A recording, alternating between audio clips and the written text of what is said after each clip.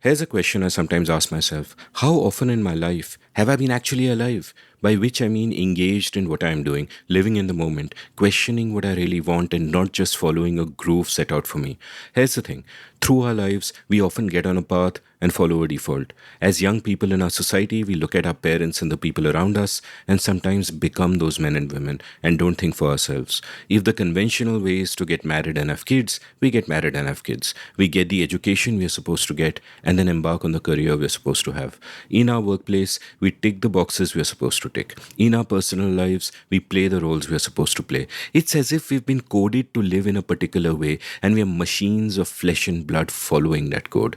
But sometimes we can step back for a moment and see the matrix we are stuck inside. We can question our choices, think about what we truly want, and not just what we are supposed to or expected to want.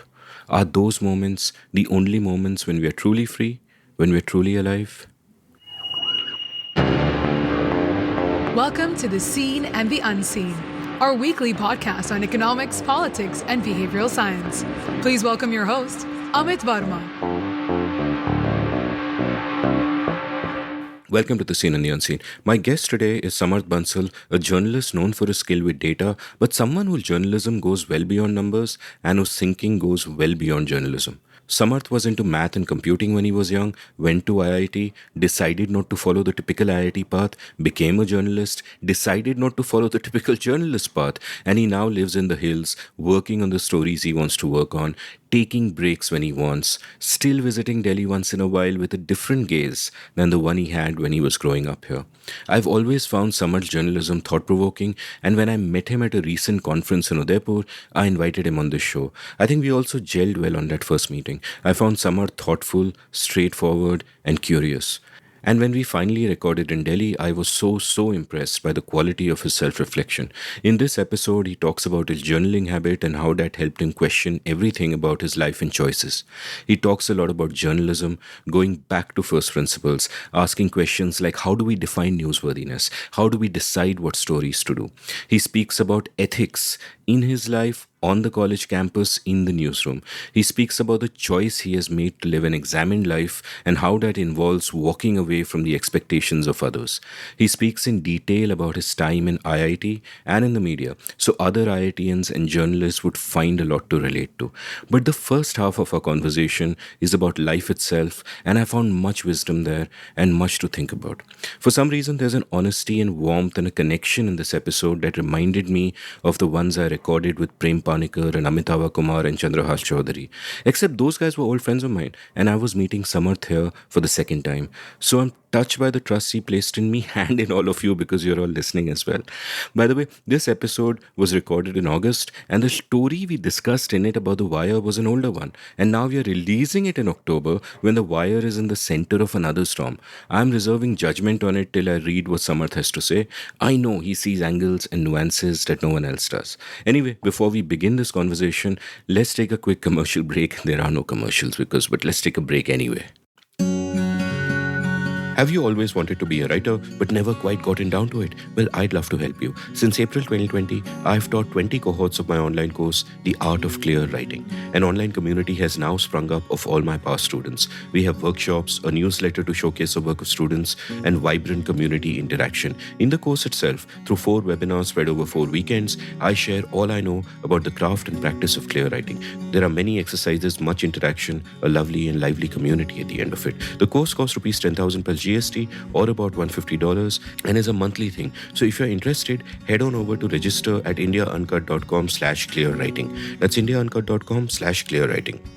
Being a good writer doesn't require God-given talent, just the willingness to work hard and a clear idea of what you need to do to refine your skills. I can help you. Samarth, welcome to The Seen and the Unseen. Thank you, Amit, for having me. So it's just to let the listeners know, I bumped into Samarth at this conference where, everybody wore these name tags with them. And I looked at your name tag and straight away, obviously, I've been following your work. And I thought, okay, this is kind of going to be interesting. And I think we also, when we were talking in a session there, just got into this really comfortable groove. So I was looking forward to this conversation and I think we'll both enjoy it. So let's start by you telling me or you telling us, more about yourself. Like, कहाँ से आए हो? Where did you grow up? What's your background? Sure. So I was born and brought up in Delhi, North Delhi specifically. I like to make that distinction because there is this big, I think, cultural difference in different parts of Delhi. I went to a school which close to my house, an English medium private school, medium sized school. But right from that time, you had some sort of, I would say, inferiority complex that, you are not one of those kids from the DPS Arkipuram or modern school Parakhamba. So, and like it was a very homogeneous group in the school. Everyone in the Pitampura area is, same kind of backgrounds. So that's the kind of school I went to. My family, my dad is a businessman. He grew up in a village near Ludhiana. There were 7 brothers and 1 sister. When he was 18, 84 riots happened in Punjab. And so around that time, 3 of these brothers moved to Imphal. And like my grandfather didn't really have, like, in terms of finances, it's a very, very modest beginning. So my dad and the 2 brothers, they like built up a business from scratch in Imphal.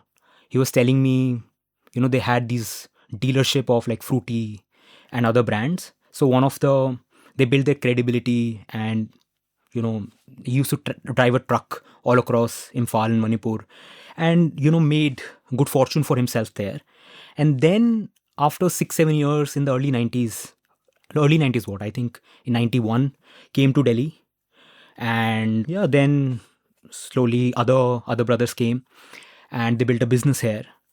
And I think post liberalization, their business grew up. So I sometimes retrospectively think that somehow, my father's journey is in a way, that moment where liberalization was giving opportunities to people. So my father was one of the beneficiaries. And my mom, she grew up in Delhi. And my Nanaji was a gazetted officer. And she, again, like both, my dad didn't go to college. My mom did a correspondence course from Delhi University. And then they got married, arranged marriage set up.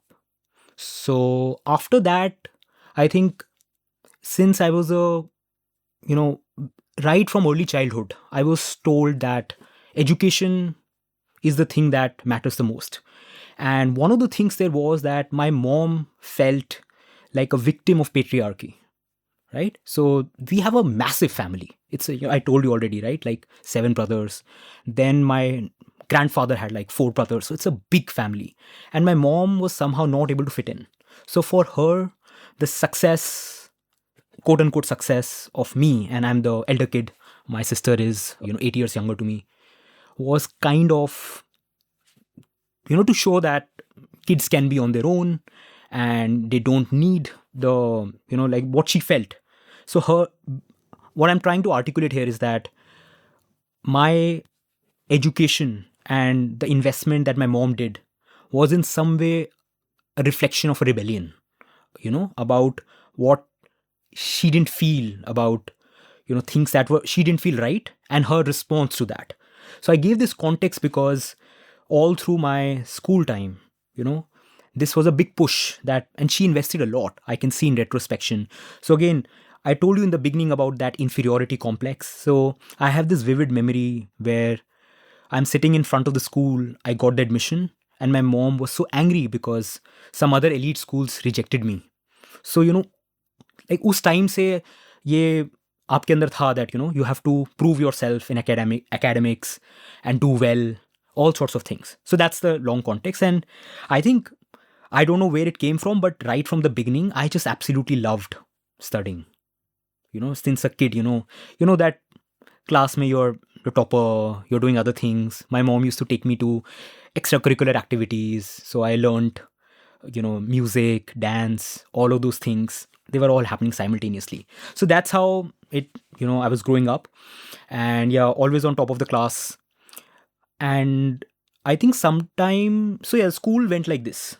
And in retrospection, I think that somehow, like until like 5th grade or 6th grade, the way you just I assessed myself was primarily through your exam scores, right?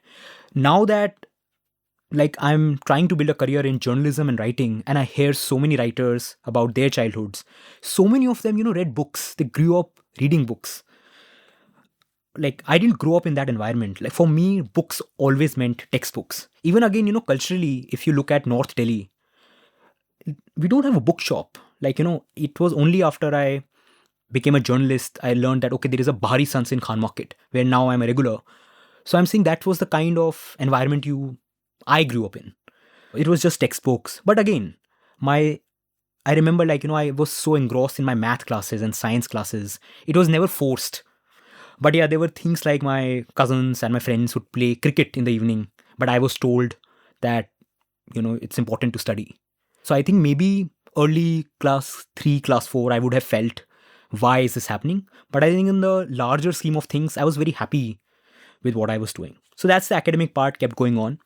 And we can do details later, but I think somehow in 5th grade to 8th grade, I became like really passionate about computers. Okay. There's a whole series of things that happened while I was growing up, which led to that. And in 7th grade, I requested my parents that, please, I want a computer at home. I want a desktop. And it was a big deal to ask them. And one of the things I told them is that I really want to learn things and I will never play a computer game. Okay, so I promise you, just get me a computer. And they did. The funny thing is that I was not even interested in gaming, so it was not something that I had to give something up. But that's just a way of telling them that I really want this. And I think that opened the world for me. I remember telling myself that this is 7th grade, that God made humans, right? Like at the time, like now I'm an atheist, so going back, that there's God, God created humans and humans created this machine. So I can now play God. Wow. I can do things with it. I can create anything I want. And that I clearly remember the day when I told my parents, I'm going to be a software engineer. This is 7th grade. So it became very organically. And then I did a lot of stuff on my computer back home, in school. All of those things were happening. And in 8th grade, I learned, one of my cousins was preparing for this exam called IIT JEE. And then I learned that if in India you want to study engineering, then you have to, the best school is Indian Institute of Technology. And that was it. I think in 8th grade, I realized that, there is this college. I want to become an engineer. And I was told that the exam, you need to be good at math and science, which I was. And I think there was some, again, it's a whole diversion into details, but there was an exam that I qualified in 8th grade, which gave me the confidence that I have a standing beyond my school. And then I think grade 9th, I joined coaching. And it was like, it was brilliant, my coaching days, preparing for JEE. And fortunately, I got admission to IIT Kanpur, studied math and computing. And yeah, so that's my childhood till I went to college. So let's go back to, the early part of the story where you mention your huge family and your mom and the patriarchy and all of that. And what I've realized, looking back at my own life, for example, is that we figure out a lot of this stuff in retrospect, like you said. In that, the world that we are in, it is normal for us. Everything there is normalized. Ki aisa hi hota hai. This is how people kind of live their lives. So is it all, through retrospect, when you look at your mom, that you realize what she was going through and this narrative is there, that she was struggling against that and all of that? Or in the moment, could you also sense her frustration and the stuff that was happening to her? And this is such a common story, right? This is basically India's story, that women are trapped in situations and, they look at different ways to gain escape. And sometimes those are invisible ways. Sometimes those are just tortured interior lives, right? And so tell me a little bit, more about your mom, firstly. And also, did you resent what you might sometimes have thought was overbearing, ki padhai karo, cricket mat khelo, all of that? And how much, like you mentioned before we started, that you've been journaling for 4 years, and that's, kind of useful, and in a sense it's dangerous because you're kind of constructing yourself, as it were, through what you choose your memories to be. Right. But at the same time, I think, like, and journaling, I did an episode with Amitabh Kumar and we spoke a lot about journaling, and it's something I recommend to everyone because it's a way of not just knowing yourself but kind of shaping yourself. So how much does, introspection at this stage, self-reflection, looking back, how much does it sort of shape your understanding of that world? I mean, and how much did you know in the moment ki अरे ये ऐसा है and all of that? So I knew in the moment.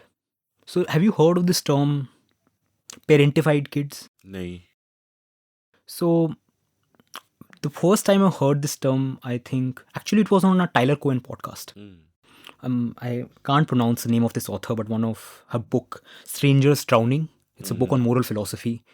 7 or 8 profiles, deep profiles, and Larissa something, I'm forgetting the name, sorry.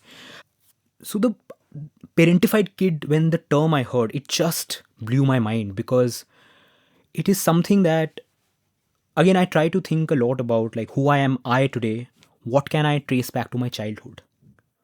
What are the roots of who I am as a person, what goes back? And one of the things that hit me was empathy.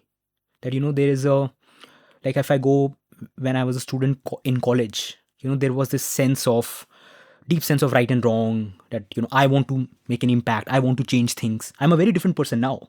But 10 years ago, that was me, where you had this sense of, मैं ये करूँगा, right? Or, this whole Steve Jobs sense of changing the world. Or, you see injustice around and you feel I have to do something to help. So where is that empathy coming from? So one of this idea of parentified kids is that, sorry, I didn't even describe what it is, but it's something like when you're growing up, you start at an early age, start acting as a parent to your parents. Wow. Okay. And I always say, that to put it simply, there is it's a dysfunctional family. Okay, and the way I see that with my friends is that, I talk about films. So there's this friend of mine and I was talking to her about Zoya Akhtar's movie, Dil Dhadakne Do. And she was like, what a stupid movie. Have you seen the movie? I haven't. I love her other films. I think I've seen it in passing, but I didn't like it Fine. as much. Yeah, so she was like, ऐसे थोड़ी होता है. This is not how families work. ऐसे लड़ाई करे जा रहे हैं. And Amit, when my sister, like both of us watched that movie, we were like, wow, someone gets us. Same with Kapoor and Sons, Which is a lovely film. which is a lovely film, right? But what you see in all of these situations is just that, deep, like dysfunctional families, which from the outside you won't know what is happening, right? But anything can break at any time.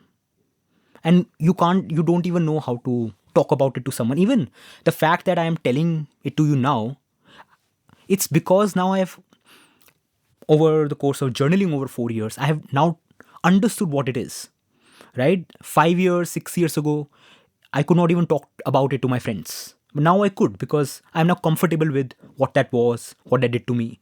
So that's where I'm saying that when you are a parentified kid, when you see dysfunction in family, but you are not smart enough to know that who is right, who is wrong. You're just a kid, but you have to take that responsibility. So you see that things are off, and that channelization is that you are responsible for, like, if I do well, my mom will feel happy, right? So these things are happening, and the culmination was, I remember the day I graduated from college, and it was my convocation, right? That day when my mom told me that, I think I was 21 when I graduated, that, like, and when I got my first check from the Hindu, that, like, she felt she finally had agency because she had started earning. Because after, she used to work at an office. It was not a fancy job, but my mom, she just loved what she did. She proudly remembers that I used to do this. She would get a small salary, but, used to spend it on others, not on herself, right? So that sense of agency, when you see, has gone away, right? And my dad is the youngest.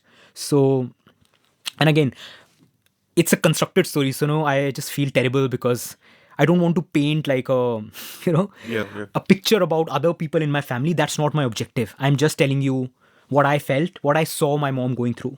And there are, of course, multiple facets to the story. It's not even a story about other people. It's a story about structures and society and just processes. Exactly. Right? And so all of that was happening. So, to answer your question, yes, a lot of it I was feeling back when I was growing up. But things started making, when you connect the dots, that happened, I think, over the last 4 or 5 years. And I will end on this note, on this question, that, the, the interesting thing about journaling is that when you dump your thoughts on paper, you also, and you are just honest when you are in your diary, right? Like, no one is going to read my diary. So you're so brutally honest.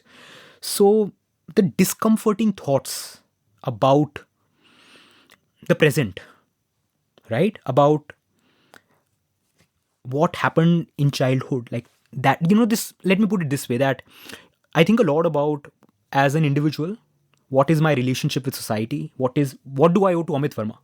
Right? We are sitting next to each other. I believe in individual as the center of society. That's my worldview, and individual freedom. But then I'm also a member of the society. But then my parents, right? That's a different sort of relationship. I can't, the way I would think about Amit Verma or say my best friend, the relationship with parents is different.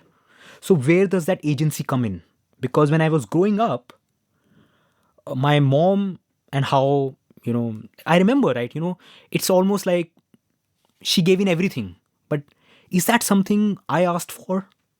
Right? You get this question, and it's a very discomforting thought, because today, how do you manifest that relationship when you are a child, when you're not an adult, and now? So how do you think about your responsibility? What do you owe to your parents? I don't have answers, but this is the struggle. And this hit me for the first time when I went to college. Like, I thought that, like, for me it was a dream, to study at that institute. And I think my years at IIT really shaped me in so many ways. But I went away from home, right? I went to Kanpur. My parents didn't realize that that will happen. They just thought, it doesn't strike you, right? That, like, bacha ghar pe hi hai, now the kid will go away. So that left such a big void you imagine, right? I mean, you do everything for 18 years for this one person, right? And my sister and I, I joke with her that, I mean, I say, you have a more comfortable life because, over the years, the family prospered. But the love and affection I got, I feel, I mean, she would disagree, that it was more because I'm the elder kid. So now when that creates this big void in her life, it changes things, right? And that had its own series of impressions that made me made me uncomfortable, that, okay, what is happening? And now that, I decided to live by myself, I don't live at my parents' house anymore. So that decision, what would it mean for my parents, right? These are all questions that come to me, and I am process it in my journal. So again, sorry, it's a long winding answer to your question, but I think, yeah, I realized it at that time. But now that I think about it, it has become such a central thing in organizing my life that I can't just ignore what happened in childhood, but then also think about what is happening in the present, and then just find way to navigate it. And is this something you've spoken to your mom about or to your dad about? Is it something you can talk about, or is a relationship sort of still in a groove which is difficult to break out of? So it's tricky. It's tricky because, like, I don't know, because you see the tension. So the sense that I always have had with them is that I say, whatever I do, I love you. I care for you. I will always be there for you. But I have a life that is outside the idea of a family, right?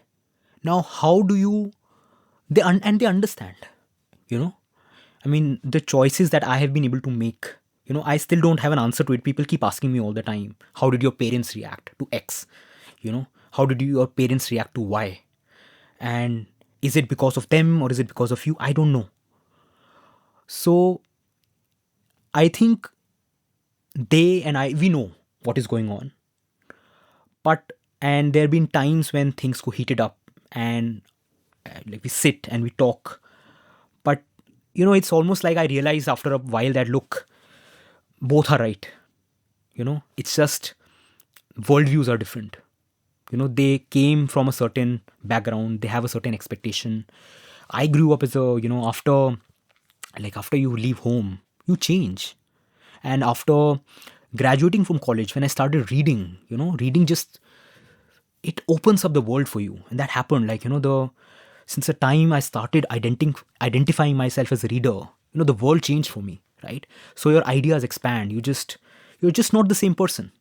So the trajectory of change, we went on different paths. And the problem is that, within this giant family, like almost all my cousins, most of them, all of them are in family business, right? In my neighborhood, most of the kids are at home, right? That's how you're expected to be largely, in the zone of Delhi I come from. Like that's a norm. Like people joke about it, कि ऐसा ही होता है. So when you see other kids around behaving just the way she would expect me to, right? But then she's also proud that he has an independent life and standing, something that she wanted, right? So I think she also has that conflict, and I also have that conflict, right? So it's there. So I mean that conversation happens, but it's more of that, to like something heated has happened, right? And you're trying to pacify it, right? And on an ongoing basis, I think she has, like, of course, like both of us have moved, so I think, I don't know, I still sometimes feel like I don't know the answer, honestly, Amit, that I don't know. And there have been other things that are too personal that I like I don't have problems to share, but it just feels like that's her story. And do I have the right to even tell it? I don't know, right? There's so many, like I have told you a lot, but I think there's this important things that I could not say because I think I respect her privacy of things that I could say or I could not say. So that will remain the missing bit. But yeah, from my POV, I'm saying that it's something that I've now accepted to live with. And I think my journaling is a way for me to build my own philosophy about, to also accept uncomfortable truths. And in all that, like I think part of growing up is to realize that your parents are not always right, right? They are as flawed humans as I am. So, and in this whole mess, you just find a way to get through things and take hard decisions. You criticize yourself. So yeah, I am now at a fairly comfortable space in my head. I don't know what my parents think about it. Does that answer your question? Yeah, it kind of illuminates a lot and also makes me very sad because I think, and this is not, I mean, your story about your mom sparked this off, but in general, this is, I think, the lot of many Indian women that you don't have that agency as a kid, then you get married, you lose that agency, and then perhaps sometimes you seek a proxy. And, and that could be your kids, and you seek a proxy in your kids, but eventually your kids go away. Yeah. That's the nature of the world. And then what do you do? Do you, how do you fill that particular void? And this is not a specific question or something. I'm just kind of thinking aloud and wondering because I don't think men in India sort of think about what the lives of the women in India are like, Yes. right? It's just to live a life without agency and to take refuge in all of these things is like such a terrible unspoken tragedy. And I see that around in my society, right? Because like, when I'm home, my mom tells me other stories about other women in the society, right? And it feels like everyone has the same story, right? There's some neighbors who I'm sure they are not going to listen to this podcast. So I can just tell you that they are like super rich, they built a business and they just have now this really fancy house in our society. And what such deeply unhappy lives of women in that house, right? I know details because just my mom told me.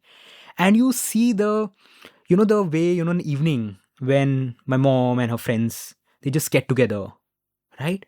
These are the conversations that are happening, that, how it's just that. And I think, Amit, and this is the thing that my sister has learned from all of this, right? That why financial independence matters so much. Because at the end of the day, right?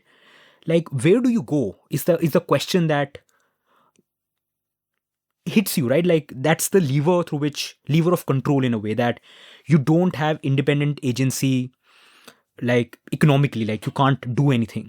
And that way, again, I at one point, this whole thing about, she said, now that you have started earning, I have started earning. That sense that, you get that feeling that now I have become independent. So, in that way, I think that the factor of not not having an independent source of income becomes a lever of control. And all of that, Amit, when I started reporting, and I was reporting on this data on suicides, and I saw that I always heard about narratives about farmer suicides, but every year farmers and housewives compete among who has the highest number, right? And I think it was in 2017 when I saw that statistic, and I was blown away because it just explains for me at least, that there could be hundreds of reasons why what is happening. For my limited personal vantage of what I saw growing up in, not in my home, I'm saying in my neighborhood, in my society where I grew up. That was the sense I was getting, that, so the frustration that I could see in my house around me, that what it could lead to, you don't know, right? And you can't even talk about it. Like in a party, I would see, not a party as in like a family gathering, every family is happy, right? Everyone is happy, but you go on one-on-one and then you see that the story is different. And things that happen in college, when you get heart to heart with your friends in a different, like one of the best things about IIT is that you meet people from all across the country, right? In an environment, you grow up in Delhi, I told you, it's a small homogeneous, community in school, everyone is from 5 kilometers, and then you go to a college, kids from all castes, class, states, languages, and then you go heart to heart with friends, and then you see the same story, and those are also the people with whom you deeply connect, because you say, they get it, they get where we are coming from. So yeah, I think it's just so generic, and honestly, I think all of these questions have now that we have spoken about it, it has had a big impact on how I think about the world, because it just makes you, the whole thing about what looks at the surface, like now it's, let me put it this way, when I see, it's a very weird thing to say, but when I see someone who is like extremely happy, like वो बहुत ही खुश है, हंसते रहते पूरा time, I feel there's some problem here. तुम इतना क्यों मुस्कुरा रहे हो? Yeah, it's like, इनका एक backstory है, and now that I'm a journalist, and I want to explore, lives of people, it's like I just wonder, I don't know, I feel happy that they're happy in the moment, but the question is in my mind, okay, what is their story? Like, the way you are asking me about my story, like, and I can't just go and talk to a random person and say, apni kahani batao, right? But yeah, I think that has started happening because, again, just to diverge, in college, when all of this was happening, there was a moment I had to take a semester drop in my college because of something at home. And that phase, I went into that direction where I thought there is no such thing as happiness. Either you are unhappy, like you are in the shades of unhappiness. That's it. There is no such thing as happiness.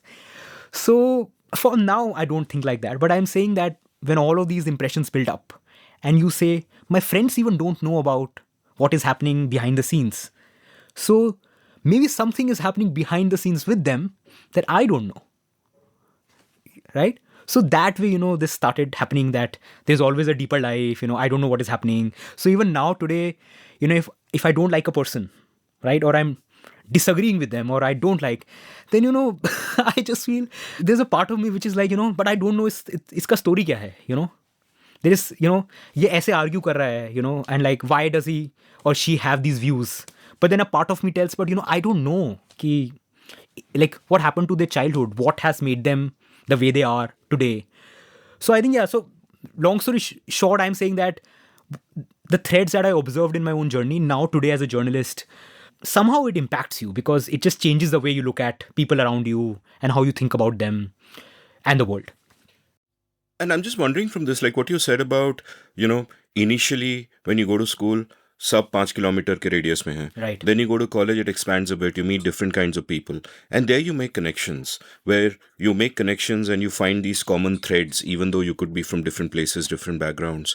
And I'm wondering here about the importance and dangers of transcending the limits of geography, which we can more or less do in these current times. Like earlier, in an earlier age, like when I grew up in the 80s, for example, you're sort of limited by circumstance and geography. You only know so many people, and your circles may expand sometimes, and sometimes they may not. Like you point out, many of your school friends are still living in the same place, working in the family business. And the good part of the circle expanding is that you can find like your sample size of people with whom you could empathize with or learn something from or find that common thread. That sample size grows up, and those connections matter, because then you're not alone. These are common experiences, and those connections matter. The internet can do the same thing. Even the act of reading can do the same thing by giving you access to the lives and minds of others. So that's one strand of it where it works. But another strand is that even in this hyper-connected world, we can sometimes choose to be atomized. कि चार लोग बैठे हैं cafe में लेकिन एक दूसरे से बात नहीं कर रहे, फोन में देख रहे, तो instead of embracing the concrete interactions where you can look into someone's eye and have a conversation and say कि भाई क्या बात है, you're not looking good today. You are instead trapped in the abstract worlds of the smartphone, which give this illusion of being connected, and which give this illusion that you're gaining knowledge. But those are on the surface. So, I mean, I'm just kind of thinking aloud, is sparked off by what you said about, expanding those circles, going to college, meeting those people. And I think there are those trade-offs. It is possible that many of the self-doubts you might have or regrets you might have may not have been there if you had continued living in that cocooned world in a pre-internet time. कि आप भी चलो family business में काम बटा रहे हो, math में अच्छे हो, accounts देख रहे हो आप, and so on and so forth. But on the other hand, there is this sort of expansiveness. So what are sort of your thoughts on these? Yeah, so I read somewhere, forgetting the author, but that there's a difference between connection and conversation, right? So a connection is, I'm on Instagram and someone posts an Instagram story and I send an emoji in reaction. So I'm connected. Someone I met 7 years ago, we are in touch. Once in a while you connect. Conversation is where you go deep, right? And what has happened with me over the last, I would say, I don't know the time frame, but I just realized the value of deep relationships, especially friendships, right? And now, I'm so proud that I have a bunch of 4 or 5 people in my life, and they come from different time frames. Like one from like a friend of mine, we studied together since kindergarten. Couple of friends from college, someone whom I met at workplace. So they know different. We are connected through in different time. Like they knew the different Samarth at different points, but they know today like who I am. They know the trajectory, and they know my deepest anxieties. They know who I am, what I do, and it doesn't happen by itself. You make that effort. When you say in a relationship, you have to put in an effort to cultivate those deep relationships. That's where you find, for me, like most meaning in terms of interpersonal relationships.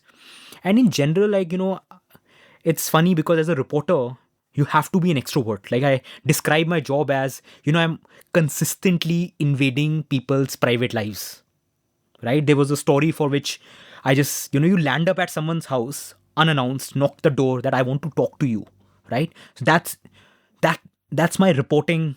When I'm reporting, I'm that person. But in my private life, I'm very introvert, right? Like I'm the guy in a party, would ideally like to stand in the corner. If I like someone, then I will, okay, let's chat. That kind of a personality, right? So when you become that person, you don't want a lot of people to have, like, I'm happy to go to a cafe and actually not talk to anyone. But if I want to, and if there is a connection, then, I want to take it from a connection to a conversation. And one of my recent realizations, that I figured is that when you find someone like that, where there is a connection based on values, not on anything else, just ways to look at the world, and I like the person, then I don't want to lose them, because it's hard to just find those people organically. And interestingly, all of the friends that I have, then none of them are internet friends. They're like I met them in a physical place. They're happy. They just call me up, right? I mean, I really, it's just I don't know. I'm a bit old school, but this whole thing about friends sending me a calendar invite for scheduling a call, it is just insane. I just tell them, call kar lo yaar. I mean, if I'm working, I will just tell you I'm busy. I will call you later. When I was a kid and we didn't have mobile phones, we had our landline. तो अब पता था 7:30 मेरा दोस्त मुझे call करेगा and I anticipated it. वो कभी नहीं आएगा तो 8 बजे आ जाएगा, राइट? सो दैट, और sometimes randomly you just call, तो वो चला गया अभी.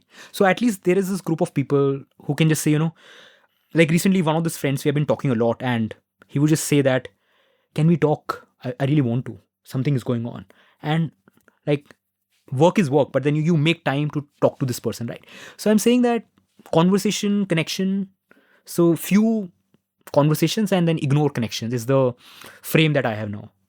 Yeah, it's a lovely frame. It's given me a lot to think about. When I was going through all of your work, the common thread that what I seem to notice in that is that you're living what I would call the examined life. Like Socrates once said, the unexamined life is not worth living, right?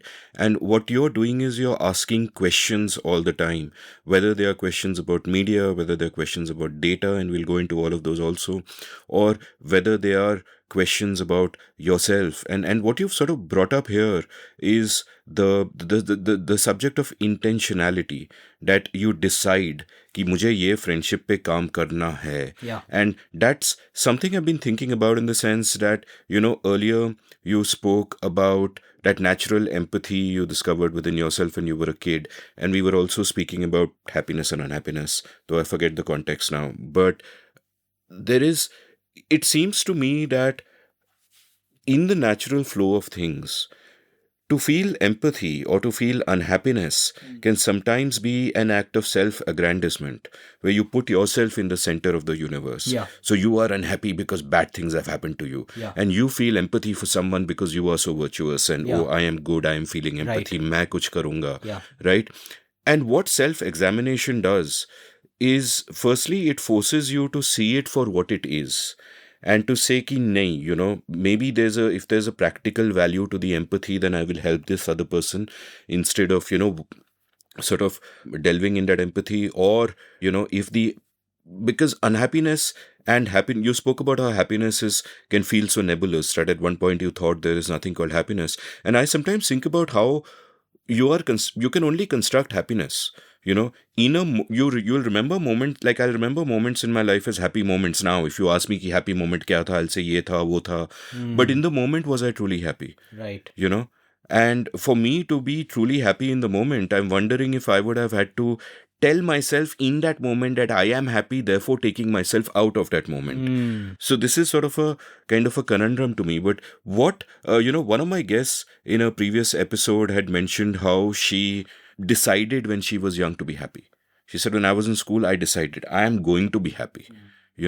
And that act of intentionality seems important. Yeah. Where you also decide ki I want good friends with whom I can have a conversation or a connection.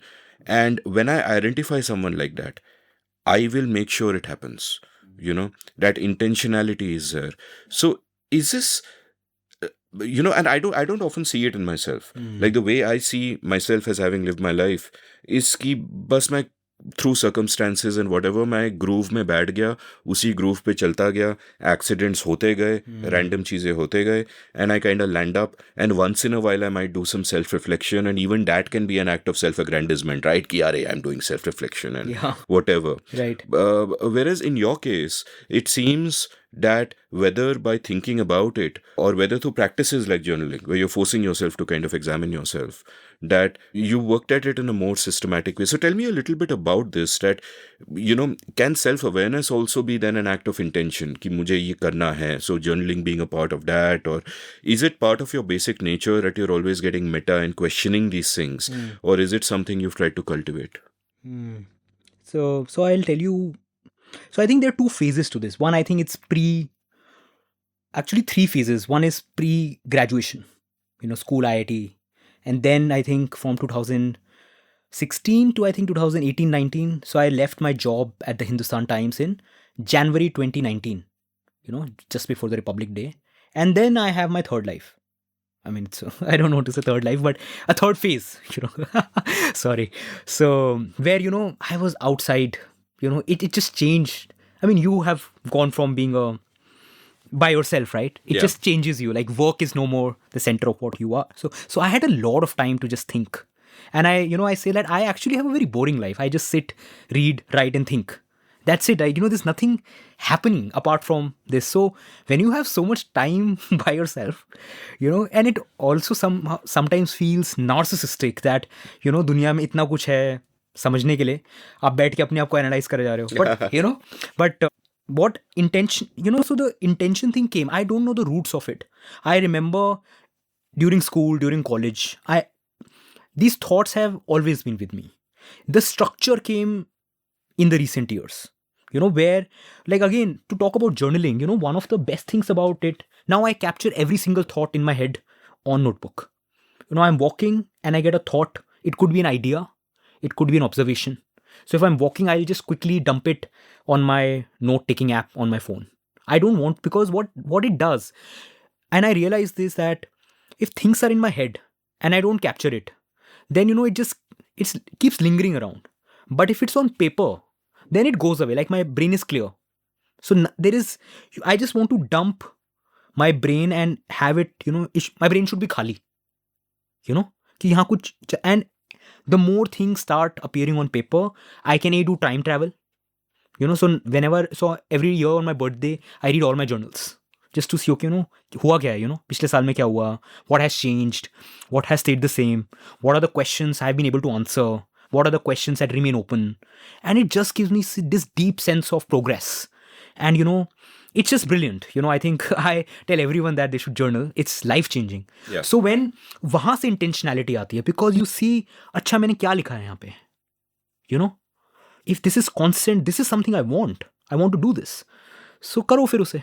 So that is where, this intention thing started coming in. And also, parallelly, this absurdity of modern life with technology, right, which has taken over, our, platforms and smartphone.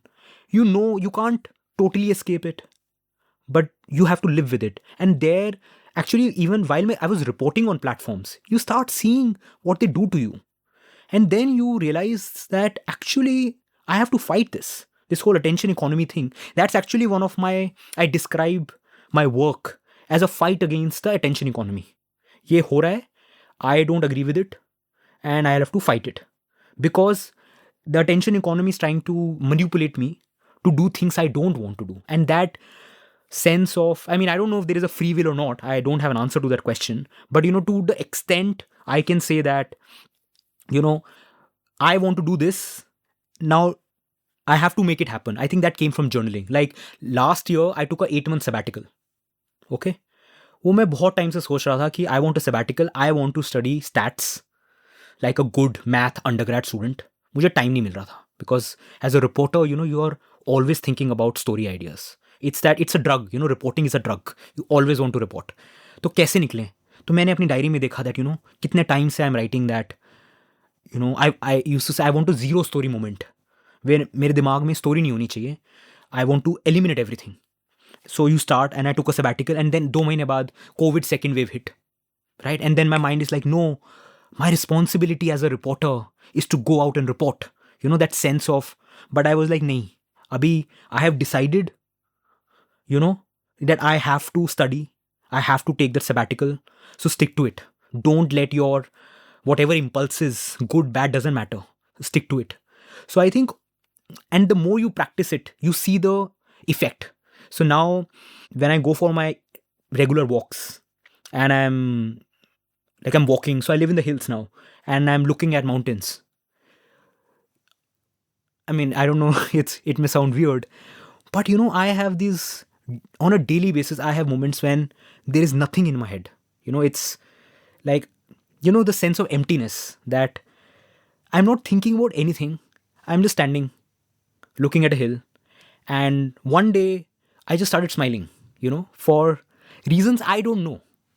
It is just a feeling that you have to experience, that आपके दिमाग में कुछ नहीं है, you're standing, there's no one around, like no one knows you, you're not even listening to songs, you're just looking at a hill, and you can do this every day, and you're smiling, right?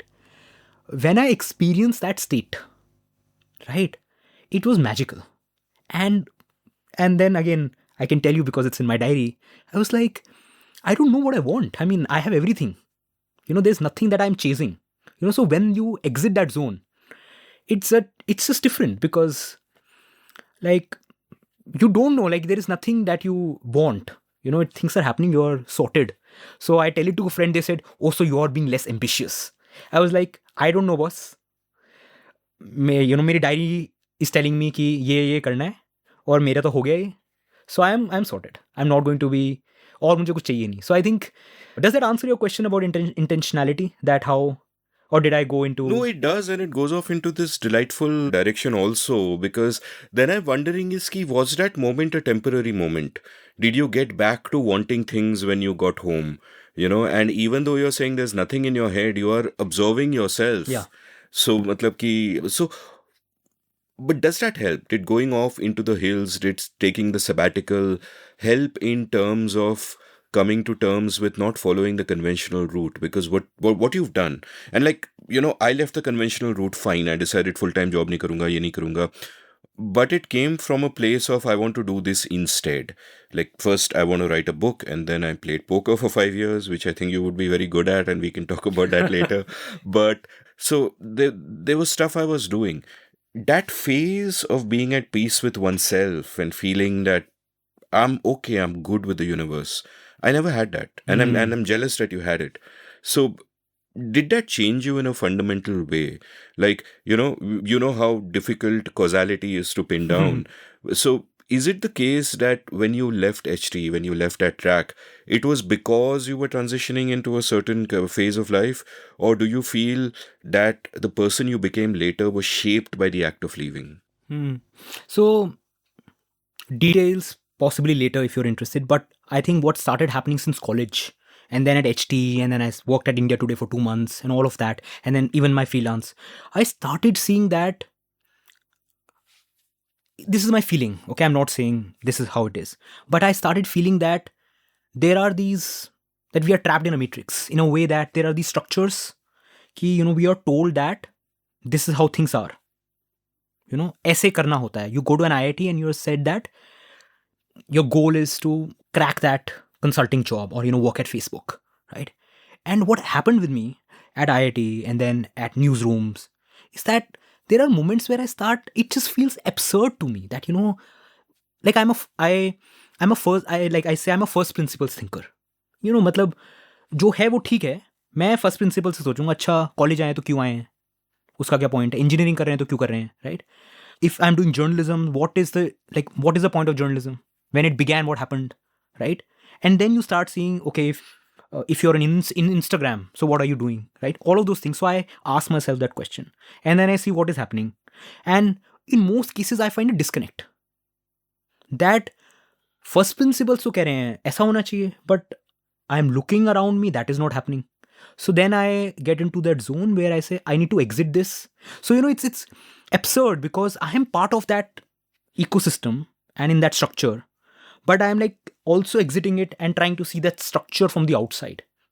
So when you see, you imagine I am I'm just, doing these hand gestures, but I'm here, outside it, and there is this big giant circle. And I'm also observing myself in that movie, what is happening.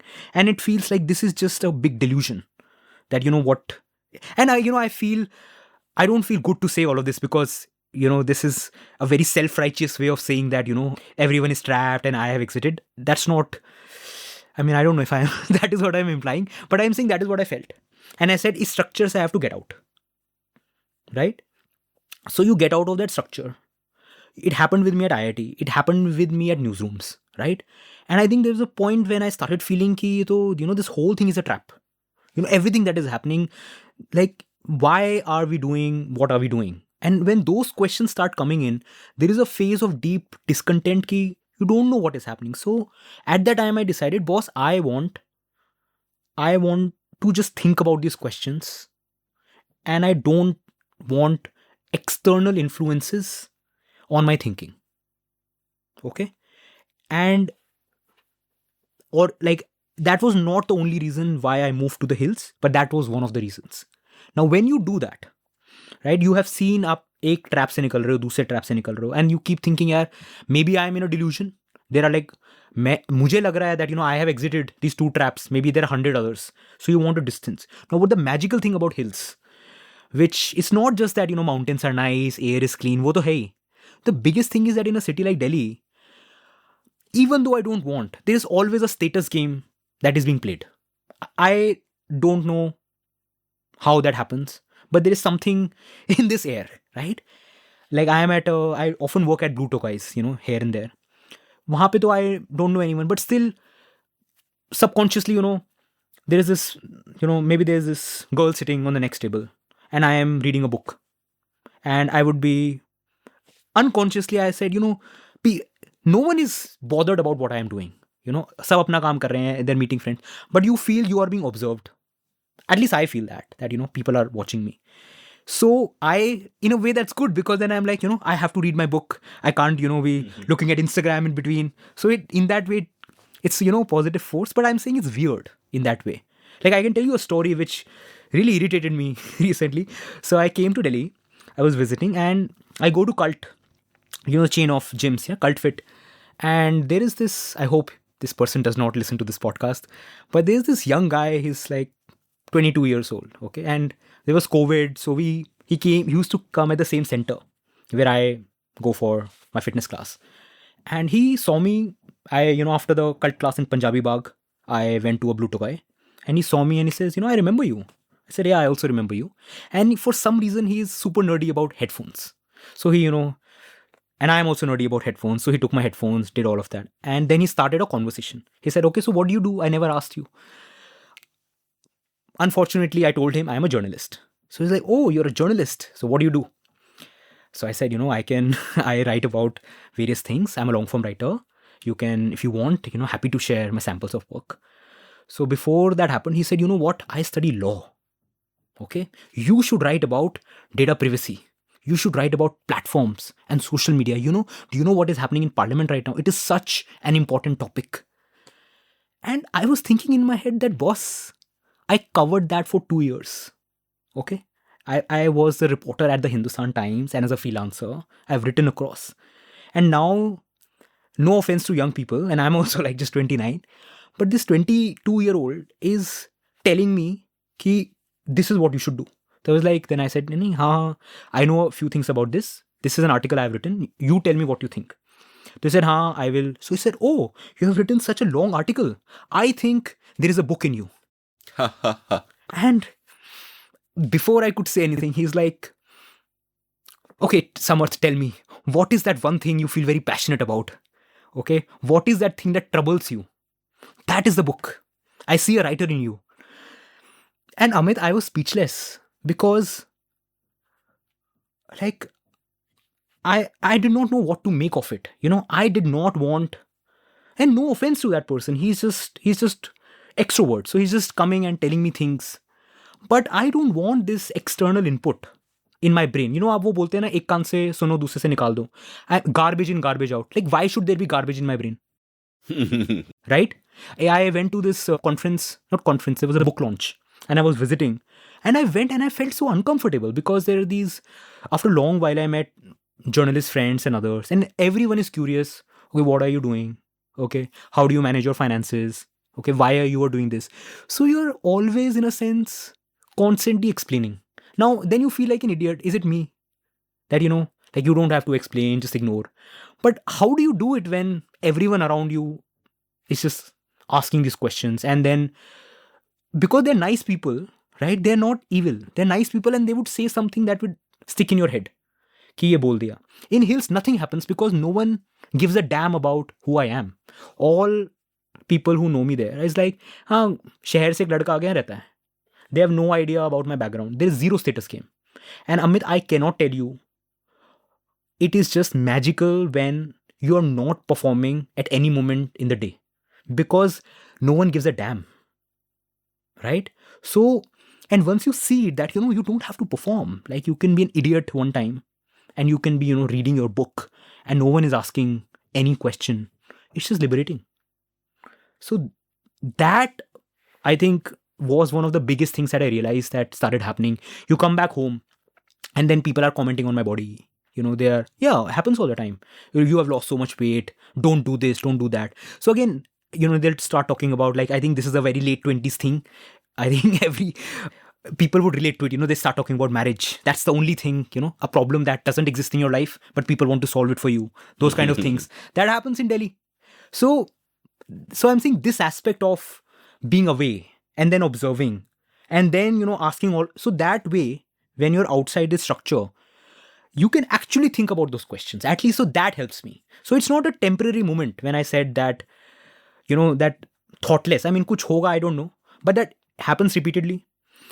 When I see my diary 4 years ago, उसमें जो सवाल थे, अगर वो answer हो गए हैं, or like I have at least a framework to think about it, तो वो हो रहा है ना, that you're progressing. So that way, I think a mixture of all of these things is what, that's where it comes, that, you stop wanting, because the wants, I somehow feel, are created by people around us. They influence what you want. But when you're away, like, who will influence what you want? I'm feeling very attracted to the hills now because they seem like a physical answer to the existential question of, that fundamental human anxiety is the anxiety of what other people will think of you. Yeah. Right? And it is so hard to let it go. Absolutely. And it's only, I think, when I reached middle age that, at least at an intellectual level, I understood that, boss, no one is thinking of you. Yeah. Everyone has a head up their own ass. Yeah. Kisi ko nahi pari hai. You know? And you just, you just have to chill and do whatever the hell you kind of want. And you've spoken about wants a number of times, and there is a theme that I have been exploring so much on my podcast कि मुझे लग रहा था कि बहुत cliche हो गया है, अभी मैं नहीं बोलूँगा. But I feel that you're the right person to talk to about this. And this is something that, so I was, I had gone to Greece and Macedonia earlier in the year. And the background of that is, even though I retired from poker a few years ago, there's a form of poker which had come up called match poker, which is very different from regular poker. Looks and feels the same, completely different. And like you, I love solving things from first principles. Right. So one of my friends got in touch with me and he said कि इस चीज का एक IPL type tournament हो रहा है, and I'm running. He owned a team called Haryana Hawks. He said, come and help me solve this because everybody's going to play it like poker. So solve it for me. So I joined the team. 2 बार हम जीत गए Haryana Hawks के साथ. Then we played for the Indian team and we won the Asian Championship. Oh, wow. COVID times में था, online था, but I was damn happy कि as and representing India, Asian Championship जीत गए. Nice. तो इस साल क्या हुआ कि हम World Championship में गए जो मैसेडोनिया में हुआ. And side by side I also scheduled a personal vacation in Greece right after that. तो मैसेडोनिया में गए. And we were unfortunate in a sense कि 3 of our regular team members had their visas denied. We had to get new people.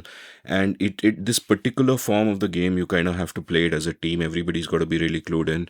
And we got massacred. Like every team we had beaten at the Asian level destroyed us, right? And I was feeling gutted at the end of it. Absolutely gutted.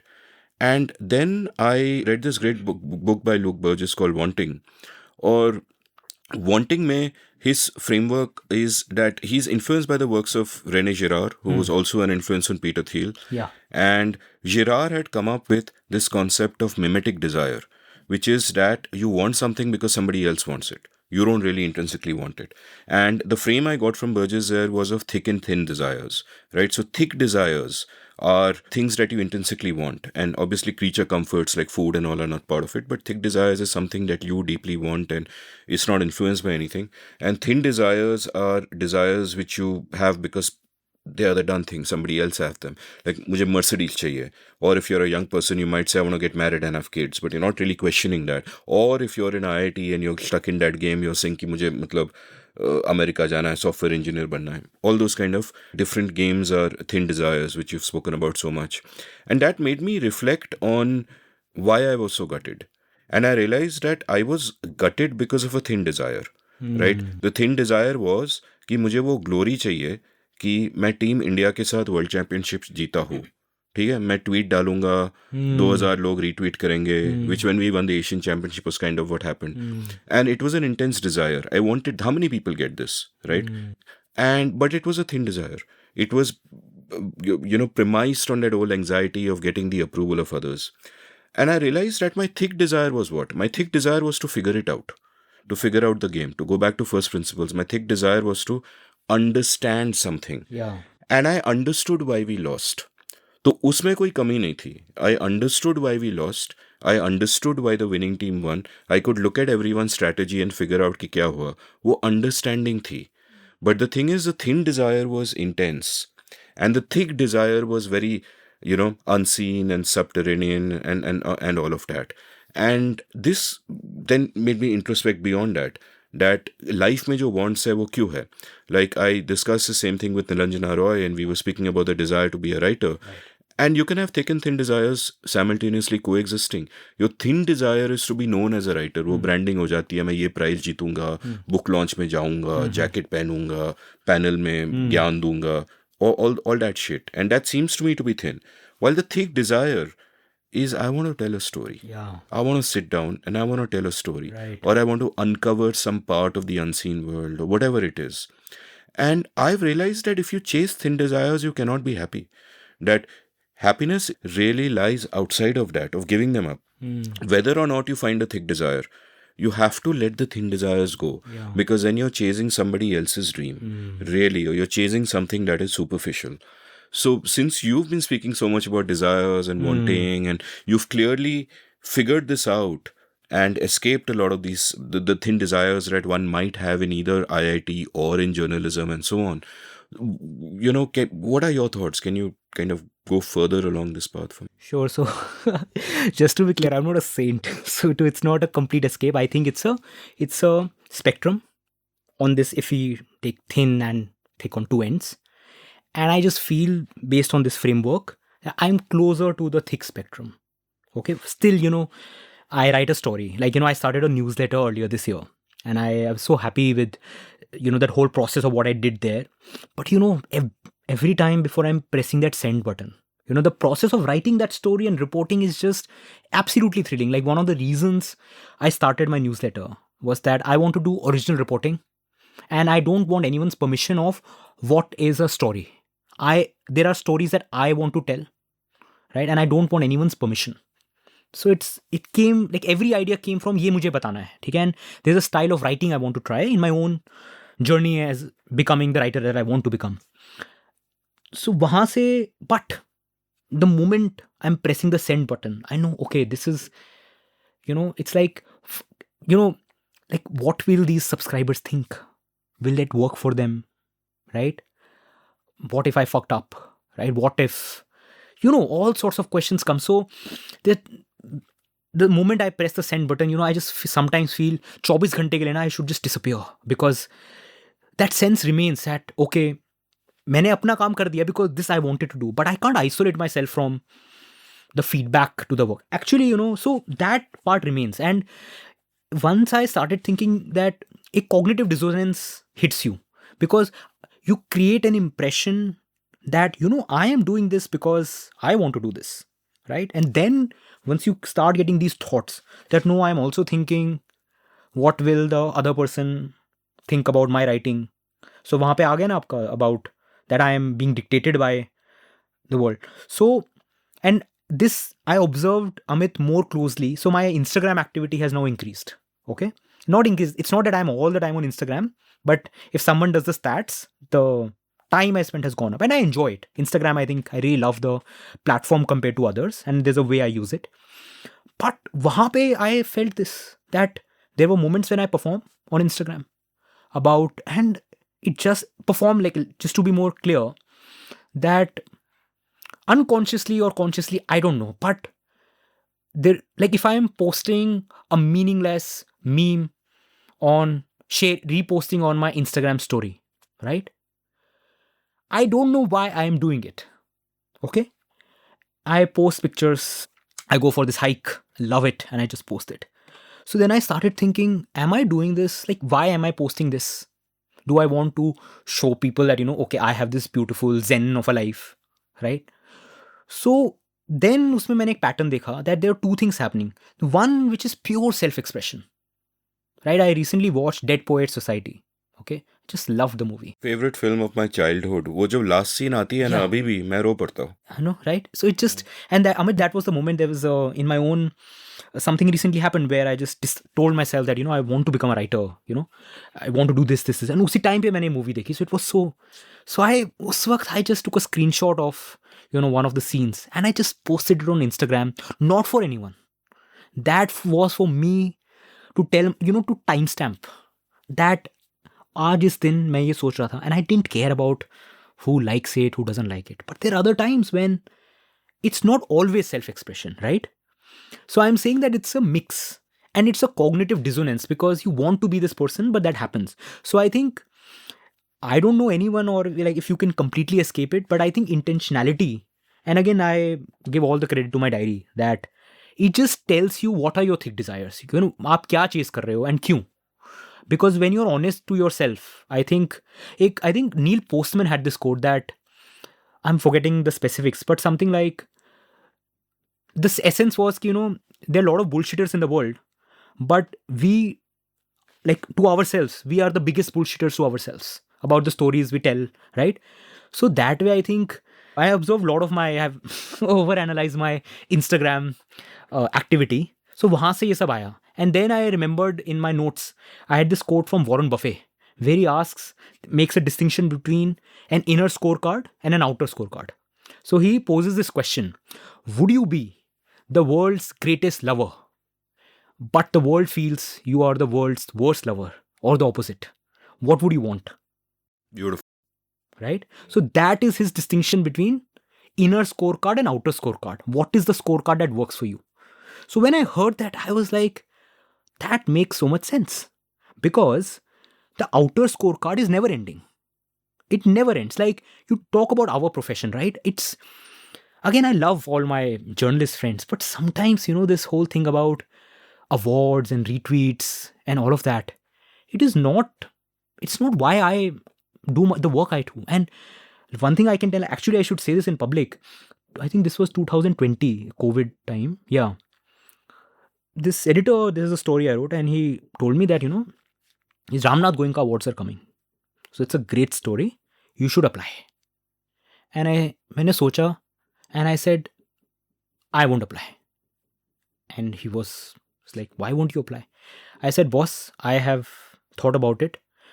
I don't want to get stuck in this award business. Okay, there's a philosophical reason where I think that awards perpetuate inequality and, the myth of meritocracy, that is separate.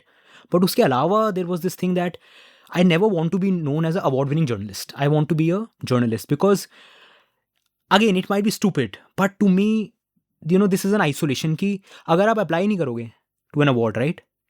So you will just feel happy about everyone winning awards around you, right? And that just gave me such a deep sense of comfort in my head that, okay, I am a journalist not because I want this award, but, just stay true to like why I joined this profession in the first place. So, kabhi, it just sticks to you. Ab I don't know ye kab tak last karega, but I'm saying this is the zone of wants and desires that every time I start seeing that there is an external influence that will affect my thick desires, I try to just get rid of it. अब वो होता है नहीं होता है अलग बात है, but that's the framing. And I think that has really helped me because now, when I see, like, in journalism, one of the things I find, I don't know if it's generic, I don't want to generalize, but somehow I feel that among reporters and journalists, if someone else breaks a story, या किसी ने अच्छा piece लिख दिया, कोई international outlet में किसी का आर्टिकल छप गया, so you're like, you feel that sense of envy, okay, he got published there. He got, like, I remember back in the day when I was at the Hindu, I heard this conversation between a couple of colleagues. They were discussing salary of a columnist whom I really like. And I felt so disgusted. I was like, oh, this guy is making that much money. Uska to bahut sahi hai. Aisa ho raha hai. And I felt like, what are these conversations? I just, I just didn't like it. That why are these conversations happening? So the point I'm trying to make here is that, so I'm saying that when I saw that kind of conversation was happening, when I started seeing that, when someone wins an award or, someone breaks a story, everyone is not happy about it in a way. It's like, you just look at Twitter patterns of what stuff we share. Up, you retweet stuff of your friends from your organization. You just promote stuff that you people personally, they have done. I don't know, it's my observation, I may be wrong, but that's a sense I got when I was in Delhi, that people are always like, I have some really accomplished friends, and those who know that I know these people, they will come and ask me, okay, do you know how much they make? How are they getting these assignments? Not in the sense of curiosity, but with a sense of envy. Right? I don't like it, Amit. I don't know kitna common hai, but that's what I experienced. So then when I thought about it, it just struck me over a period of time, not one day, that actually the work that we do as journalists, right? There is no meaning of my work in isolation. This profession matters only as a collective. If tomorrow I stop reporting, it doesn't matter. It doesn't matter. There's nothing going to happen. But if 1,000 people like me exit this profession, it is going to matter a lot, because in collective is where the power of reporting really comes in, our profession, not in as individuals. So that's why the moment I started saying, इस award race में नहीं जाना है, follower की race में नहीं जाना है. And I remember there's this alumni who came to our campus, Ashish Gupta. He's a very Helion Ventures. Like, he was the early investor in Flipkart. And when that exit happened, he's a very, very smart guy, and he gave a talk at campus. So he used this term called anti-matrix. So he was explaining what he says. He had this great talk on risk in thinking about life. And वहाँ पे वो matrix, anti-matrix की बात कर रहे थे. So तब उन्होंने समझाया that, there are some anti-matrix that you should not chase, like your salary, like a designation. ये है मेरे 4th year की बात है. So this word anti-matrix just stuck in my head. Beautiful term. है ना? So I started now mapping out in my profession in journalism, what are the anti-matrix, right? And you realize and you're like, get out of it, anti-matrix चाहिए ही नहीं. And I am a human. I have those, मतलब मैं कितना भी अभी बोल लूँ, right? I will go back, and there is a possibility that, my theory about all of these things is that they're always in tension. One part overtakes the other, वो हो रहा है, right? The more I can resist the impulses I do not want, the better. So that's the frame. So उसमें if you can fundamentally eliminate, अगर आपने सोच लिया है मेरे को तो अवार्ड्स में अप्लाई ही नहीं करना है, तो you're sorted. Because the next time a friend tells you, I won this award, you will feel so happy about the person. They get a fellowship, something happens. And the tragedy, but again, the cognitive dissonance, Amit, in all of this is that throughout my career, I keep getting opportunities. So I can never feel like that कि मेरे साथ कुछ बुरा हो रहा है, because I just feel the world is rigged to push me forward. सब कुछ हो जा रहा है, तो मेरे साथ तो सब अच्छा ही हो रहा है. So on one hand, I will say, I don't want, I'm not chasing this. But then things also come to me, right? So this whole calculus is that कि हाँ, अगर मैंने वो छोड़ भी दिया, right? Still things are happening to me. तो then you realize कि actually उसका point ही नहीं है. Like in 2017, I quit Twitter. Okay, I read this book Deep Work by Cal Newport. उसमें एक chapter था Quit Social Media. I don't know if any book has led me to a direct impact right after reading. मैंने वो पढ़ा chapter, अगले दिन मैं गया and I deleted my Twitter, not deactivated. अभी मेरा deactivated है. उस वक्त I deleted कि go. And I was away from Twitter for at least 8 months. No presence. In that duration, Amit, when 8 months I was not on Twitter, I was not on Facebook, I got the best opportunity in my career. I got selected for this fellowship at the Wall Street Journal. And that day I was thinking कि I am always told that, आपको अपना brand बनाना पड़ेगा, आपको, you have to show your work, which is not wrong. I'm saying in that phase, there's a fellowship I got purely out of, like, I think it had very little to do with me. It was more about circumstances, not my effort. But I got it, right? When I was not on Twitter. So when you see these examples that you don't have followers, your story, आपका share हो रहा है, but you are not tagged. Your name is coming that Samarth Bansal wrote this story. So I'm not gaining followers, nothing. But I'm looking at Twitter, right? And it's not affecting. Then you start saying कि हाँ, ये anti-metric ही है. So I'm saying you get that framework and then you try to apply it and it kind of works. So it's that theory plus you see it in practice and then it just illuminates that, actually that guy was right. This is an anti-metric. And then, I have my own framework on how I think about career. So that's it. I think that's where I think I've digressed quite a bit, but that's I'm just giving you a glimpse into how I think about some of these things. No, I love this because I haven't thought of this frame before, and I'm actually, after the recording, probably going to sit down and think about what are the anti-metrics that I should ignore. Like, मैंने भी awards के लिए enter की है वैसे, पहले जीता भी हूँ, लेकिन looking back, it's not something I would do today, but I've done it because you are sort of insecure. There are times you feel underappreciated. तो Yeah. मतलब उसका फायदा होता है. I remember, in the 1990s, someone who was a good friend of mine then, and is a famous novelist now, told me something when we were having dinner. And he said that, Amit, every time a friend of mine does well, a part of me dies. Right? And I appreciate the brutal honesty in that. Yeah. Because I think that, in a sense, it is true for all of us. And I've kind of realized that wo hai, and especially when, and I think it'll probably be more true for a third world country, like, that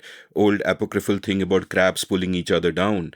And the reason the story is told about India is that we've grown up in the culture of scarcity, where because you are not doing well, we are playing negative sum games or zero sum games, you want to pull other people down. And hopefully, as a cultural mindset, that is changing today.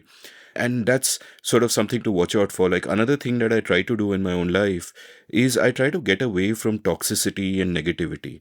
Like, मैंने एक देखा है कि there are WhatsApp groups I used to be part of, where the whole conversation पूरा दिन would just be negative. They would be shitting on someone, किसी का screenshot लगा दिया, and all of that. And obviously shitting on someone makes you feel good about yourself, right? And that was a whole damn conversation. This is your friends group. It is a friends group, yeah. And I left many of these groups, and I said I don't want to be around toxicity where you're just shitting on the world all the time.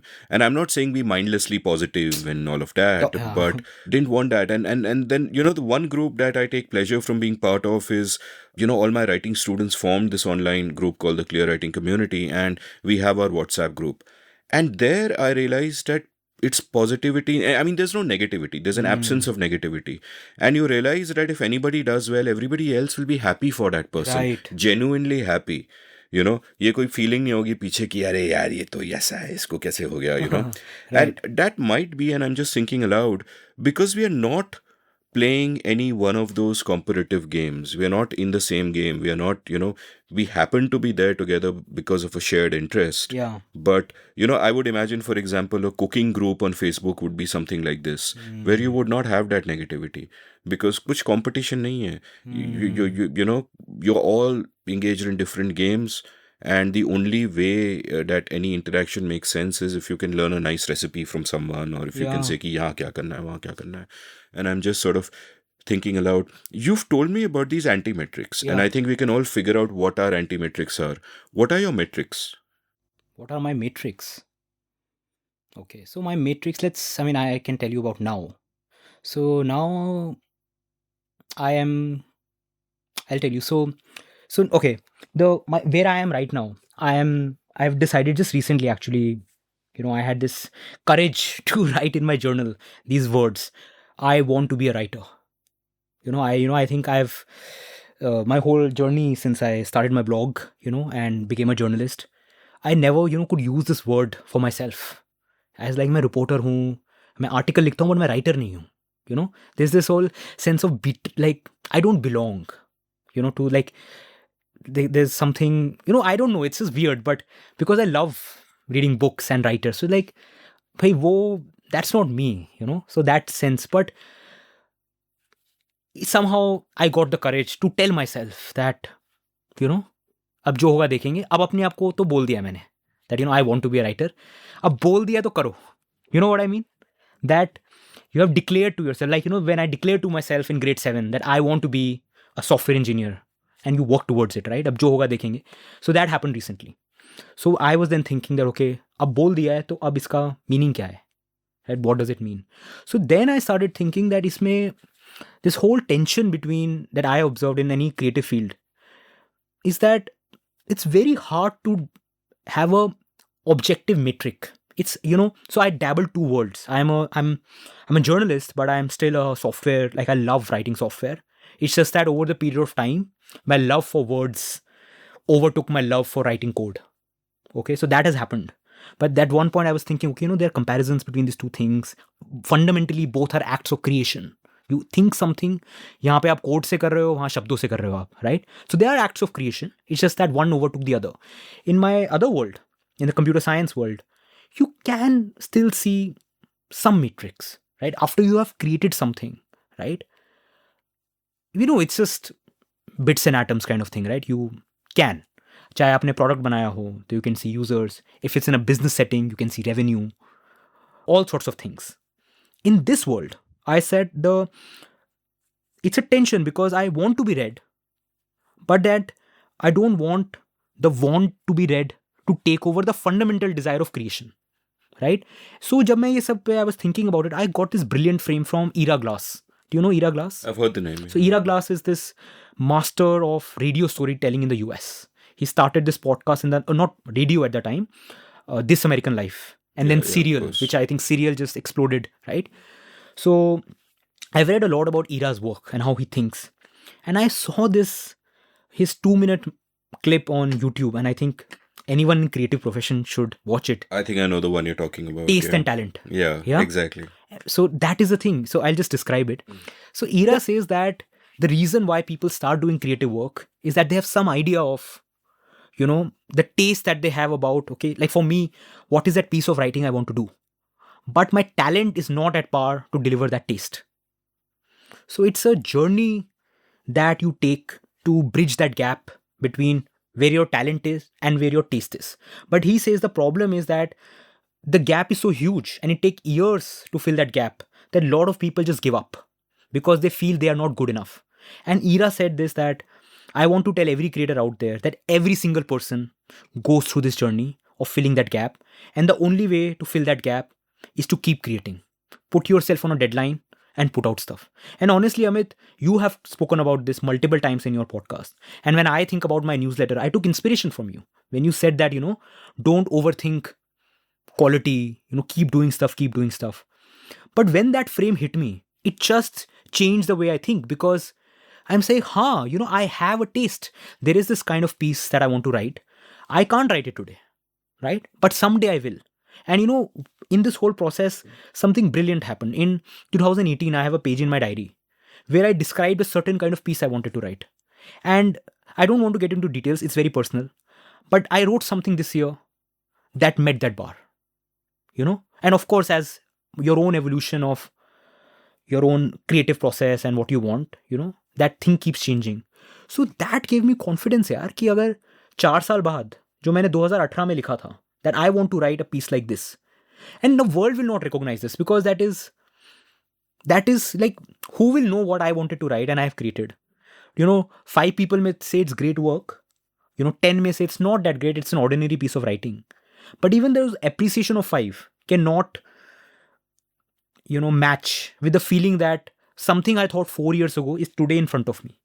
So I have, and because I'm this math nerd, and you know, world, like the world looks like a set of matrix, etc. I had to work very hard on myself to get out of that zone and take comfort in abstract, where there is no objective metric, but there are metrics, and the metric is on a day-to-day basis. Like, am I creating?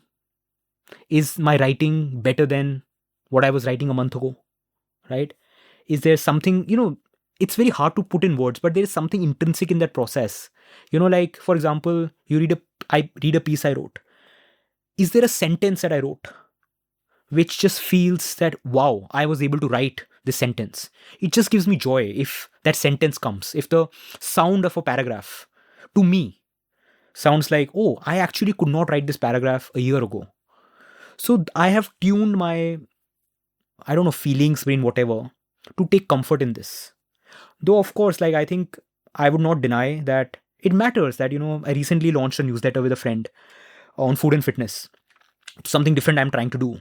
And of course, like, you know, I'm observing, like yesterday, the first issue went out and we are trying to create something unique in our heads. अब वो क्या होगा, we will know from reader feedback. So I'm looking forward कि अच्छा कितने लोग email पे reply कर रहे हैं, right? I just checked this morning, are people sharing it on Twitter, right? Is it working? I shared it on my Instagram. What is the feedback, right?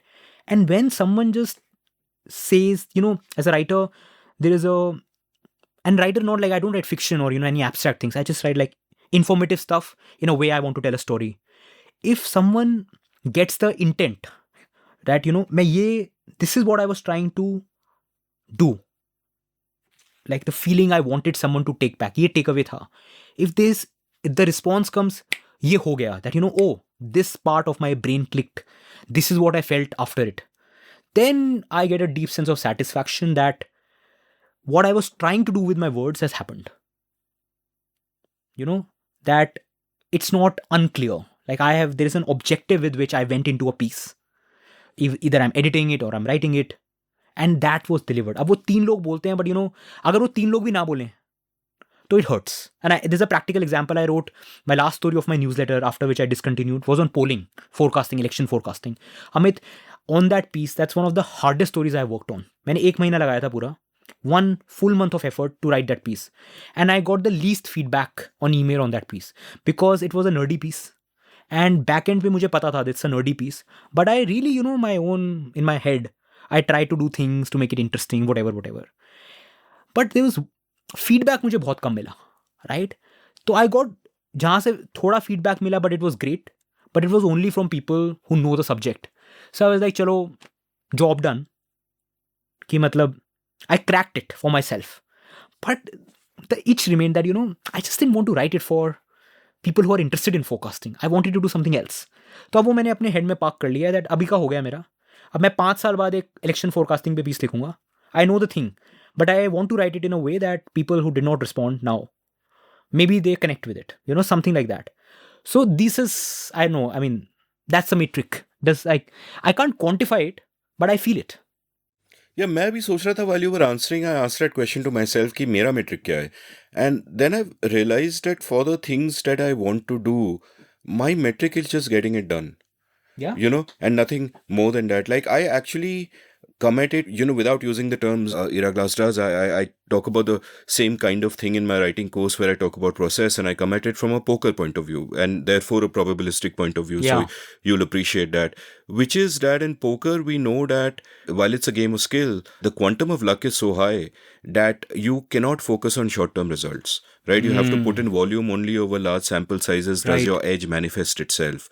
So the first mantra of a good poker player always is don't be results oriented. Yeah. The process matters. Process matters. And where is this relevant in writing? This is relevant because what often happens is that you will write something and you will feel like it is shit. Absolutely. Right? And a beginning writer will use this as a reason to give up. Yes. Right? And my contention always is twofold.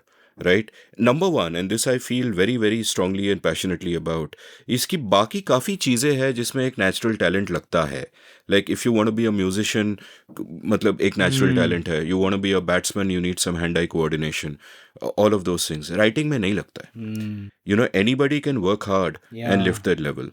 And the other thing, just using different terms and glass, but pretty much the same idea, is that when you don't like something that you have written, all it means is that your judgment is better than your ability. ठीक है, you have these two things. आपका एक judgment है, आपकी एक ability है. Your judgment is better than your ability. The question to then ask is, how does my ability rise to the level of my judgment, or at least get closer, right? Because your judgment will just keep going up, obviously. Right. And there is only one answer to that, and that answer is to keep writing, to trust the process, and therefore don't be results oriented. Sometimes what happens is you write something you think is shit, you're just being hard on yourself. But my point is that especially when you're learning writing or anything for that matter, you will suck at the beginning. Yeah. Always, right? So the important thing is to recognize that yes, I suck. It is good that I know I suck. Now let me work at it and get somewhere. Yeah. And in that trade-off between getting it done and getting it right, the important thing is to get it done. Right, absolutely. And the only way to get it right is to get it done again and again. Like it's almost like quantity having a quality of its own. Yeah. पहुंच जाओगे आप वहाँ. इसमें एक Amit, I read a short story, मतलब fiction है, पता नहीं, I don't know. It's a very short story on quantity quality, where there was this pottery class. And I'm just paraphrasing. तो उसमें there was this divided into 2 groups. एक को बोला था, you have to quality पे focus करो. एक को बोला quantity. And then they saw results. And like the quantity group had created like 50 pots. And this quality group, was thinking about ऐसे बनाएंगे. उन्होंने theorize किया. They were going all directions. And they came up with one pot.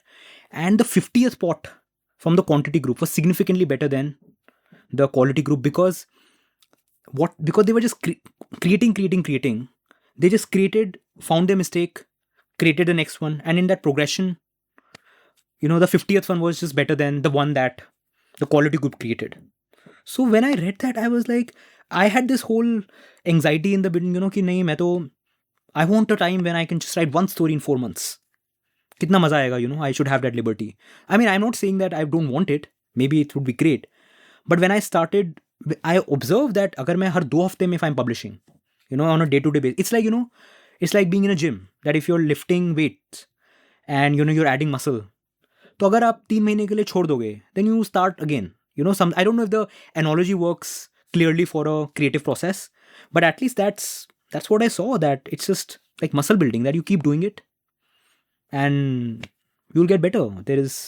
No, and that's where the importance of journaling also comes in, because if you go to a gym, the key is regularity. Yeah. ऐसा नहीं है कि आपने annual membership ले ली, आप 4 दिन गए और फिर आपकी body बन गई. And you're saying, मैंने तो पैसे दे दिए, body क्यों नहीं बनी, right? Right. You got to build the habit and go every day and get the job done. And writing is exactly like that. And a habit of journaling is a good way of doing that, because then you're not in a position where you don't have anything to write about and you're saying ki kya likhu. Right. If you're doing a daily journal, you always have something to write about, because you always have yourself. And the advice I give my writing students is ki aap target mat banao ki din mein 1000 word likhne hain, 2000 word. The target you should set yourself is 200 words. 200 right? words. 200 words. And because 200 words is something we speak in a minute. Right? 1 minute की बात है. So even if you're, going to the airport, you have 2 flights to catch in a day, you can type 200 words on your smartphone. Absolutely. कुछ है ही नहीं. मैंने तो columns भी लिखे अपने phone पे, perhaps not to good effect, but you can 200 word तो smartphone पे भी कर सकते हैं. Right. And the important thing is, number one, if you fall off the wagon, you can get back on easily. क्या होता है ना, if people set themselves target of 1,000 words a day, right? लिखते हैं 3-4 दिन लिखते हैं, then they fall off the wagon, then they find it hard to get on, and then it becomes a vicious circle where they tell themselves कि ये तो मेरे से नहीं होगा.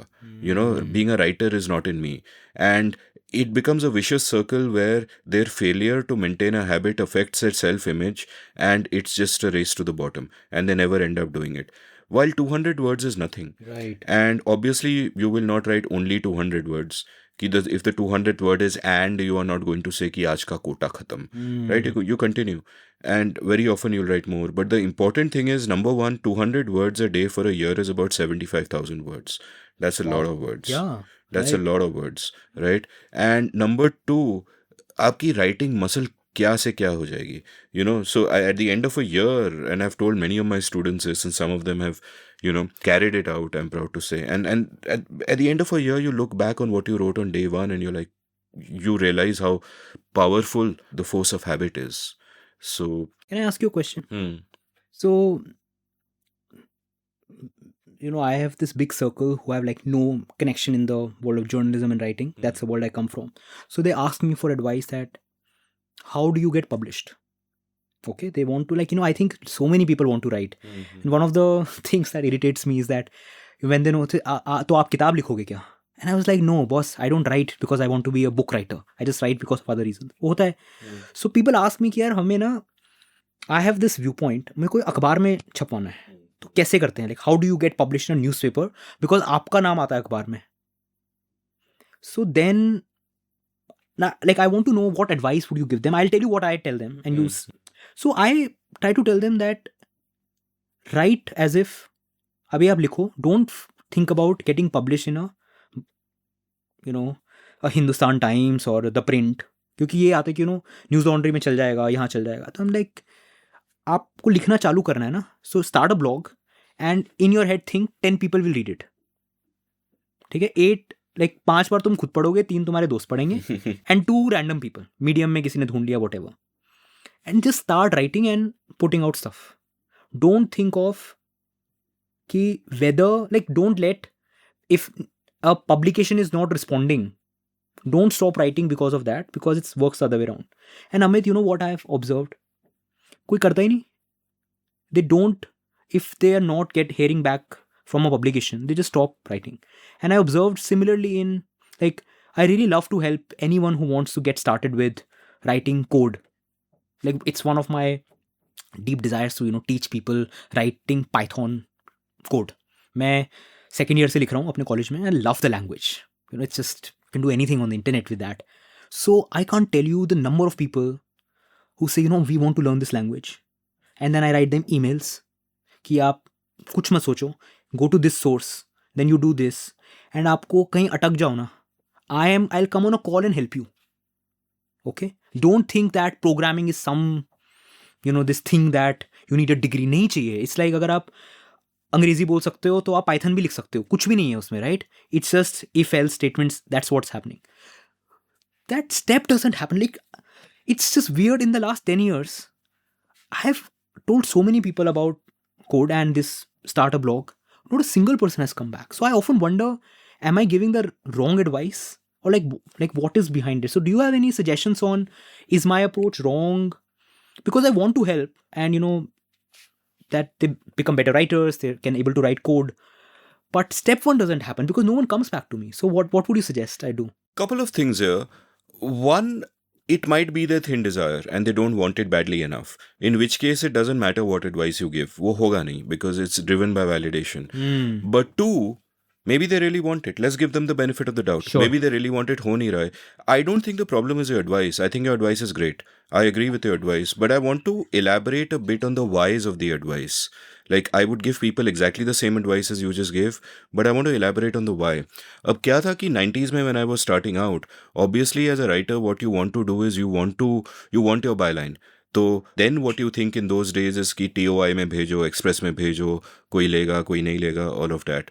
Today, I think it's a bad idea for a number of reasons, and I want to elaborate why. Even for a young writer, it's obviously it's easy for someone like people like you and me to have newsletters because कुछ तो brand है, कुछ तो लोग जानते हैं.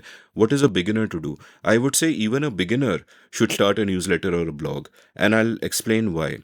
Number one, what happens when you are sending your work out to these platforms is you're going through gatekeepers. Those gatekeepers have specific tastes of their own, specific biases of their own. They are often looking for only what is newsworthy or in the news cycle, and all of those are restrictions. They are looking for only a particular form, like 800 word mein likhna hai, that much space they have, and all of those are restrictions. A form, the necessity to be part of the news cycle, the house style that they might have, their particular biases and tastes, all those kind of get in the way, and you want to avoid those.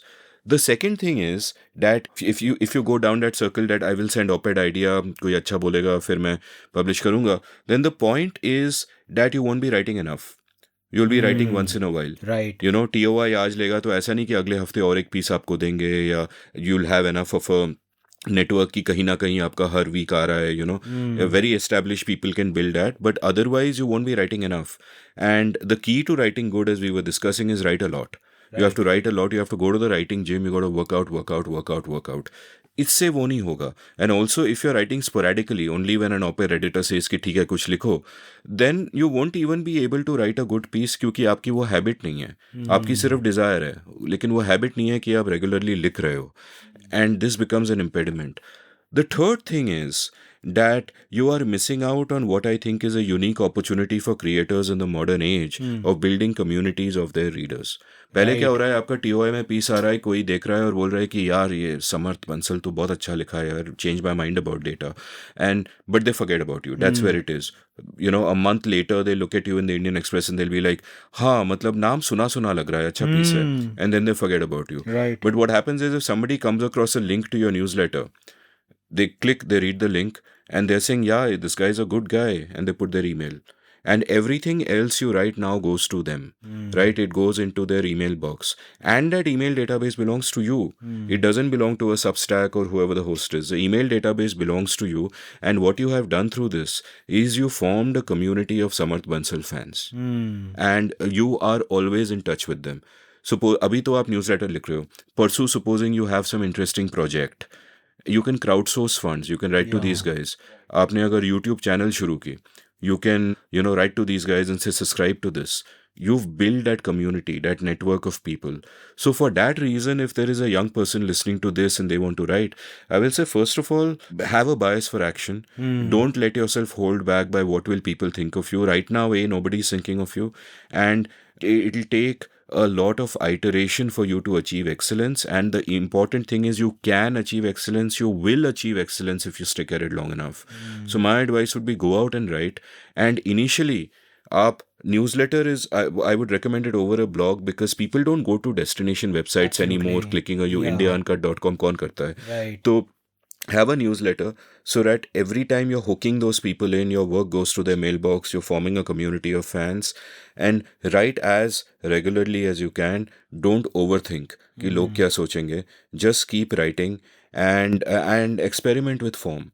Don't put yourself in a box and say कि op-ed तो मैंने देखा है 800 word होता है. Or I think creators think in terms of boxes of the past, that kitab hai to 100,000 words, your article hai to this much, and so on. And I think one of the things about blogging that I loved and that freed me up is that you can think beyond form. Earlier conventions of forms were because of physical restrictions, right? In music as well, in films, in everything. Those restrictions don't exist anymore. Right. So just embrace a world where you have the freedom, you can do anything you want. So in a nutshell, I would give them exactly the same advice you are giving them, but these More would context. be my whys. Yeah, these would be my whys. That makes so much sense. And now, I mean, we have spoken for a while, so I'll just tell you one anxiety. Like I had this dream, I'm recording in December 2020. I know these dates because diary. So, Amit, there's some publication which was commissioning me a story and I absolutely loved.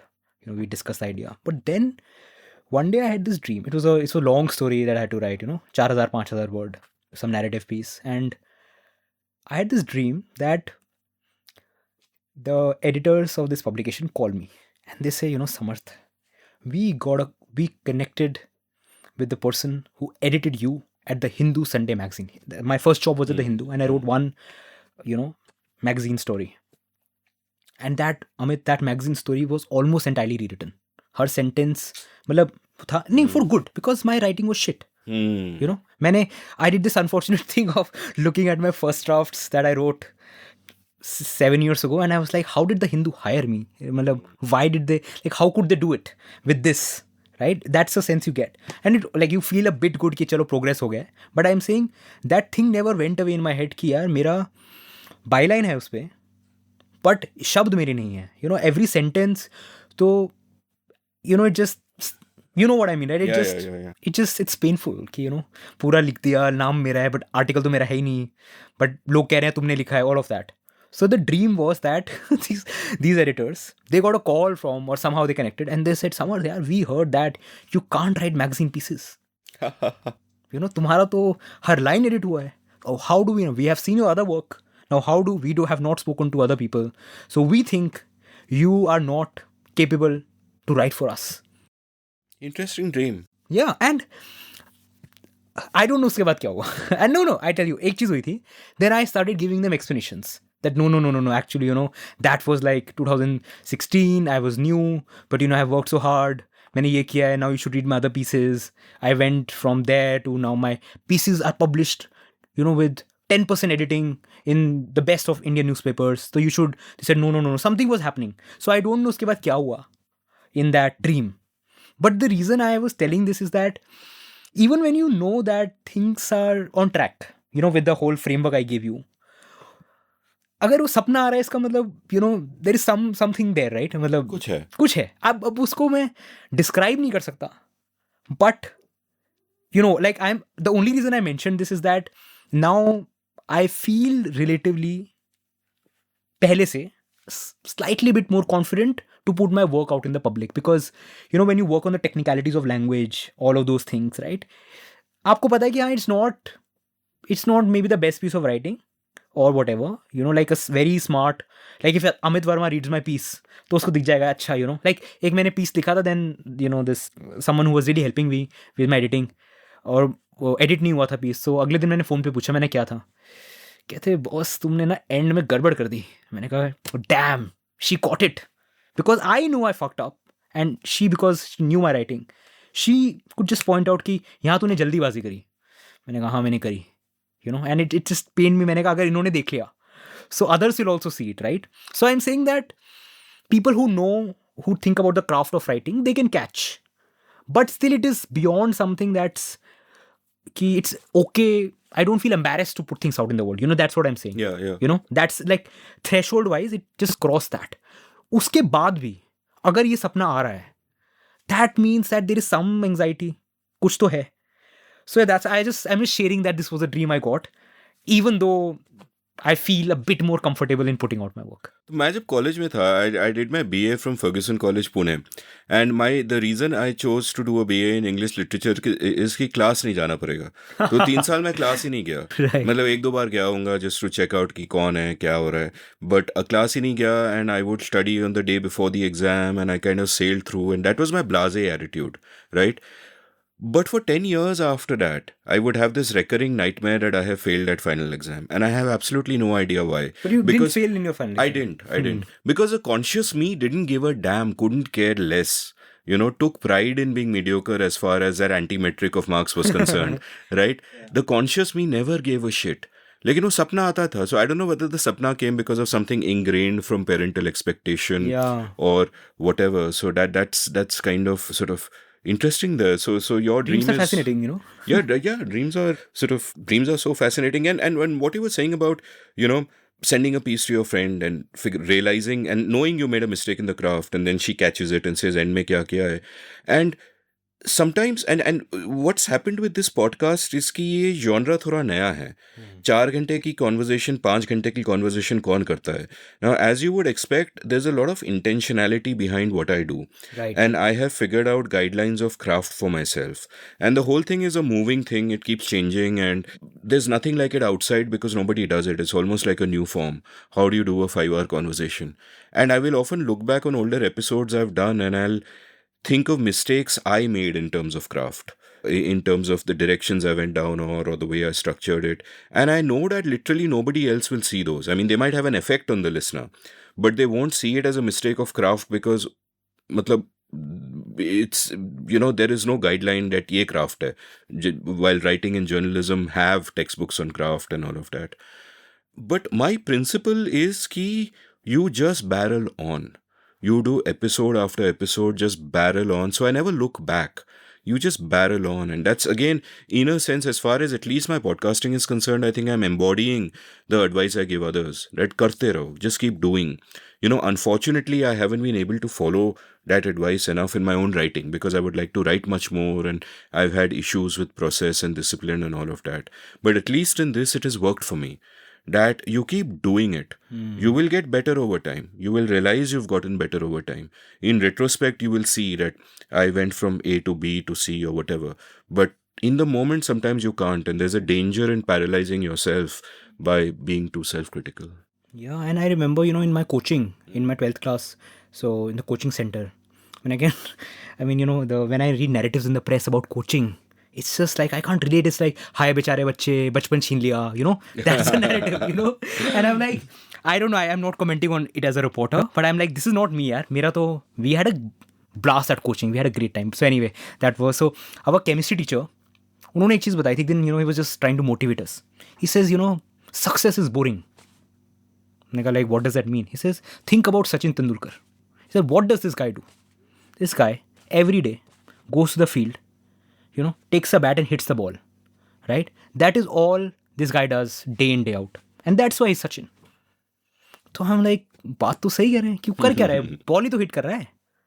So he was just trying to tell us that, like, study, focus on the process, don't think about, have a goal, but like, solve your problems. And don't because everyone around us kind of telling, nahi, these nerds, bachche, padhte rehte hain, all of those things, right? So like, ignore, just, you have a goal, you want to get to that institute, so just study. And like, if you think it's boring, it's because boring is the norm. I mean, that's how he was trying to tell us about exams. We didn't find our math, physics, chemistry problems boring. We loved it. That's why वो हम कर रहे थे.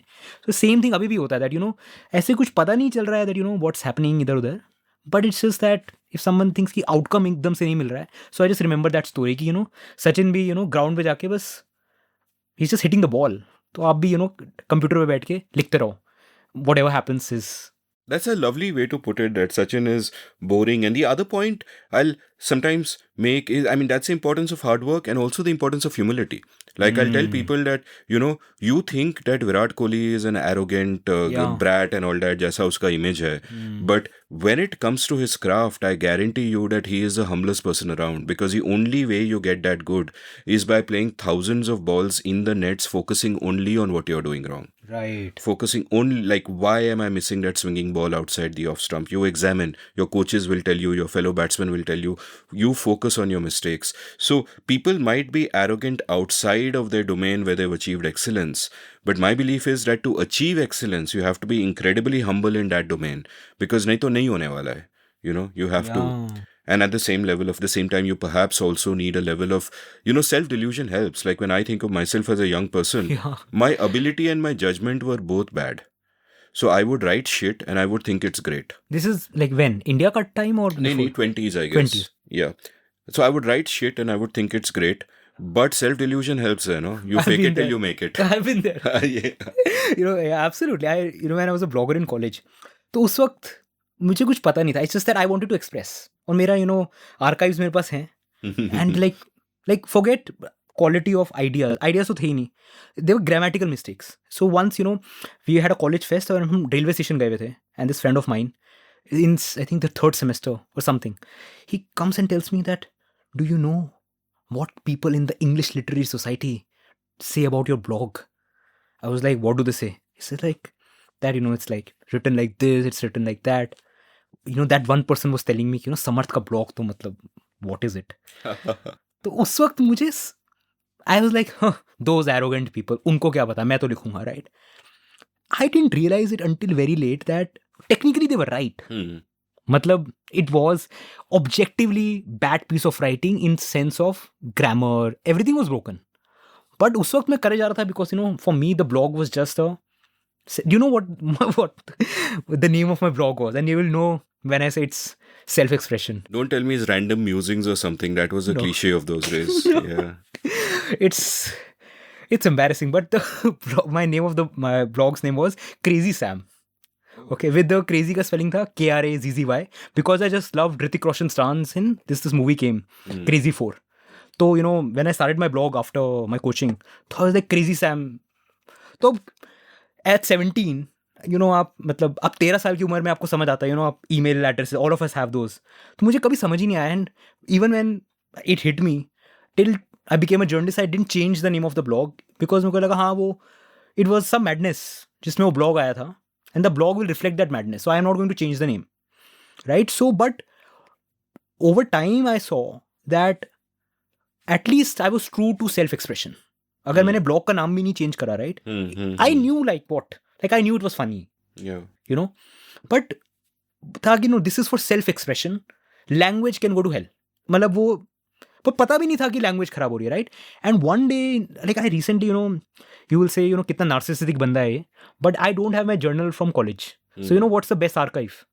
Facebook messages. Oh. Because उस वक्त I used to have these long, अब कौन ही Facebook use करता है, and even on Instagram I don't text. उस वक्त तो we're in college, आप heart to heart करे जा रहे हो अपने दोस्तों के साथ, right? Oh. So I have snapshots of what I was writing to my friends, so it's just brilliant, for me to time travel. So yeah, that's why I'm saying you could feel that what narcissistic, अपने बारे में सोचता रहता है, but whatever is the case, I enjoy doing that. I want to travel in time. Probably the opposite of narcissistic, because when you look at when I look at all the shit I wrote once upon a time, it lends itself to humility, no? Yeah. Because then you realize कि यार मैं तो समझता था मैं इतना तोप हूँ, and then you look at that embarrassing rubbish. Yeah. And you're like, ठीक है यार, अभी just chill. That's Don't take why. it too far. Yeah, and उसमें I saw that how people are very generous, because there's this post I put up which had some reference to my friend. And this friend's girlfriend, who was not from our college, I swear, and we were not even Facebook friends, okay? She read my blog and she sent me this long message saying that, Samarth, you wrote this. It was something about festival that I wrote, something. She said, as a girl, I relate with what you wrote, tuck. But I think that, you could work on your language. It feels like you are translating your thought in Hindi to just English. And मैंने अभी पढ़ा ये 2 हफ्ते पहले. And I was like, she was damn right.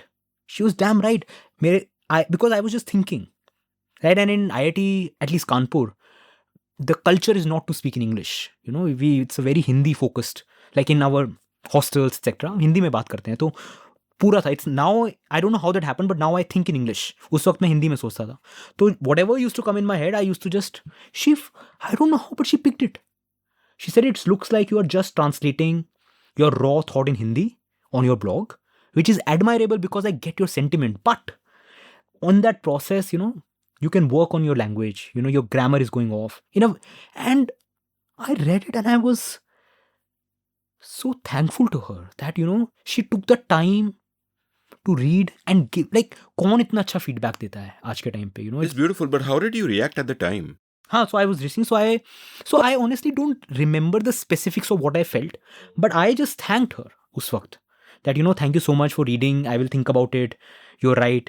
But I don't think that I had that appreciation of what that message meant until now, because in retrospection, now that I can see that she got it, that, and why unfortunately, I didn't know it. Like, I was in Bombay in May, and, this couple lives in Bombay, and I was there and I met her after 8 years. I first met, when they just started dating, and I was in Bombay for my work, for my internship. So we were meeting after 8 years and we just had this chat. उसके बाद जाके मैंने, and I remember in that, we were in that restaurant and talking, and she just said, I'm hearing that, now you're getting published in places, very glad to know. So when I saw that message, I just felt that, if I knew it that time, I would have thanked her. That, like people like, and like we haven't spoken at all, but you know what I'm trying to say. That it's just beautiful. That's what I'm saying, generosity. That, people, and that's, one of my faiths, that even that, if I fuck up, if I put out a bad piece of writing, but the intent is visible to people, they will support you. And I'm just thinking aloud that such generosity from someone at that age is likely to come more from women, because men get so competitive. Yeah. Do you feel that that's something that you've sort of noticed? Now that you mentioned it, I'm just trying to think about the feedback that I've received from women, right? And it's true. Like, actually, I can give you one more story on this. So I've been in this newslettering. I've been fascinated by newsletters since early 2018. Okay, 2018. Like, when no one knew Substack, I was on Substack. I was trying to do something while having a job at HT. I started something. Again, let's not get into वो कैसा था वैसा था. I'll always say it's bad, but whatever. तो उसमें, one day what I did, मैंने एक newsletter लिखा, and I tried to be funny. And I'm not funny as a person. I'm not, wit and, funny. I mean, that's not me. I was never that person, But I tried to be smart, मेरे पास then I was recommending, that was post where I was recommending a list of podcasts. Okay, कि आज मेरे पास कुछ नहीं है, दिवाली की छुट्टी है, something like that. और उसका जो intro था ना, I was pretending to be smart, that, witty. And then someone I knew from college, she was a postgraduate student. She wrote me a long email. Okay, she said, look, Samarth, I'll be honest with you. What have you written? This is not you. Okay, I have seen so I was the editor of my favorite memory from college is that I revamped my campus newspaper and I wrote. She said, I know what you did there. What, something that, I'm forgetting the specifics, but I've seen what you're doing in other newsletters. And usse pehle she has responded saying that, great piece, why don't you do this? ये क्या लिखा है तुमने? This is not you. You're trying to be someone who you're not. And it's visible. And it was just, and I was like, I could not say anything because she was right. But I would not have realized this because in my head, I was trying to be, this smart guy, witty person. But जब उसमें वो है ही नहीं. So I'm saying that someone would be like, someone can say ना, हाँ चलो, bad piece, चलो आगे बढ़ो. The fact that someone takes the effort, and in today's age, you can always be doubtful ना कि मैं criticize करूँगा तो how will the other person take it? Like I don't know, but I just loved it that people do this. And you're an outlier, boss, because I have gotten burnt more than once giving honest feedback to people I thought were friends and who would be receptive towards it. Because and this is something I'm at pains to tell anyone who participates in my writing course about, that if there is one thing that you should not do, you should not react with anger to criticism. Yeah. Even if you feel criticism is coming from a bad place, never ever react. And reacting with anger is actually reflexive and understandable, because often we put so much emotional energy into what we write that it becomes tied up with our sense of self. तो किसी ने मेरे piece को criticise किया तो personal attack लगता है. So that's a natural instinct. Yeah, that's a natural But you got to fight the natural instinct and take a step back and not react with anger and then think about it. And very few people do that. So, and perhaps she knew you were that kind of person, so she felt emboldened to sort of send you that. Like, before this episode started, you gifted me this book by Robert Sapolsky, Behave.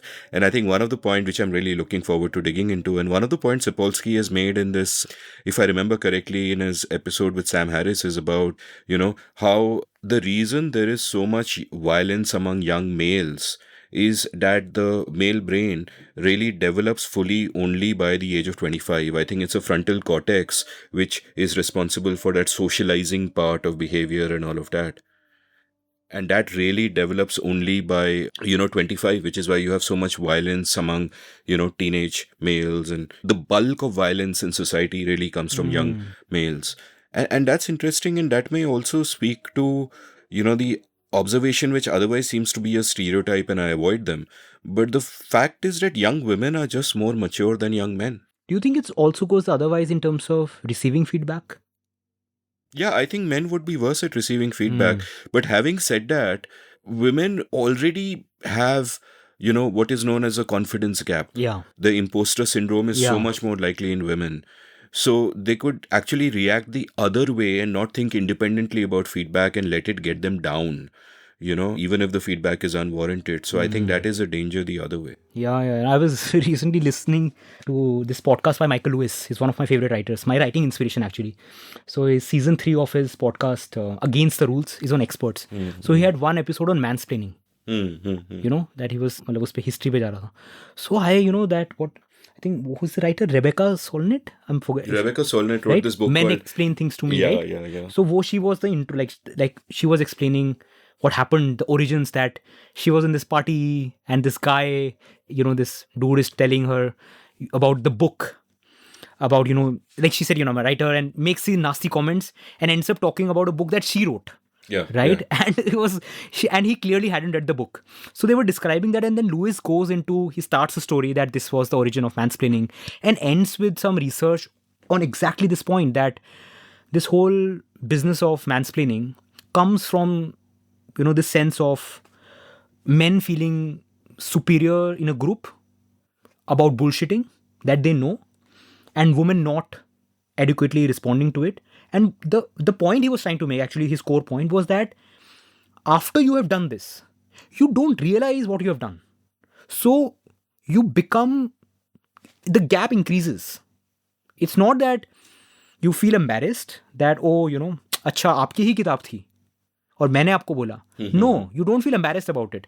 You double down on it. And when you double down on it, your habit keeps on perpetuating. It doesn't go down. So there was some research that he was quoting, which I found pretty interesting, because he said that doesn't go back the other way. That once in that research, I think maybe you can link it in the show notes. Yeah. But he was saying that it doesn't happen the other way, that when that woman realizes that what this guy is doing, that like it's not that the guy is doubling down on his overconfidence, right? But that's the same thing is not happening on the side of women. So the gap kind of increases and mansplaining keeps becoming a thing. Yeah, there's this lovely cartoon I like where this man is at dinner with a woman and he's telling her across the table, let me interrupt your expertise with my confidence. Yeah. And that kind of says everything, that women don't have enough faith in their expertise and men have too much unwarranted self-confidence. But Amit, can I ask a tough question here? Bolo sir. Huh? And maybe politically incorrect, but अब बात कर रहे हैं तो why don't we bring it up? तो इसका ना, there is another effect that happens with me, and I want to know what. So I'll again give you an incident. Oh my God, I hope this person is not listening to it, because I'm describing a scenario. I think by so many times you've said, I hope so-and-so is not listening to it, that I think you have the impression no one listens to the podcast, but carry on. Oh my god, I didn't mean that. No, But I'm anyway. kidding. So there was this time in the newsroom when there was this, I think it was 7 o'clock in the evening, and there was a story. I'll not go into details because details don't matter. And there was this, my colleague at HT, she was supposed to report the story. Some development had happened. And I also used to cover similar things. And so, to 7 p.m. news had broken something, something, something. We had to write a story. And there was a confusion ki story kya hai? What is happening? So then she said that, aisa hai. This is the story. And because it was something related to tech, which is something I've deeply thought about and worked on, so I was like, ये तो गलत है. मतलब ऐसा नहीं है, right? And she was like, नहीं यही है. So there was almost this debate. And I regret that I think, I don't remember, but I think my voice, I think it was not, like I shouted is not, I raised my voice a bit. I was just frustrated कि आपको समझ क्यों नहीं आ रहा है that, like, you are wrong. That, वो story नहीं है, this is the story and I'm telling you. It was a confusion. Then for some reason, I think my thing prevailed. Fortunately, next day, I was right. That, I was hitting the right story. But that incident stuck with me because I always felt that, chalo, is waqt to ye ho gaya, that, I was right. But I somehow, like, I don't know this tension between how do I isolate that, whether I'm just being, this overconfident man in a setting, or, it's just like, right, like, this is the story, this is not the story. Like, something like, I actually know more than you on this, And this is so I don't know where the tension goes, but sometimes you just feel, and that, which is why I'm saying it's politically incorrect, because, when you are in a structure of privilege, in a larger scheme of things, right? How do you isolate whether you are acting as the quote unquote oppressor, or, the powerful in the dynamics, or you are outside that structure on the fundamentals? I think you can take it about religion. Like, I'll give you another example. Someone wrote a column saying that you can't, upper caste Hindu man can't criticize a Muslim woman journalist.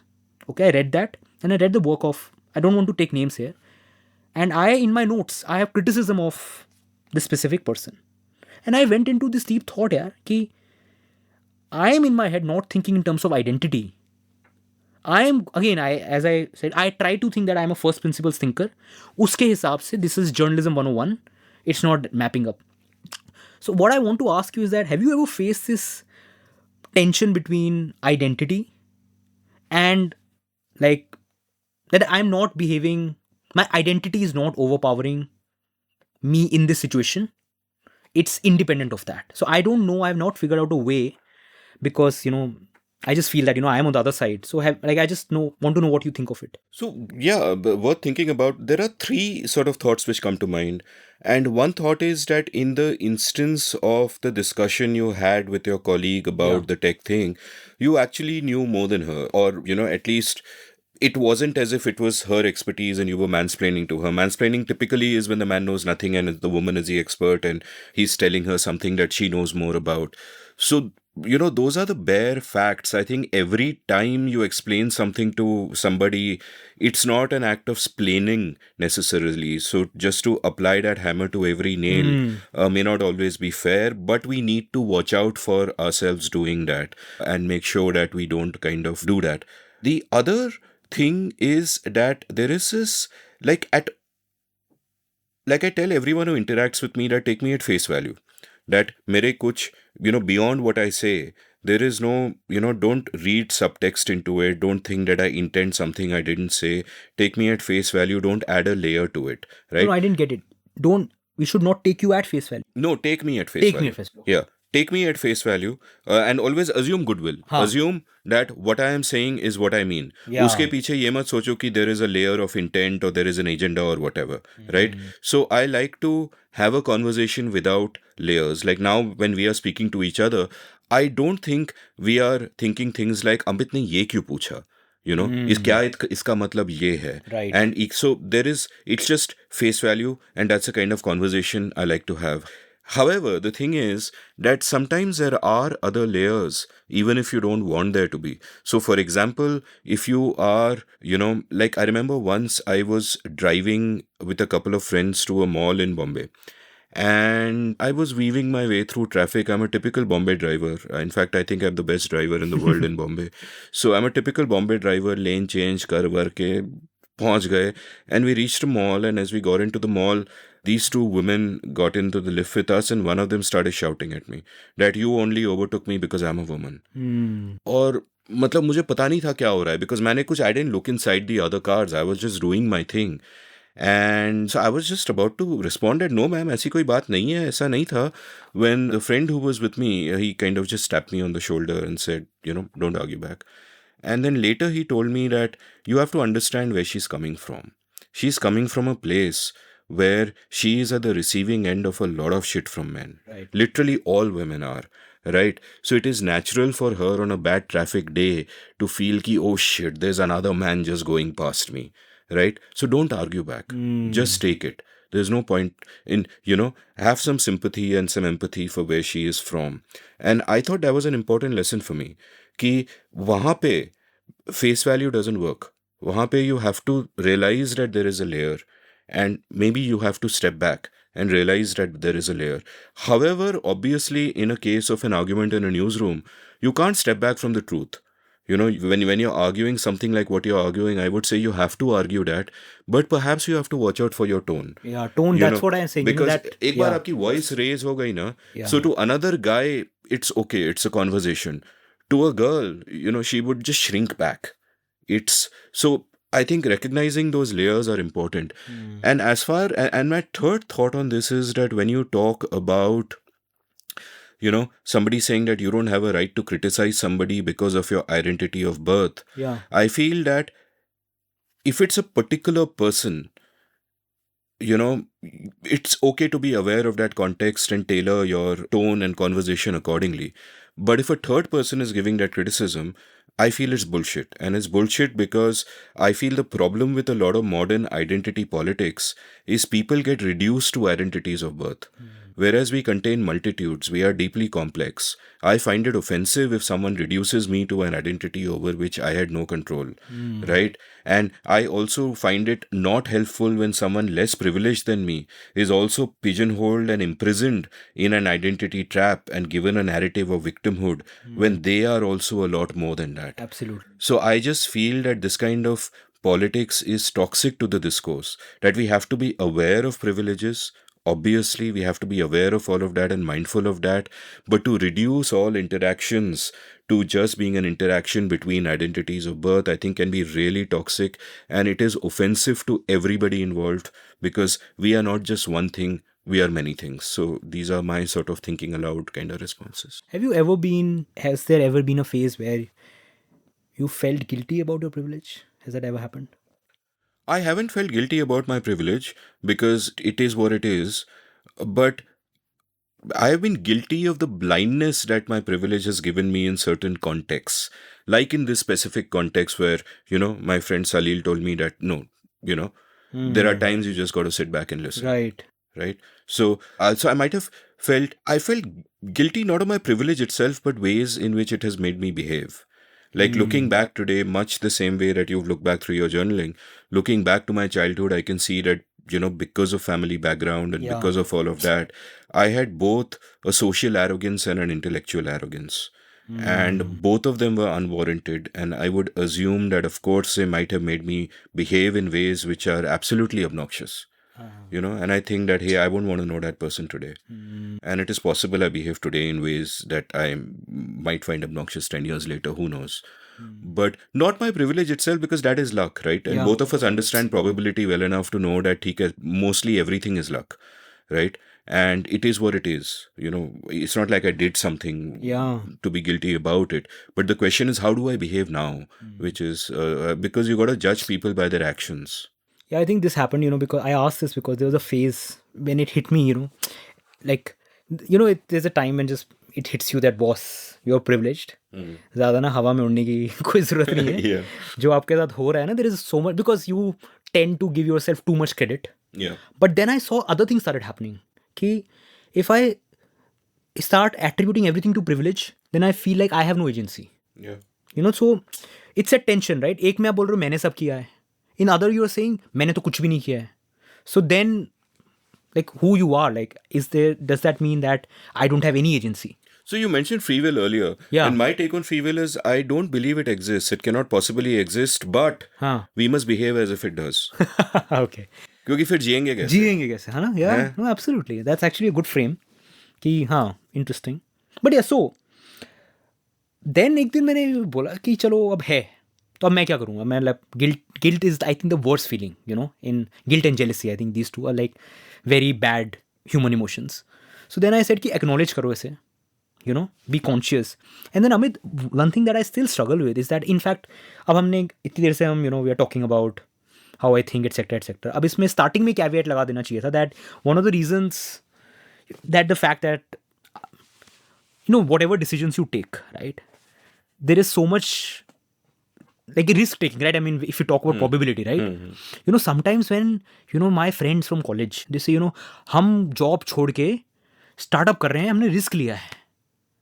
I was like, I'm happy for you, but boss, if you think objectively about what is risk, you have to think about the worst case scenario, right? कि अगर तुमने ये कर लिया, तुम्हारा worst case क्या है, right? And when you start giving in that frame, right, in distribution, worst case, etc., tail events, etc., then वो मेरे को hit हुआ कि that is what the privilege does, that आपका worst case scenario बहुत safe बन जाता है. Very true. Right? So when I wrote a blog on my freelancing journey, because people kept asking me and I wanted to explain my model, तो उसका मैंने piece start किया with a long, description की boss, because मैं Twitter पे देखता था everyone has a bad experience freelancing. कोई पैसे नहीं दे रहा है, assignment नहीं आ रहे हैं. मेरे साथ उल्टा हो रहा था. People were paying me money on time. I was getting assignments. Wow. हाँ, सब हो रहा है. So I was like, what is happening? My experience. So if I write, freelancing तो बहुत अच्छी है, everything is great, that is also misleading. So I don't know. So I wrote, I think 300 word लिखे मैंने starting में to explain कि boss ये privilege है, ये privilege है, तो please don't generalize. Okay, the game is different. This is what works for me because this. But मैं हर sentence के बाद नहीं लिखूंगा that I have network, I have this. Whatever. तो मैंने डाल दिया. The feedback I got was very interesting because then people said कि the fact that some of my friends, मैंने उनसे पूछा, they said that those 300 words kind of, it didn't feel like I am describing some sort of ideal scenario that कोई भी कर सकता है, but इस बंदे ने कर लिया, because of that context, that look, this is there. So that actually makes me more comfortable कि एक बार आप you acknowledge, then talk freely, because you're sorted, you're saying कि हाँ acknowledge, but not to get into that loop, because अब अगर हर चीज़ के बारे में you start tracing back, then it's a never ending cycle. That so अब I don't know कितनी जगह हो सकता है, that's a context I control, but sometimes I feel that even when I hear conversations people are having, मैंने ये किया, especially on LinkedIn, which is kind of a very, I don't know, toxic positivity, toxic motivation होता है वहाँ पे, सबकी अपनी journey है, all of that, which is like on one hand I appreciate that people have struggles, but sometimes it just feels that आपका वो context क्या है, and in the writing you could see that is this like इसको कुछ चमक रहा है कि नहीं चमक रहा है. I recently saw a post, this person was, ये सुन ले, I hope he listens to your podcast and listens to it, but this guy was some rank 35 in IIT-JEE, like topper. इसको कॉम्प्लेक्स था कि इसकी 35 रैंक आई है, because there were 34 kids above him in IIT Bombay. I was reading that and Amit, I became so angry. उसके बाद उसने लिखा, देखो मैं इतने कॉम्प्लेक्स में रहा, लेकिन फिर मैंने ये किया IIT बॉम्बे में, फिर मैंने कंपनी स्टार्ट करी, ये वो. I don't know what, I just angry message one of my friends कि this is why I hate LinkedIn, ये what is this, right? So वो देख के लगा चलो यार इतने गए गुजरे तो नहीं है, एटलीस्ट कुछ तो अंडरस्टैंडिंग है. But I am saying that like what would that make you feel यार, मतलब आप 35 में अगर आपको इन्फीरियोरिटी कॉम्प्लेक्स हो रहा है, ये मतलब ना ये लोग एंटी मैट्रिक के गुलाम बन गए हैं. तो इट्स और उसके like this, I mean I am sorry I am judging this person, but उसने स्टार्टअप भी करा, right? All of those things he did, and his surname is an upper caste Hindu surname. तो मैं कहा यार देख तू, I'm happy, you build this company, that exit हो गया, whatever, and he's happy in life, married. जो भी है, is like likes his posts. But it just was so, I don't know the word, maybe disgust, that like what is this platform? Because मैं बताऊँ discuss क्यों मुझे भी वही feel हो रहा है बिकॉज ये एक कैटेगरी है. There are three categories of wrong people, and I'm just thinking aloud, right? First category of wrong people, and this is from a perspective of probability. Right. First category of wrong people is people to whom good things have happened, and they don't realize it's 99% luck, and they let it go to their heads and they get arrogant and whatever. That's category one. Category two is people to whom bad things have happened, and they don't realize that it's 99% luck, and they let it get them down and they whatever. The third category, the kind of person you're mentioning, is a person to whom good things have happened. Yeah. It is perhaps 100% luck, this thing, and they are moaning and whining. और Right. इनको मतलब these are people I mean I don't believe in violence and I'm saying this in a metaphorical way, लेकिन वो जो one tight slap वाली बात आती है वो feeling इनके साथ आती है. Okay, so I just want to end with, I mean, हमने बहुत बात कर ली इस पे, but one thought which I learned very recently on this whole luck thing, क्योंकि इसकी बात कर रहे हैं. Have you read The Blind Watchmaker by Richard Dawkins? Brilliant book, I've read. तो उसका एक फ्रेम मुझे, I was connecting to this whole, because once you get into a probabilistic mindset, आपको हर जगह randomness दिखता है, right? So one thing he says, right, in the book, that in evolution, creationists who don't believe in the science of evolution, they think natural selection is random, right? Randomly हो रहा है चीज. So how is it possible that randomness can create complex species like humans? So Dawkins says in the book, that is wrong. Natural selection is not random. It's opposite of random, because what is happening, every step of a mutation, that is random. Yeah. But when you cumulatively collect everything together, that is far from random, because after every mutation, what stays, what dies, what propagates, that is operating on principles of natural selection, which is not random, right? So there is randomness at every step, but in the larger collective, like what ultimately becomes, that is not random. Events versus systems, as you might put it. Yeah, but no, even there is difference here, that if you think about careers, right? Like my theory is clear. My entire career is built on some random events. Okay? कहीं हो गया, कहीं वो हो गया, खोए जा रहा है अपने आप, right? But then in retrospect, I feel that randomness तो है, but there is some, if you take that frame, at what point so many random things are happening, and then in those random things you pick one, and in retrospect you attribute everything, and I have done it, to that one random incident. But I'm saying that if you take one layer above it, that in cumulative, right, random plus that, what you like you chose something, you didn't choose something, so everything is not just happening by itself. There is some layer to it, just like evolution. So if you as a person, say, if everything goes right, I live till 80, right, and whatever I become, so it's luck, lot of things, like ho ja raha hai from birth. But then there's also a design. What do you think about that? Do you think that framework of evolution and natural selection applies to our lives? Two things. I mean, one, of course, and I'm not an expert on either of these, but, when Dawkins is talking about that larger process that is playing out, it is a particular process that mutations are random, but whether those mutations, help you propagate your genes is not random. Whatever is more suited to the environment will help you. And in that sense, that there is, that process playing itself out.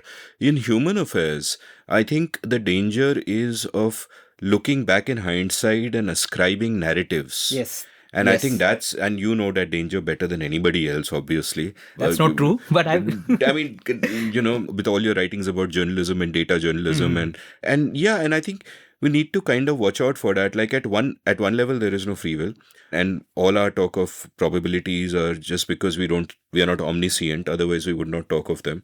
But anyway, leaving that self-indulgent aside, we are the way we are. So maybe, so it's again, you could say that there are particular events which are completely accidental and they take us in directions we wouldn't have gone in otherwise.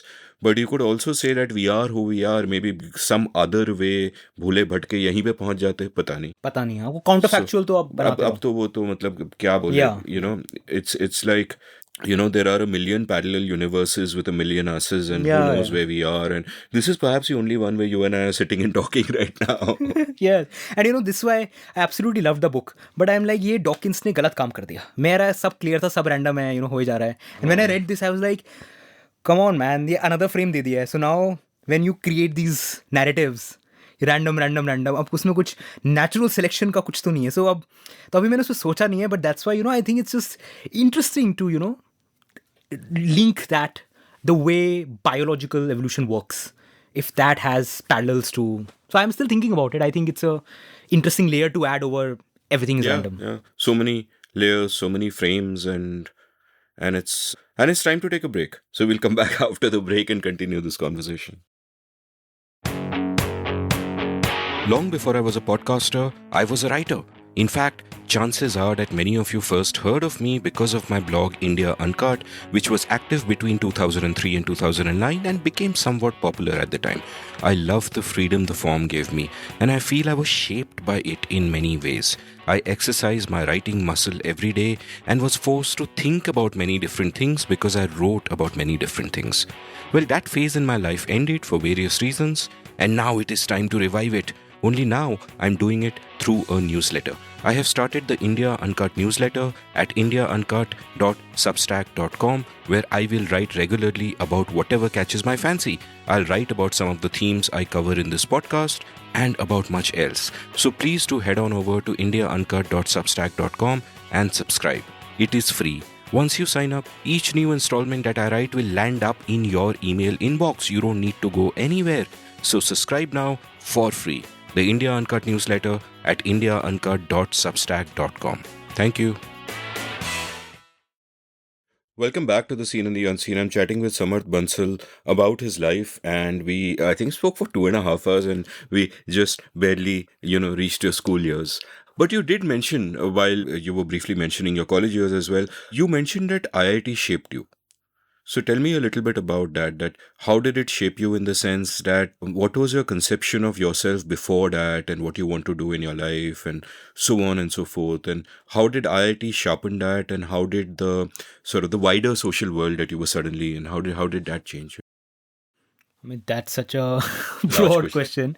So I'll start, but please you direct as it goes, because I have so fond and conflicted memories of that brilliant institute that it can go for forever. But anyway, so IIT happened. This is 2011. Before I was going to IIT, I saw this actually when I was preparing for JEE. There was this show on CBS 60 Minutes. I think Leslie Stahl was the anchor. And it opened by something, something like, I'm forgetting the exact words, but, X country exports something, Y country exports something. India exports engineers, and not just any engineers from the Indian Institute of Technology, right? Something. And then she made a comparison between Princeton, Harvard. Basically, that whole segment on that show was something like, these folks at IIT, and it was set up at IIT Bombay, are like best in the world. Ivy League se bhi tough hai yahan pe enter karna. These guys are different. And then Vinod Khosla comes in. All of these people are talking about. And I saw it as a 16-year-old kid. And that impression left, the impression in my head was that, oh boy, what world you are going to enter, right? And you work hard, you hear everything. So I had this image in my head, and I told you, my dream to become a software engineer was back when I was in 7th grade, when I started creating websites. Do you remember GeoCities? Yeah, and that of course, word, of course. So I had all those pages, Flash, and I was doing all of those things. So I had this impression that मैं IIT जाऊंगा, and वहाँ पे everyone, in dorm rooms will be writing code. कुछ हो रहा होगा वहाँ पे. And it was going to be this massive burst of scientific exploration, technological innovation. And the other thing happened I'm giving context because of what I expected. I heard the speech, the Steve Jobs 2005 convocation at Stanford. Do you know? Incredible speech. Right? Stay hungry, stay foolish. वो 15 minute का जो है ना, I've heard it repeatedly during college also. हर 6 महीने में मैं सुनता था एक बार. Just to... So that मैंने 11th में सुन लिया था. So in 12th grade, I was like, I had this conviction that I was destined to become the next Steve Jobs. ठीक है, I mean, that's a 17-year-old me. I find that guy a bit obnoxious, but that was who I But was. every 17-year-old should dream. Should dream, right? Yeah. So वैसा था, and I was like, code भी करेंगे, company बनाएंगे, entrepreneur बनना है, all of those dreams were there. And so that is what I went in. And I go, and there's nothing like that. Although it's, you get a culture shock because you're not finding, like, first, you're ragging ho rahi hai, all kinds of things are happening. You don't find this energy that I was expecting. So it was for whatever reason, misleading expectation. So wo starting mein, I just had to accept the fact that that is not what this institute is. But I had, despite that, so after that shock, you adjust. I also, because that was the first time I left home, like a lot of my friends had been to Kota and other places. मेरे लिए तो नया था to adjust. So many different people. Like we had this hostel wing, 13 rooms, 3 people each, all from different backgrounds. In fact, interestingly, people talk about, like, one of the best things about IIT Kanpur is that our hostel allocation is random.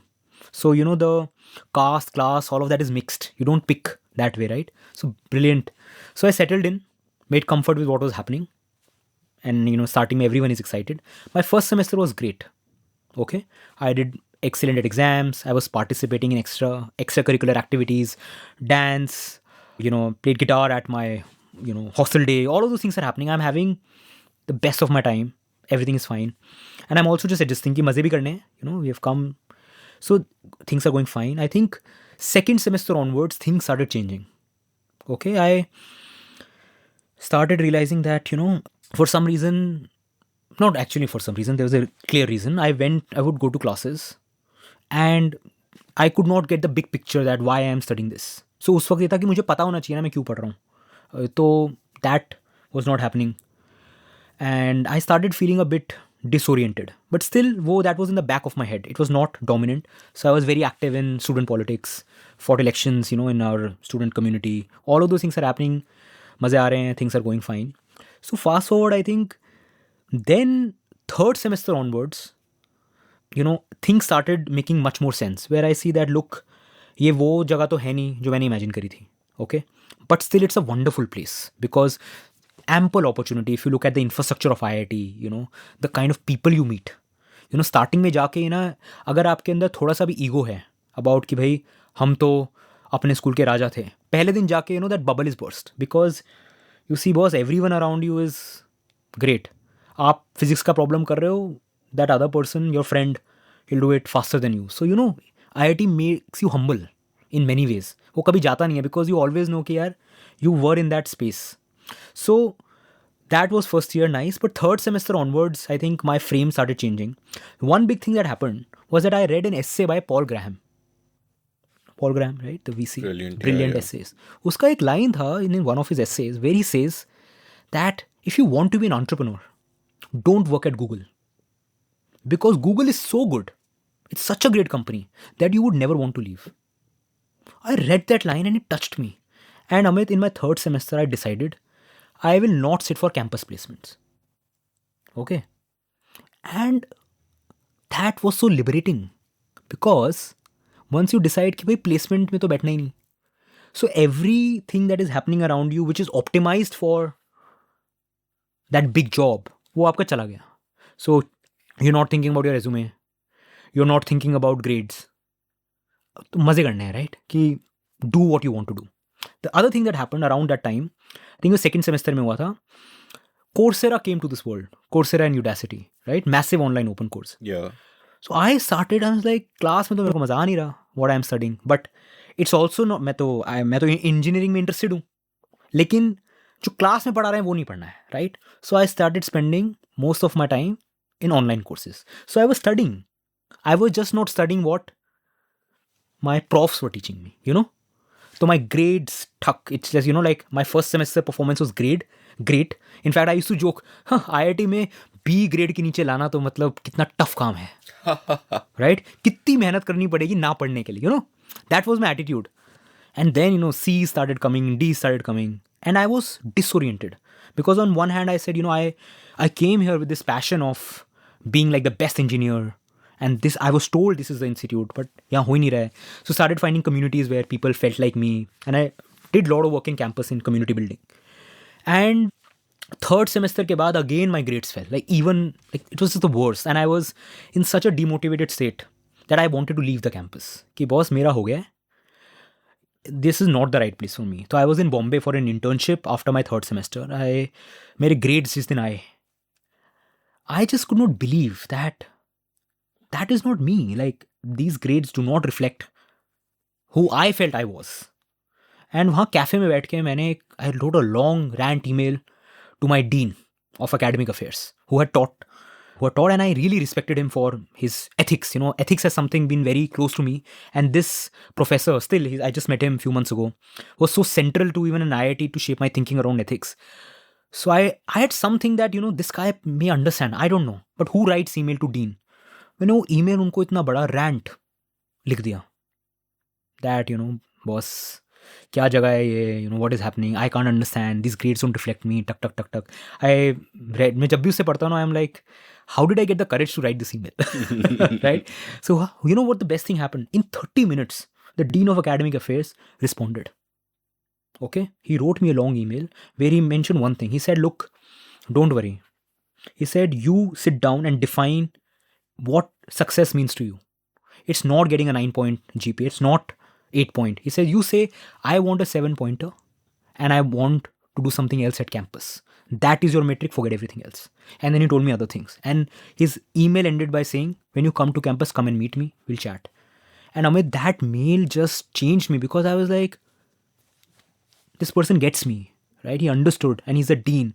And when I met him, so I think that just made me कि चलो अब हो गया है, placement में भी नहीं बैठना है, डीन ने भी बोल दिया यार कि तू अपना कर ले. So I think that zone came in. But in fourth semester I had to drop. I had to go back home because of some family thing. So that gave me this whole space where I'm not at college. I was anyway frustrated कि what is happening, what is not happening. But उस वक्त I was working with a startup. You know, in my December internship was with a company. I was the first software developer at that company. I was like, 19-year-old working with like, and I was the first employee in that company. It's a small company. I was having a ball, you know, to write code, real, you know, things are happening. So, but that semester drop, right? Like I was telling you, right? I was going through my Facebook messages. I think that gave me a lot of time to introspect कि क्या है क्या नहीं. And then when I went back, I had a different frame. तो फिर मैंने ये सब हटाया. मैंने कहा देखो डिससेटिस्फैक्शन का कोई पॉइंट नहीं है. आई रियलाइज दैट मैं यहाँ बैठ के I can compare IIT to MIT and I always feel कि बॉस क्या है. But when I used to talk to my friends from other engineering colleges, I was like boss, do you even realise that where you are sitting, it's a privilege that you are getting to study at this institute with such great infrastructure, with such great people. So if you utilize it properly and think, you can do wonders. So I think वो सब हो रहा था वहाँ पे. So yeah, then I did whatever I want to do. I was extremely active in campus affairs. Okay, I was building this company and I was doing my online courses. So इसके around my learning was happening. I was still not reading, which is the only thing I regret. Possibly in retrospection I could have done, but I was doing a lot of online courses from humanities to computer science to math. Everything was happening. My grades were kept going on, you know. They were not anywhere. So that's my journey. That was, you know, intellectually what was happening on the academic side and my participation now, and that went on. उसके बाद एक point के बाद, you know, I got my first F grade in 5th semester. Okay. It was such a funny thing because I never, मतलब the person who said कि B के नीचे लाना तो कितना difficult है, आपका F लग गया. And then, you know, आपका एक disorient हो जाता है that how can someone like me get an F grade? Like मैं, F, failure on my grade sheet, right? So I went to the prof and I said, sir, मतलब, you know, मतलब, can we talk, right? You know, so पहले वो मेरे को lecture देते हैं, you know, students like you, there was a time when people used to get D. They used to come and tell me, sir, please give me an F, because how can I learn a subject if I have a D grade? And now I have students like you who have an F and they want a D. So I said, ठीक है, तुम exam low. You look at your paper. I turned the pages and I turned the pages and I could not say anything because there was nothing in my paper where I even had the courage to ask him कि boss do something. So उसके बाद मुझे लगा कि हाँ, I actually fucked up, right? And I realized that there is some indiscipline going on here, क्योंकि इतना भी खराब नहीं होना चाहिए. So disorientation end तक रहा कि मुझे समझ नहीं आ रहा था what's happening. But my other part was going really well, where I was campus community, ये करेंगे वो करेंगे. So things were going great. Few things that really impacted me in this whole process was I was telling you about, in this IIT campus is not just about people getting jobs, and there are actually some really smart people doing great things. That's like the 10% of the campus. So you take inspiration from them, other people are doing. So it's not completely disillusion, but largely it is, you see कि ये India का aspiration के लिए एक vehicle है. That people come, they want to get great lives. That is what this institute is, nothing else. But there is something else that was happening, which was that campus had a lot of issues, socio-political issues, which is what something that really caught my attention. कि चीज़ें सही नहीं है यहाँ पे, and that is what started troubling me कि इसके लिए हम कुछ करेंगे. And the thing about IIT Kanpur is that you are in Kanpur, but your world, you do not know what is happening outside the four walls of your campus. So I'll give you an example. In 2013 Muzaffarnagar riots happened. I had no clue those riots happened, और हम कानपुर में थे. Like I'm just giving you an example. I was so disconnected. At the startup I was working, there was a time when I had a like a disagreement with my colleagues, that there was a module I had to write, which would be, it would be like, I felt that it's invading people's privacy. कि ये data points हम profile बनाएंगे. I was like, ये मेरा code है. My code can't do this. You feel an ownership. कि मेरा software है यार, मैं ये नहीं कर सकता. All of those things. But I had no idea. And at the same time, Snowden revelations were happening in the US. And I had no clue. So I'm saying that my world was limited to the four walls of the campus. But the things that were troubling me were, you know what I'm trying to say? It was just rooted in the campus. Yeah. There was no sense of news, nothing. और हमें लगता था हमें बहुत पता है. So, elections की बात कर लेंगे. Very ignorant. कुछ पता ही नहीं है ना. आप पढ़ रहे हो. Even humanities courses, we have to compulsorily take humanities courses, which I don't think a lot of people know, that from the inception of IIT Kanpur, humanities is a core part of your engineering curriculum, because our founder PK Kelkar, he said that engineers work in a society, so they need to know humanities. So that way, right? तो वो भी आप sociology पढ़ रहे हो, आप economics पढ़ रहे हो, all of those things, social psychology, but बाहर नहीं पता है. बट उसका एडवांटेज ये था that I knew my campus in and out.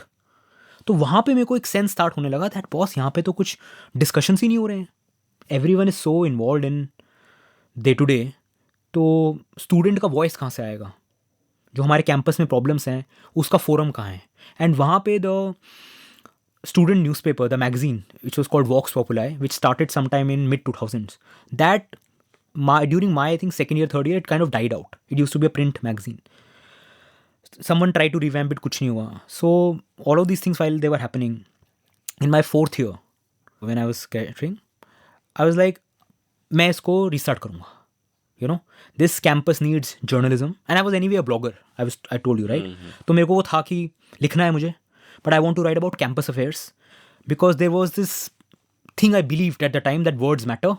और अगर हम इश्यूज़ को रेस करेंगे तो कुछ होगा. And I wanted to bridge the gap between students and faculty. तो बहुत आइडियाज़ थे, चेंज लेके आएंगे कैंपस में, कोई तो कर नहीं रहा है. और ना English, I was telling you, language was weak, but thankfully our friends at the lit society, they were not, I don't know what happened, they dominated kind of the Vox Popular of earlier. हमारे time पे नहीं था. तो अब हमें तो कुछ आता ही नहीं था, ना लिखना आता है. बस एक वो था कि the campus needs a voice. So me and a friend of mine, one batch junior, said चलो हम बनाएंगे. And that, Amit, was something that really was brilliant. That year when I built, हम जाके लोगों को बोलते थे that write for us. I was giving these talks that why campus needs journalism. और कुछ journalism का पता नहीं है, right? It's just that instinctive desire that issues need to be discussed. And then I started seeing, तो हमने 3rd August 2014 को website launch करी. Our website was launched. And फिर मैंने देखा हमारे starting से it's like you felt like an entrepreneur solving a problem at the campus. तो मेरा वो जो कीड़ा था, राइट, कि एंटरप्रेन्योर बनना है, तो एक टाइम पे आया कि एंटरप्रेन्योर यार दुनिया को बाद में देख लेंगे, अपने कैंपस को तो कुछ कर लो, राइट. वो things started happening. And then I started seeing impact. I would go to a professor to interview for हमने तुम्हारा वो आर्टिकल पढ़ा है, right. So these things are happening and that give me it just, I felt so good that something is happening, a conversation is being triggered. And in all this process there is one specific incident that really stood with me, which was in my final year. I was going to the campus gate to book a train ticket to Delhi. And वहाँ पे मैं गया and I saw there was this bunch of 60 mess workers who were sitting on a hunger strike. Okay? And my first reaction was that why is no one around me? इतने भी लोग नहीं थे. It was at the end of the gate. No one was stopping Amit. These 60 guys are sitting और लोग they're just passing. Like मैं 5 minute तो खड़े होके देखा कि does no one want to know कि क्यों बैठे हैं यहाँ पे, right? तो I felt that apathy that I saw in some students. पहले तो मुझे बड़ा गुस्सा आया. I was very self-righteous, I think, in a way back then. I'm not now. At least that is what I think. So उस वक्त था. So मैं गया and I had my platform. I called 2 of my friends. हमने उनका video बना के अपने प्लेटफॉर्म पे चलाया. That triggered a conversation कि boss, there is something else going on in this campus which we don't know. And that opened my eyes to the fact that IIT community is not about students and faculty and alumni who do great things in the world, quote unquote great things in the world. The community is also about our workers. You know, when you say campus community, you have to talk about everyone. And when I heard their story, and then उसके बाद मैंने बहुत history पढ़ा IIT Kanpur का, I realized that boss, right from the genesis of this institute, you know, we have fucked this up. We have not thought about this community at all. We have ignored them. Similar things have happened in the past, but students were relatively more active at the time. Now they are not. So जब वो हुआ ना अमित, मैंने पहली story तो करी where I did the video. उसके बाद because I felt so connected to the issue that I tried कि मैं इसको solve करूँगा, right? And I spoke so much to these guys, उनका problem समझा. I went to talk to the faculty, उनका perspective समझा. And I thought this political debate can be solved if 2 parties sit next to each other. बात करेंगे ना तो solution निकल जाएगा. So I tried with 3 or 4 friends. I think they were postgraduate students कि हम ये करेंगे. We were sitting and I remember I became the moderator. I had my faculty here on the right, my mess workers on the left. It was a 1-hour discussion, Amit, and it went nowhere. Nothing happened because no one was budging from their position. At one point I felt कि थोड़ा सा भी अगर दोनों ऊपर नीचे कर ले, maybe something can happen. So that was my first hit of reality that boss, these political things जो आपको लगता है ना कि बात करो ऐसे नहीं होता है. Second I realized कि I was so ignorant about campus. मतलब मेरे को उस वक्त तो होता है ना, दिल पिघल गया आपका कि people are sitting तो कुछ कर लेते हैं. But you don't know the complete story, you don't know their history. So how complex the issue was. I had to go to professors to understand and still I could not. The thing I regret is कि ये सब मैंने कर लिया, I didn't write about it. Because I was so involved in solving the problem that I lost the fact that I was also a reporter, right? कि लिखना है. मैंने story नहीं लिखी उस पे कभी. And that left a deep regret in me till date. कि उस वक्त क्या हुआ था. And I went to campus in 2019. The thing I still happens is that those people still remember me. उनको जैसे ही I asked my friend to book a room for me in a hostel, जैसे उन्होंने नाम देखा and they were like, this guy will help us. So they had the expectations and again बुलाया, they said अब हमारे साथ ये problem हो रही है, आप हमारी help करो. They got all the documents, photocopy करा के ले आए. And so I'm saying that lens when I got, which continues till date, it showed me that, maybe I'm not looking at the world. Like there's so many other things that are happening and we are not looking at it. Like मैंने यहाँ 4 साल निकाल दिए and I never thought about those things. Right? Then I also saw एक बार Jadavpur university में, I think 14 में हुआ था ये. There was a protest. There was this girl who had filed a complaint of molestation and the administration did not respond properly. And students staged a protest and police was called and students were beaten. So to show solidarity in campus across India, there were candle march protests were happening. मतलब तो मैंने पढ़ा, मैंने कहा हम भी करेंगे. We'll do. I went to my friend who was in the student government. I said, boss, कराना है. उसने मना कर दिया. He said no. And he's one of the politically conscious, very smart guy. Said nahi, as a student Gymkhana of IIT Kanpur, we don't engage in outside politics. I was so angry कि कल कोई हमारे साथ भी होगा ना. Like I have this thing about administration, I have written about it. तो मैंने कहा ठीक है. So that वहाँ से the sense of rebellion कि मतलब who are these to tell me कि हम जादवपुर यूनिवर्सिटी के स्टूडेंट्स को सपोर्ट नहीं करेंगे. तो मैंने कहा जो करना है करो. I met bunch of PG students because they are more unlike undergraduates, postgraduate students are more, they think beyond, they were more politically conscious. तो हमने करा एंड हमने पोस्टर करवाया and on the day it was plan 100 students gathered at the open air theatre. And हमने कहा अगर एक बार इकट्ठे हो गए तो ये लोग क्या करेंगे, right? I didn't take any permissions. We were there. मैंने कहा चलो now, because the only thing was those like why are you not allowing me in my campus to express support for students in another campus? Who are you? Why can the dean stop me? तो हमने वो मार्च किया and in fact जब बच्चे आ गए तो the security could not do anything. So then you start feeling that challenge authority यार, बिकॉज हम we are not even slogans भी नहीं कर रहे थे. We just wanted to peacefully march to support fellow students at another campus, right? How can you say that we don't engage in outside politics, right? So I think वो buildup होता गया यहाँ से that it's not just about, मैं वहाँ से start हुआ, right? Campus है बट कैंपस में और लोग हैं, सिर्फ हमारा ही कैंपस नहीं है, there other students, there also us. So that consciousness started building up and parallelly I'm saying this is the political part of it, right? And other things are happening. So in all this journey, I think I developed more empathy when, like, politically conscious तो मैं हुआ ही, but empathy, because I reported a story about the struggles of Hindi medium students in campus. It blew me away because when I spoke to this guy, the junior, he told me कि boss, मैं अपने wing में compared to everyone else, मैं सारी class जाता हूँ, I attend all classes. I work triple hard to take notes, right? When everyone is playing, cricket and watching movies, I study. And still I get less grades. And still I know when I'll be at the job market. No one is going to hire me because I can't speak English. And again, I thought that I am talking to him now as a reporter, like, as a journalist who wants to write a story in the campus. But there would be people like him in my batch.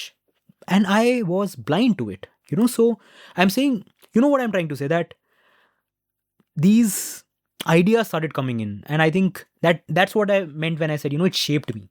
That the shaping was happening in two parts. One was, ठीक है, बाहर का कुछ नहीं पता है, but campus तो मुझे समझ आ रहा था that there are things that I was not seeing. And parallelly, I was meeting and reading about all our illustrious alumni, right? Someone is making films, someone has built a unicorn company, someone has done this brilliant research in the US, the Fortune 500 CEOs, these people would come to campus.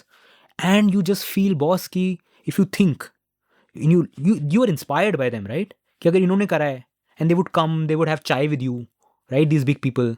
Look, and they tell you stories from the campus which you feel कि यार हमारा भी तो ये story है. So I think you get that confidence कि like they were also idiots like we are, right? उनका भी ऐसा था, तो कुछ भी कर सकते हैं.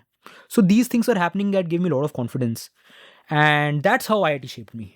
I mean, वही मैं कह रहा हूँ, I know I've spoken a lot, but I'll stop here. But I'm saying at multiple levels, both from political consciousness to inspiration to seeing the traps that I told you about, right? In the beginning, I started seeing traps where we were stuck. So all of those together, I think, at least got me thinking that the world is not what it is. There are layers. And if you look at them deeply, you will really understand what is happening. And what strikes me in all this is that we live in a world which is full of bubbles, which is full of preset tracks which go a particular way and don't go anywhere else, and traps, as you said. So a lot of these people who are in IIT करके शायद कोई IIM जाएगा, consultant बनेगा, शायद कोई abroad जाएगा, research करेगा, brilliant काम करेगा, शायद कोई software engineer करेगा, Facebook में जाएगा, and these are different tracks. And you're all in your bubble and you're not looking out. And you said that, and they're not looking out. And you said that, one, of course, you avoided these tracks by saying things like कि ठीक है, मैं placement में नहीं जाऊँगा, मैं वो game नहीं खेलूँगा, मैं अपना काम करूँगा. And you're also looking outside the bubble and looking kind of beyond these layers. And I realized while growing up also, when I kind of map my own sort of journey, it's very clear that there are all these layers which make you blind to different aspects of the world. And then at different point, these layers kind of start falling away. So my first question arising from this is that, do you think that it's not just a question of IIT changing you, it is also a question of you being the kind of person inherently who would be changed by IIT? क्योंकि the experiences you went through would be common to everyone. Campus तो same है, जो हो रहा है same है, but your नजरिया is different. You are, you're pursuing different things, and from that different chains of events happen which, lead you to change in the ways that you say. So what I'm trying to say is that it's a two-way process. It's not just that the right things happened, but you were also the right person for them to happen to. While for somebody else, for them, whatever track they took was the right track that they went down on. So when you look at yourself, do you, like earlier before we started recording, you were speaking about how you developed this ethical sense right from the time that you were in school. So do you think there was something there, something fundamental about you that made you open to this change? And if so, where did it come from, this sense of injustice or this sense of trying to be a change agent? Did it also, and can you elaborate on what you had meant earlier while talking about the ethical aspect of it? And you've kind of spoken about that a little bit here also. Just sort of, I want to understand the sense of how you were shaped and where you were coming from. Yeah, I'll tell you, but I just want to add something. I just get so passionate about my institute because, I'm like one of the worst critics of IIT, but also one of the champions, because I really think that institute has potential. And one of the things that I'm hating at the moment as I talk, I'm just speaking out loud, is that I just feel if I'm painting some, my institute in some broad brushstrokes as if, I am different and, everyone is this. But, as like everyone has multitudes. I think sometimes I'm just saying that deep criticism can come out of deep love. That's where the frustration comes from. It is. I think I heard this quote from, what's the last lecture? Who's the professor? Have you seen? Randy Roche. Something so like I think that. he said something like that, if the exact words are not right, but something like that, if you're doing something wrong and no one is telling you, that means they have given up on you. Something like that. So I would never give up on my institute. And I still I think we are going on a very downward trajectory, given the political environment of the country is affecting us. Right? I was in the center when the CA and NRC protests were happening. Something had happened at IIT Kanpur. And Amit, it just blew my mind about how propaganda works. So I could see what is happening at my campus. But I still, my friends, like some of my deepest friendships are from IIT, and I'll always be grateful. But I'm just saying that I just feel a bit, because I'm, speaking, I'm not writing a piece where I could, I could have all sorts of caveats. It's just one-on-one conversation. So I just wanted to put that out that, I don't want to make, and I also feel honestly uncomfortable when I talk about my experience and if it sounds like, oh, I am different, because that, it just makes me uncomfortable for reasons I don't know. No, and I'll tell you something, just thinking aloud. Yeah. That what you're saying about IIT, I feel the same way about India.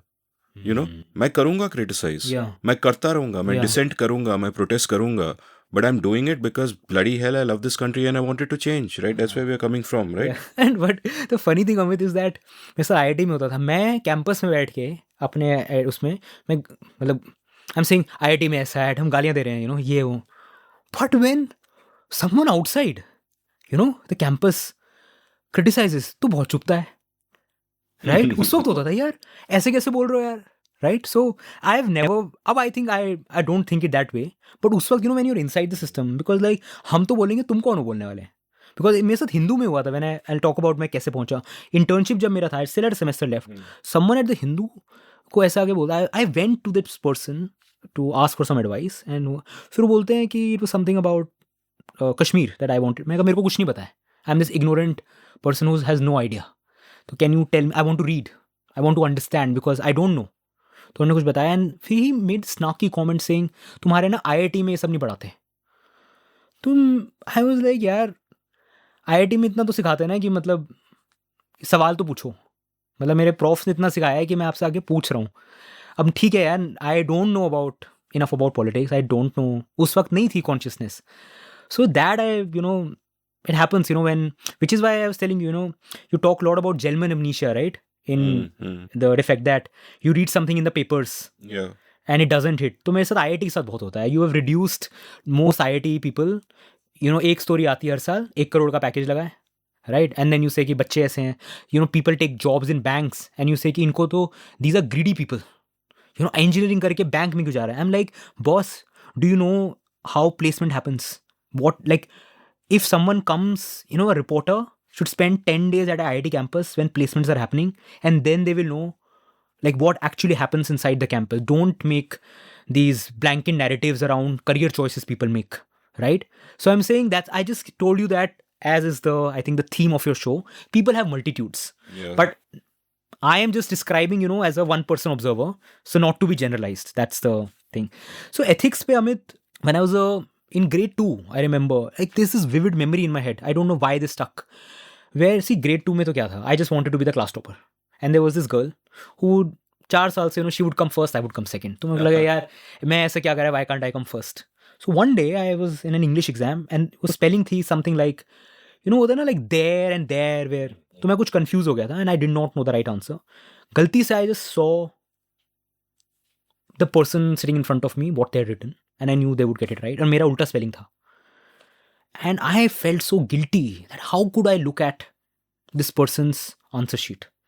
और मेरा गलत भी है, and I also wanted to be first in the class, right? मैंने answer change नहीं किया, okay? And I missed getting on. It sounds so stupid in retrospection, but I missed getting the top position in the class by that 1 mark. But ना उस साल I felt मुझे कुछ बुरा नहीं लगा, because it's like I did the right thing. So, ethics in 4th grade, my class teacher, the GK का exam था, and I think there was a change in defense minister. So I knew the old guy, I think कुछ जसवंत सिंह 2000, पता नहीं कब की बात है, I think कुछ change हुआ था. So I knew the old guy. My class teacher calls me and very quietly tells me, what have you written in your answer sheet? Who is the defense minister? I said, ma'am, this. He said, no, the defense minister changed yesterday. Write this answer, okay? And Amit, I felt so uncomfortable that in the class of 40, why am I being favored? मतलब, like, मुझे क्यों आप answer बता रहे हो? And I also could not disrespect her by not changing the answer, right? I think there was a Jaswant Singh Yashwant Sinha swap in those years. Something happened. वैसा कुछ था. कुछ हो, I don't know. Defense minister. तो मेरे को answer बता दिया मेरे टीचर ने. And I felt so bad because, like, why are you, so this whole, that's what I'm saying, that this sense of right and wrong, especially when I am involved, right, that I am being favored, that just felt so deeply wrong. कि चीज़ें हैं, don't give me the explicit privilege. और ये होता गया. I can keep telling you stories that happened in school. And IIT में जाके भी ये हुआ. And कि आप like cheating हो रही है, things are happening, people, it's a very standard technique across the globe where आप अपने resume में, the resume you create, it's never a true reflection of yourself, right? If you know X, you will show 10X. And I was like, आप झूठ बोल रहे हो, you're lying. I didn't, see, again, these are very moralistic judgments. Like, who am I to tell anyone what they have to do? But I'm saying this is what I was feeling. So I had this resume which was, orange color, green color, the font was some, maroon, something. And मैंने final year तक change ही नहीं करा. मैंने कहा, okay, तुम बनाओ यार. You make these nice resumes. I hated the idea of a resume. Because I said, this document is a lie. You are selling, marketing कर रहे हो आप. उन दिनों का Instagram है. हाँ, yeah. अभी भी I think करते हैं, right? So like resume. So I just felt that. उसके बाद मैं help करता था लोगों की. I'll be like, you are in this position where, because these are friends, मतलब they're my friends and they're people I care about. तो मेरा वो discomfort भी चल रहा है कि ऐसा है. But I also know कि यार, this guy needs to, उसको loan करना है तो उसको नौकरी चाहिए. तो इसकी भी help करेंगे, उसकी भी help करेंगे. तो वो भी चल रहा है. So I'm saying all of these things are happening. And this professor I was telling you about, he was my, like, okay, if people like him exist in this campus, तो सब ठीक है. Because when he taught us programming, उन्होंने एक दिन आके class में बोल दिया that, for after like 6 programming assignments, जिसने cheating करी है, come and tell me, I'll give you 1 grade less. If you don't tell me, ठीक है, and I catch you, you get an F grade. तो उन्होंने ethical problem अब क्या करें? ये अच्छी सी game theory वाली situation हो गई.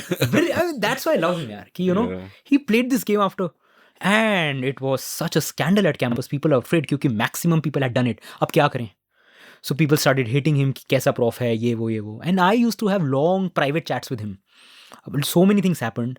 Sir, आप इसके बारे में बताएं. And he used to give me unfiltered access to inside story of the administration. कि ऐसा है. And it was super critical. He is one of those people जो मैंने आपको बताया ना कि he felt for the institute. He would not give up. अब he has kind of given up. But वो था. तो he was my moral compass. ऐसा है. And he then took a job at another university. मैंने बोला sir आप क्यों जा रहे हो? तो उन्होंने reasons बताए, and he said one factor to pick a job was I will head the ethics committee of any institute I go. अगर तुम मुझे वो नहीं दोगे, I don't want to come to your institute. So I was so inspired that लोग because at that age आपको ये बताया जाता है आप idealist हो, ऐसे थोड़ी दुनिया चलती है, you are naive. And I'm like, look at this guy, right? He has all the accomplishments. He studied at this college, went for a US PhD, he's teaching here. And if he can stand for ethics, so you should stand for ethics. So I'm saying, wo tha. So I was so glad you had some compass about kind of things that are happening. And that is what about, I think, ethics. And that stayed with me. The current thing is that I've now in a different phase where I've started questioning ki ethics kahan se aaye. Which is why one of my current personal projects is to go deep into moral psychology and moral philosophy. Because, then you start understanding, like, why am I like this? Like, why do I believe this is right, this is wrong? What do I believe? Is that rational? Is it not rational? So, ये तो एक rabbit hole है. But I'm saying that time I was living it, now I'm just thinking about it. Earlier, you'd mentioned Dawkins and Pinker, and I remember when I went into the rabbit hole of evolutionary psychology and so on, one book that I enjoyed reading was A Moral Animal by Robert Wright, where he talks about the evolution of morality from an evolutionary psychology perspective, which was super interesting and which I'll recommend. But but one of the things you kind of realize is that we are hardwired in different contradictory ways through different processes for different reasons. So we are hardwired, of course, to be selfish, but we are also hardwired for altruism, and all these things exist together. Right. And I love this phrase of Pinker, where he's talking about nature and nurture, how the two work together. And he says, nature gives you knobs, nurture turns them. And I found that very resonant, right? That there might be some knobs which are huge in you, but nurture doesn't turn. And then there might be some knobs which are like medium knobs and nurture turns them a lot. And that's kind of amplified. Yeah. So just on that question, I kind of wonder because, and that's a question I often ask myself as well, that, how do we live our lives? Yeah. It's a central question. कि मेरी क्या है? Initially you can, get your sense of morality from whatever the conventional way of thinking might be in your family or your small community or whatever, and later on you can modify it as you read more. Sometimes you can rely on your instincts, as you did when you saw that wrong spelling and you didn't change your spelling. Right. Where you're relying on an instinct, and Wright's argument would be you're hardwired for that. You are also hardwired to want to be first. Right. But, one this overlapped. Yeah, dominated this one won over. Interesting. And with somebody else, something else may kind of win over. So that's something I think about, because it is very clear that some people have a greater urge to be change makers, and some people have a greater urge to fight for fairness. And I think there are two sides of that coin also. Yeah. Because a lot of the moralizing that people do can sometimes be driven by self-aggrandizement. Absolutely. They are posturing to themselves. They're performing, Yeah. as you would say. Yeah. But at the same time, in many cases, it's genuine. Like, I'm thinking of that incident when you didn't change the spelling. You were not performing for anybody. Yeah. Right? There's nobody. There's nothing. You could just have changed it, and you didn't. And that's also sort of there. And I would imagine at some level, like, do you feel that at some level that ethical sense alone, forget the intellectual understanding of the different games that are being played at IIT or journalism or all those different professions, but did that ethical compass also have something to do with your being willing to turn your back on the conventional way of doing things and say, "Nahi, I'll go to the hills"? So I've thought about it, Amit, and I don't know the answer. Because, again, I was telling you, Abhi pehle when I was saying this, because see, ultimately when you say convention, non-convention, I want to say two things. Pehli baat to this whole idea of convention, that just feels a bit weird.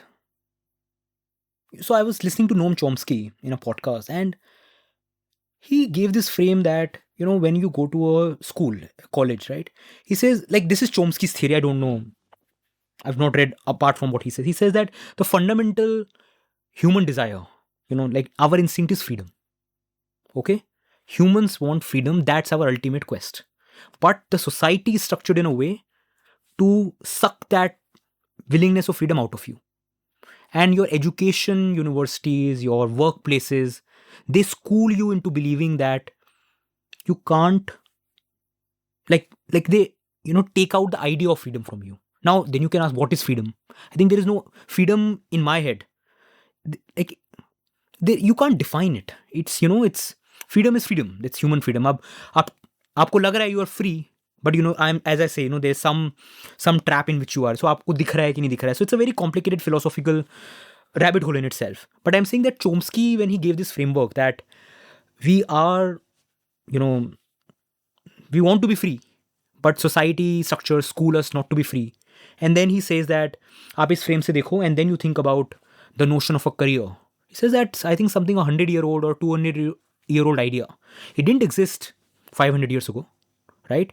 So all I'm trying to say is that when I think about human society, not at a 5-year scale or a 10-year scale, but you expand your, you talk in centuries or stuff. In that frame, you think what is normal? Then I just say what is the meaning of convention? You know what I'm trying to say? Yeah. Sample size अगर बदल दिया आपने तो सब अलग दिखता है. Right? Everything feels different. Okay, now I'm not looking at what happened post liberalization in India. Okay, you're not talking about India. You're talking about human society, right? So I'm saying, when I see that frame and anyone tells me that, this question about convention, non-convention, that's why I'm saying it just feels weird to me that I don't know that how to even approach this question. Because I was telling recently to a friend, I met her after a long while, and she said, you have done things differently. And I told her that, please don't say this. This just irritates me in a way I can't explain. Because, yeah, why? I just feel that, you're just an ordinary human being trying to do things. So usme aap, then, it's just that tension. So I don't know. The only thing I would say is that the element of risk taking, despite I think I have a solid cushion, sometimes, Amit, I feel that, my worst case scenario would be the dream for most Indians. अगर मैं मान लो I fail as a writer, I fail as a journalist, तो क्या होगा?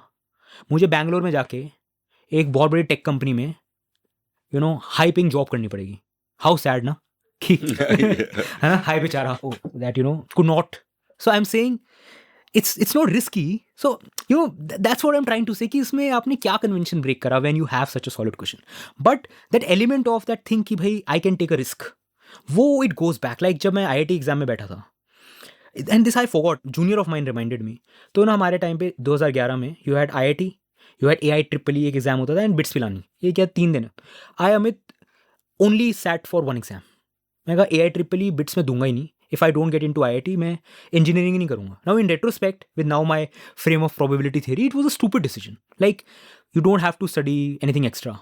जाके बैठना है. But that thing was कि no, I will, if what happens if those in 6 hours I fuck up.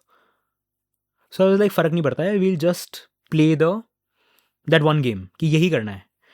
That, which is when placements came कि चलो छोड़ देंगे. It's not that कि भर दो अपना कोई अच्छी कंपनी आई तो बैठ जाना. No, will not apply. So I think that ability to just think that क्या ही हो जाएगा इससे. I told you right अभी पिछले in the segment that I'm not witty, I'm not funny as a person. उसके बाद भी after knowing that about myself, I participated in campus. We have this event called Mridaksh at IIT. It's a festival thing. मैं second year में जाके participate कर लिया. It's like to give an idea to other people, आप stage पे जाते हो to embarrass yourself. It's it feels like roadies. The audience gets their fun when people are embarrassed on stage, and they have to outwit the host. That's the setup. You dance, you talent, question. I have zero talent in all of that. उसके बाद जाके भी I registered. In front of this packed auditorium, I embarrassed myself. और मुझे पता ही था वो होना है because, that's not my strength. I'm a specs wearing nerd.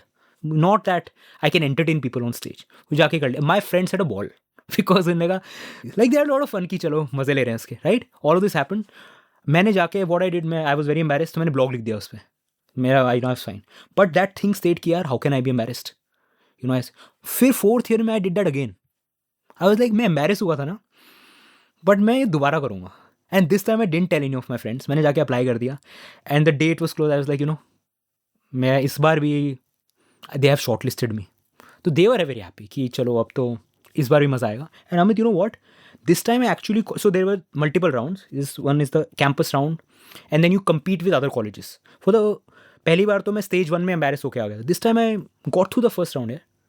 Even when I'm saying that that's not me. So this sense of that embarrassment, gambling, that has been a thread. I have no, अब इसमें तो there's no worst case scenario, right? Worst case scenario is अगले दिन class में जाओगे लोग हंसेंगे, right? So I was so glad यार, I don't know anyone else in my campus who would have been on that stage 4 times. एक बार पहले, उसके बाद final में you have to do it 3 times, you know, whatever. Did you win? I qualified my campus round. उसके बाद होता है, it is another prelims at the college level, मतलब other colleges, that also I qualified. अरे वाह. Right? उसके बाद final में जाके, no, 6, there's a 6, that I didn't. One of my friends was like damn funny and like वो अभी screen writing वगैरह कर रहा है I think, तो वो जीता. He was brilliant. Like उससे तो हार के भी अच्छा लगा कि हाँ यार, मतलब you deserve it. But मेरा ये था, I just wanted that stage, you know, कि यार मैं सेकेंड ईयर में, like how did not happen. So that's what I'm saying, that this gambling, you know, when you said convention, I don't know convention, I just feel that this thing of कि gamble करेंगे, that has been a constant. Now I don't know where that comes from. Let me take that forward and contextualize it in terms of journalism. Yes. That क्या है कि in pretty much all professions and in pretty much life, most people get into these grooves and they go along these grooves. And that's a game that is being played. And in journalism also, I see that there are different kinds of frames that you can bring to it. You can become a journalist and say that ये career है. ठीक है, मैं career करूँगा, career में ये skills चाहिए. Either I am good at it or I like it or both and all of that. Right. And you say कि ठीक है, मैं career में perform करूँगा, excel करूँगा, and you enter that groove. And that is what animates you. And those are the incentives at play. And they are conventional incentives, right? That's one, as an individual, that is one sort of path you can take. And the other path is to say that is to go in there with a different kind of set of values and a different kind of fire and say कि बदलना है. कि journalism is about, you know, all the cliches, truth to power, comfort the afflicted, afflict the comforted, so on and so forth. कि मुझे वैसा काम करना है. I want to write great stories. I want to do great investigative journalism. You're burning with that. You go in with that. And that's, you know, one set of motivations. And the incentives are slightly different. And the way it plays out is, if I look at it at the institutional level, for pretty much every big media house, you have to stay within a particular groove and not challenge those in power too much. कि ठीक है, आप media house हो, you are running a big newspaper, but you also have a chemical factory, and that is an incentive कि कल वहाँ पे red लग जाएगा, राइट? और एक बंदे पे गवर्नमेंट ने रेड लगा ली तो it's like, you know, a warning to everyone else. It has a chilling effect. So the incentive, the institutional incentive for these big institutions is toe the line, don't mess around, right? But there is another kind of set of values in play where people are animated by something higher. They're saying that journalism, you know, I might be running a company or an enterprise, but journalism is not about a profit and loss statement कि कुछ और है. There is a calling, there is a higher purpose. वो करना है, कुछ भी हो जाए करना है, you know. And what I increasingly see is that in India, for very rational reasons, anybody who has more than a certain amount to lose is, you know, towing the line. But there are, of course, exceptions who are sort of fighting, you know, your alt news and News Minute and all those guys. You know, they're standing up there and they're fighting and they're clearly animated by principle. Yes. ऐसा नहीं है कि इसमें market बड़ा है या they're occupying some niche or whatever. No, they're animated by principle and they're doing what they're doing. So the individuals are animated by principle there. You know, Dhanya Rajendran has a higher purpose, Rahul Kanwal does not. Right? Simple as that. And equally, an institution like a News Minute will take those risks and will take those stories because they feel that what they are doing is not just about supply and demand. Right. You know, there's a sort of story you want to do and you're hoping it shapes a demand, but you're going to do it anyway. And, you know, a bigger media house may not be like that. So what do you feel about this game? Because I feel, you know, uncomfortable standing in judgment Yeah. over the bigger media houses, Yes. or the journalists doing conventional things जिनका career track चल रहा है, they have Yeah. families, they have Yes. children to send to school. Yeah. I don't want to stand in judgment over them. Absolutely. Even though as an individual, what I would be drawn to is being the independent guy who is doing what he is doing in spite of everything. So, and you are in the same sort of thinking as me as far as I can make out. So, what is your thinking when you sort of look at this landscape, and does it make you feel lonely? Did you ever feel lonely in IIT, for example, when you were fighting the fights that you were fighting? You know, that sense of frustration that why don't enough people see things the same way as I do, even though it's rational for them and it's understandable. Yeah, again, I think, thank you for bringing it up, that there's no, I mean, I'm describing it, but not from a place of judgment. It's Yeah. more descriptive in what you're feeling. I think there is a difference if people can appreciate that. But I just remember one incident where I deeply felt lonely at IIT, and that was toward, like, मैं बता रहा हूँ placement का तो, you know, it's, I say that IIT placement office is the place where engineers are killed. Okay, the way things happen. So there was one incident जब placement हो रहा था, and you know, Amit, I was helping my friends. मैं तो बैठ नहीं रहा था, तो मैं उनको तैयारी करा रहा था, you know, interviews prep. So that moment of placement is full of emotions. अगर आपको ह्यूमन इमोशन स्टडी करना है ना, आप 10 दिन प्लेसमेंट के टाइम पे IIT जाके चले जाओ, आपको सब दिखेगा वहाँ पे. जेलसी से लेके एम्बिशन से लेके डर सब है, right? There was one, I won't get into details. I mean, then I can keep talking about IIT for next 5 hours. But एक incident हुआ था which it happened and I just gave up. मतलब उस वक्त ना तमाशा movie release हुई थी, you know, इम्तियाज़ अली की. एंड कब मूवी देख के आते हैं, एंड वो प्लेसमेंट चल रहा था, एंड वी वेंट अपने हॉल में. अमित मेरे से मूवी देखी नहीं गई. आई वाज लाइक, यहाँ तमाशा क्या देखूँ, तमाशा तो मेरे कैंपस में चल रहा है. हाँ, दैट फिट. एंड उस दिन मैं जाके, it was late in the night, late evening, and I went to the campus CCD, और मैं वहाँ के जाके अकेले बैठ गया. I said, like, I could not see what was happening in my hostel. You know, I saw the smartest kid I knew running around for a job, and I was like, how is this possible, man? This person is significantly smarter. वो इस company के लिए, why is he behaving like this, you know?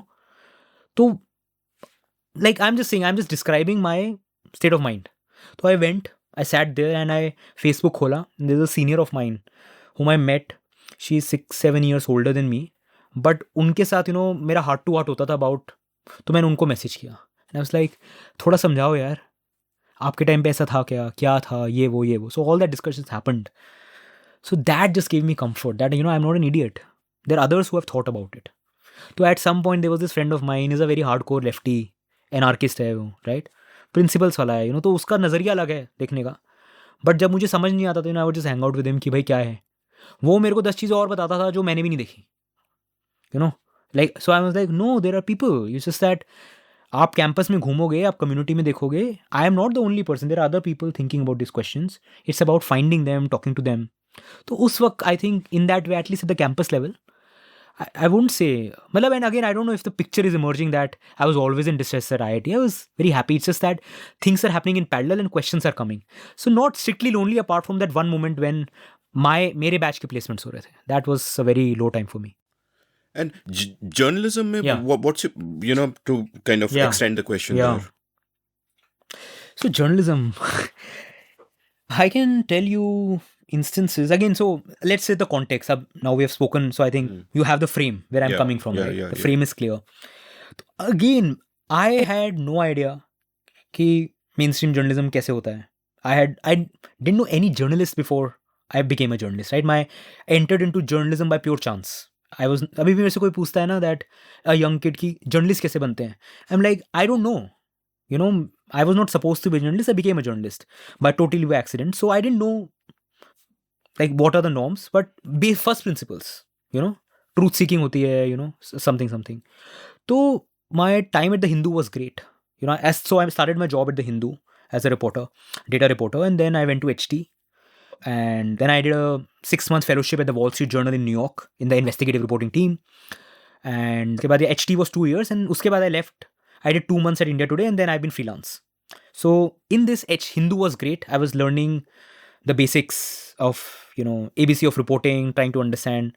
In HT, there was one incident that I was 24, I think. 24, yeah, I think 24. And Amit, it first shock hota na aapko dhakka. So I don't know why still people kitna acknowledge. Do you know the Bobby Ghosh incident? Yeah, I know the Bobby Ghosh incident where he had to leave. So just to put in clearly, because people talk in abstract. So I know a lot about it. I can't say because people have told me. But to one line description for who don't know, Bobby Ghosh was the editor in chief of HT, and he, in theory, he resigned. In reality, he was asked to leave. Okay. Because the PM of this country, Mr. Modi, didn't want him to stay. Itna I can, say with authority without disrespecting what people have told me in private. And a similar thing happened a few years before this with Chidambaram, who was then FM, I think, and Raju Narisetti. Right? So I'm saying, let's just keep it as a fact, because somehow, people still do he said, she said on this incident. Yeah. So now, the day this happened in the newsroom, I have this habit, I write long emails to people, like I write to you, right? Before the show. I love writing emails. So I wrote an email to TN Nayanan at Business Standard. I read his book and I loved it. And I said, sir, I want to meet you. I wrote him an email. उन्होंने office बुला लिया मुझे. I went, had a great chat with him. I was coming back, exited the Barakhamba metro, and my friend called me. And she said, did Nayanan offer you a job? I was like, why would Nayanan offer me a job? I don't even want to work at Business Standard. He said, no, maybe you should look out because Bobby is going. And I was, what do you mean? He said, come to office, I will tell you. I go to office and that mail comes from Madam Shobna Bhartiya that he's resigned. And then I was in shock. And then people know what has happened. I was still trying to process. There were a couple of colleagues. We were looking at each other. And again, Amit, just to know, I am 18 months old in journalism. Okay? और उस वक्त तो आपको कुछ पता ही नहीं है ना, bigger things. Now I've thought so much about the media. So उस वक्त तो you are just in a different zone. You know what affected me the most that day in that newsroom? I have that vivid memory. Everything that day in the newsroom was normal. I would expect कि अगर इतना बड़ा, like, what was the signal? The signal was, at least for me, that the government is saying, we can take your editor-in-chief's job. Who are you as a reporter? That was the sense I got. कि भाई तुम्हारे boss की नौकरी चलेगी, तुम कौन हो? Stay in line. It's not an explicit message, but don't you think people would imagine that? I think in fact that questions a very basis of the job. Right? And I was like, there should be like a newsroom gathering where people discuss, okay, what has happened? This, like, what could be the most direct attack on free press in this country? So, when I go out and talk to my friends and they're press freedom की बात करते हैं, तो भाई, I want to engage. Okay? And I do engage with everyone on these issues. But when someone crosses the line about press freedom, I was like, boss, I've been inside, okay? Don't lecture me कि इस country में free press है, छप तो रहा है, critical articles आ तो रहे हैं, तुम कैसे कह सकते हो सरकार ने censorship थोड़ी हो रही है? I was like, boss, that is not the story. You don't know how things work. Don't tell me. I have seen what happens. And the chilling effect for me was that day, the newsroom was functioning as if nothing has happened. People are laughing. Story file कर रहे हैं, edit, वहाँ desk पे काम चल रहा है. People are roaming around, graphics बन रहे हैं. And thankfully, like, I've been fortunate. I was not a daily news reporter, so मेरा ऐसा काम नहीं था. But Amit, I'm just saying that, shouldn't there be something like, is it too idealistic to expect that for 15 minutes, the newsroom gathers and discusses like what has happened? उस दिन I thought कि boss, again, you can say it's coming from a sense of judgment, right? And I know when I hear about the kind of salaries people make in journalism, the exploitation that happens. Someone told me, this friend, that, when you think about morals, even thinking morally is a privilege, तो वो सब है दिमाग में. But I am saying, I just felt कि यार, I didn't come to this profession to become immune to these things. कि, मतलब. नहीं, वही मैं कह रहा हूँ कि सब चल रहे हैं groove पे. And which is rational. They got families to support, yes. They have jobs. Yeah. सब चल रहे हैं groove में, yeah. सब ठीक है. And they're not thinking of press freedom, or they're not thinking that, what is a great meaning of journalism, yeah. And blah, blah, blah. But you are. So it's almost like there are two games being played at the same time. And But it shapes, in a yeah. way. Like, and there were other people, at least. It's not like everyone. And I don't know private में लोग क्या बात कर रहे थे. मैं तो बस देख रहा हूँ कि what is happening around me. Then the 2-3 of us, we went down, had chai. सोच रहे थे कि what does it mean? What does it mean for us? What does it mean for the country? All of those discussions were happening. उस वक्त मैं तो अगले दिन मैं तो यहाँ से जा रहा हूँ. I'm resigning. That's a thought like how can I be in a place where so and so things are happening? Idealism की गलत हो रहा है ये. अब वही सही गलत वाली जो चीज़ आई आ रही है. So anyway, I stuck around, but I was frustrated कि क्या हो रहा है. And fortunately, because of my next boss, I got a fellowship at the journal. तो छोड़ने के बजाय, I got an escape. And then, Amit, what happens?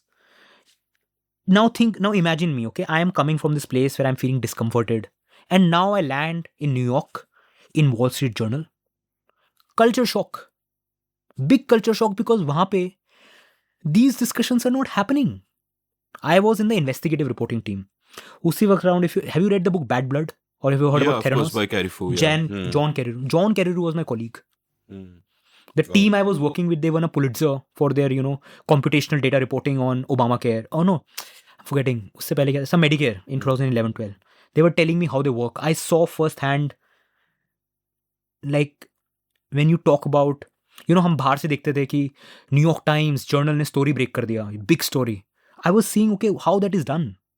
It was happening and I could see the resources they had, the conversations they were happening.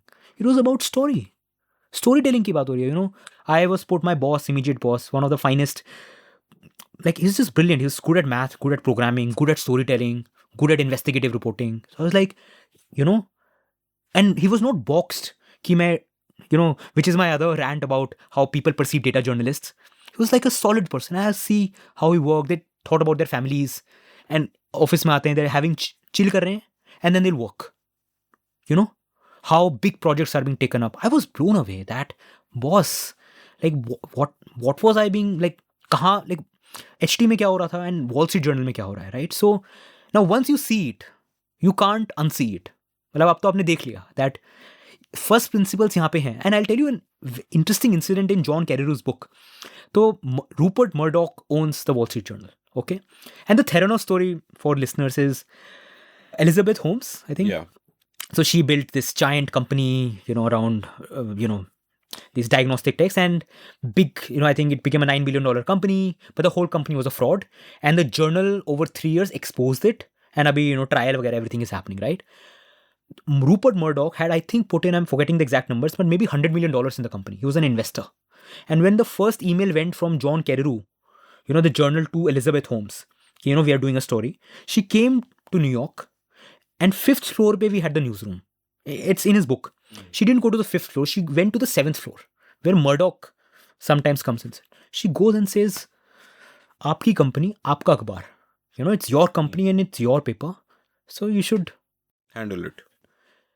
Rupert Murdoch of all people, okay? Of like what we know about him. He says, go talk to people at the 5th floor. Right? I am like not the right person. When I read that anecdote, I'm like, I said, Rupert Murdoch also has multitudes, whatever.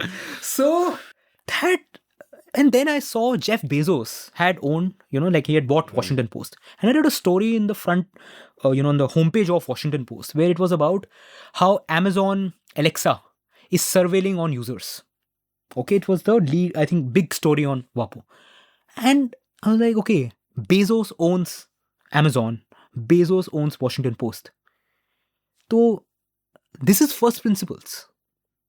And this is also a set of values embedded in these institutions. Institutions, right? और यहाँ कुछ नहीं है. यहाँ कुछ नहीं है, right? So again, I still feel I realized that this comparison is not fair. It's the political economy of India is different. So but what I'm saying is you see that जो आप imagine करते हो, right? कि how media institutions should be. I saw it. I also saw the flaws, right? But I'm saying I come back to HT. Day one, I am listening. Story नहीं छपेगी. वहाँ पे आए journal में I would pitch an idea and discussing. People are like, अच्छा ऐसे कर सकते हैं. We'll do it that way. यहाँ पे, oh no. Not like, who will like, ये तो story होएगी नहीं. You're walking around. This is day one. Someone is coming and telling me, वो story नहीं हुई, ऐसे नहीं हुआ. So I was so confused. and उसी के just around the time, I'm mentioning this because this is a contrast. I just returned from the US, and Hindustan Times Leadership Summit was supposed to happen in a month. So, and I was just placed in the political bureau, and they're talking about ministers. We have to invite ministers. We have to invite bureaucrats. And again, I was thinking, ki boss, what is happening? If a reporter has to go and invite a politician, Oh, and they a didn't bureau- have a separate team for all no of this. report, Acha. because you are meeting them na day to day. Yeah. तो वही जाके bureaucrat को, if you're giving the secretary, तो I was like how will reporting work? Sometimes I get, some friends tell me that if you have to build sources, you can't offend them on a daily basis. That's different. Like it's complicated, but I'm saying it's different. Yeah, so you're inviting them to your conference. So again, I was like, what is happening? On the other hand, I was conflicted because largely, I think HT was doing news fine. Story भी break हो रही है. HT broke a big story on Rafale. अब ऐसे मैं किसी को बताता हूँ, they don't believe it. There was a big story on Rafale which Hindustan Times broke. I think those colleagues, when things happened in Kashmir, front page stories in HT challenging the government. So there was a big cognitive dissonance. I could not understand. On one hand, the way, the editor-in-chief at the time, he would handle meetings, and I felt like, what a smart guy is commissioning these stories, which will challenge critical. And on the other hand, I'm seeing all of this. So I'm saying, yes, you see all of these things, and questions come in about what is. But एक दिन something happened at HT and मेरा give up हो गया. I went back to my home. Again, thankfully, I had my diary. I wrote it down. I stayed on that for a week, and I typed my resignation letter that I'm done. And मैं resign कर दिया. Thankfully, my boss was kind enough. 2 हफ्ते में I was out of HT. This is around January 19. So that day, I still have this whole page in my diary where I've exactly written what I felt, why I left. And anytime, and like my boss was so generous at the time that I don't know if there are 25-year-old reporters who get, like, my boss gave me freedom, ki boss, don't forget daily. You take 1 month to write one story, I'll give you 1 page in the paper. Right? That was the promise he made, and he used to do that. So मैं सोचता था, यार मैं पागल हूँ क्या? Like, who the HT real estate in your head, it's like इतनी million copies जाती हैं, people read. So I sometimes felt कि यार बेवकूफ तो नहीं था, like you left that opportunity. But I had that page in my diary, which is why वो moral compass की जो बात होती है ना, I think that my journal holds me accountable. Can you talk more about that, or you're not comfortable? About that incident? Okay, I won't go into specific concrete. There's another story I can tell you in another institution. But इसमें था, there's a story I wrote, which had something to do with the Prime Minister. But it was not, honestly, it's not a story ki I'll say कि like I broke this story. I thought it's a normal story. My editor just sat on it. Okay? My problem was not sometimes, see, I'm not an idiot that I don't know the pressures that editors face, And I think one of the most inspiring things inside newsrooms is to see editors who, despite knowing all the pressures, fight their way out to get a story in the paper. I hope that if readers could see, the daily fights that journalists fight inside the newsroom to get things in the paper, despite the pressures. The model of, this. So I don't like this phrasing of Godi media. I like Ravish, but this whole Godi media framing it's a very simplistic narrative. Because individuals fight within these places. Yeah, and see, अगर कुछ छप गया, तो you won't know ना कि उसके पीछे क्या हुआ है. If something is not published, then और आपको पता चल गया, like I'm telling you now, then आपको लगेगा, there is a problem. So I'm saying, when things are normal, you don't know that there's something more that has happened to see what you're reading that way, So, and that goes up to the level of proprietors. Because, now I try to talk to a lot of senior people in my profession rather than people in 20s. Because I want to know from them, ki, what has changed? What are you seeing? And I'm fortunate that a lot of senior people in this profession have given me time, one-to-one, telling me like detailed stories about their interactions with proprietors, challenges they have faced. And that really inspires me, that they have stuck to this profession. They know, and they are on the top positions, So anyway, so the point I was trying to make, that in HT, my editor sat on a story. My problem was not कि you sat on a story. The problem was you ignored it. You come and tell me कि boss, there's a problem. You just behaved as if nothing happened. that there's no story. You just pretend as if, and that, it's just, I don't know, like, how will I find the motivation to work on my next story? I used to write for a major newspaper, Yeah. and I won't take names, but I mean, Yeah. it's guessable. Yeah. And my thing with them was that even if they change a word in my column, they have to send a playback and I'll approve it and all that. And they knew I was very particular about that. So one day my editor kind of called me just when the playback was due, and she was almost in tears. And she said that, Amit, I wanted to call you and speak to you because if I just send you a mail, I know you'll get very angry. That in your column, and it was of course very critical of the government, and even in the past this newspaper had carried many columns by me very critical of the government, including when I had blasted demonetization, a piece that was retweeted by Rahul Gandhi and Kejriwal and everyone. And she said that I know you'll get angry, but there is one sentence I have to cut, and I have to cut it. And it's because there's been a lot of pressure from above, and about two people in particular, me and somebody else I won't name, but a person who's been a guest on my show, and all this is easy to guess. Yeah, very easy. And there have been complaints about the two of you, and there's a lot of pressure. So I'll just cut this one sentence, and I'll let the rest of it stay. And what do you want to do? And the rest of the column was very critical. So I said, "Theek hai, keep it. If it's just at one line, it's fine. The rest of it, it's basically saying what I want to say. And if you kind of go to indiauncut.com and you go to the original piece, you can make out what the line is, but whatever, it doesn't really matter." And then I started thinking about, okay, what is the correct course of action for me now? And this other person in the same boat as me chose not to write for them anymore.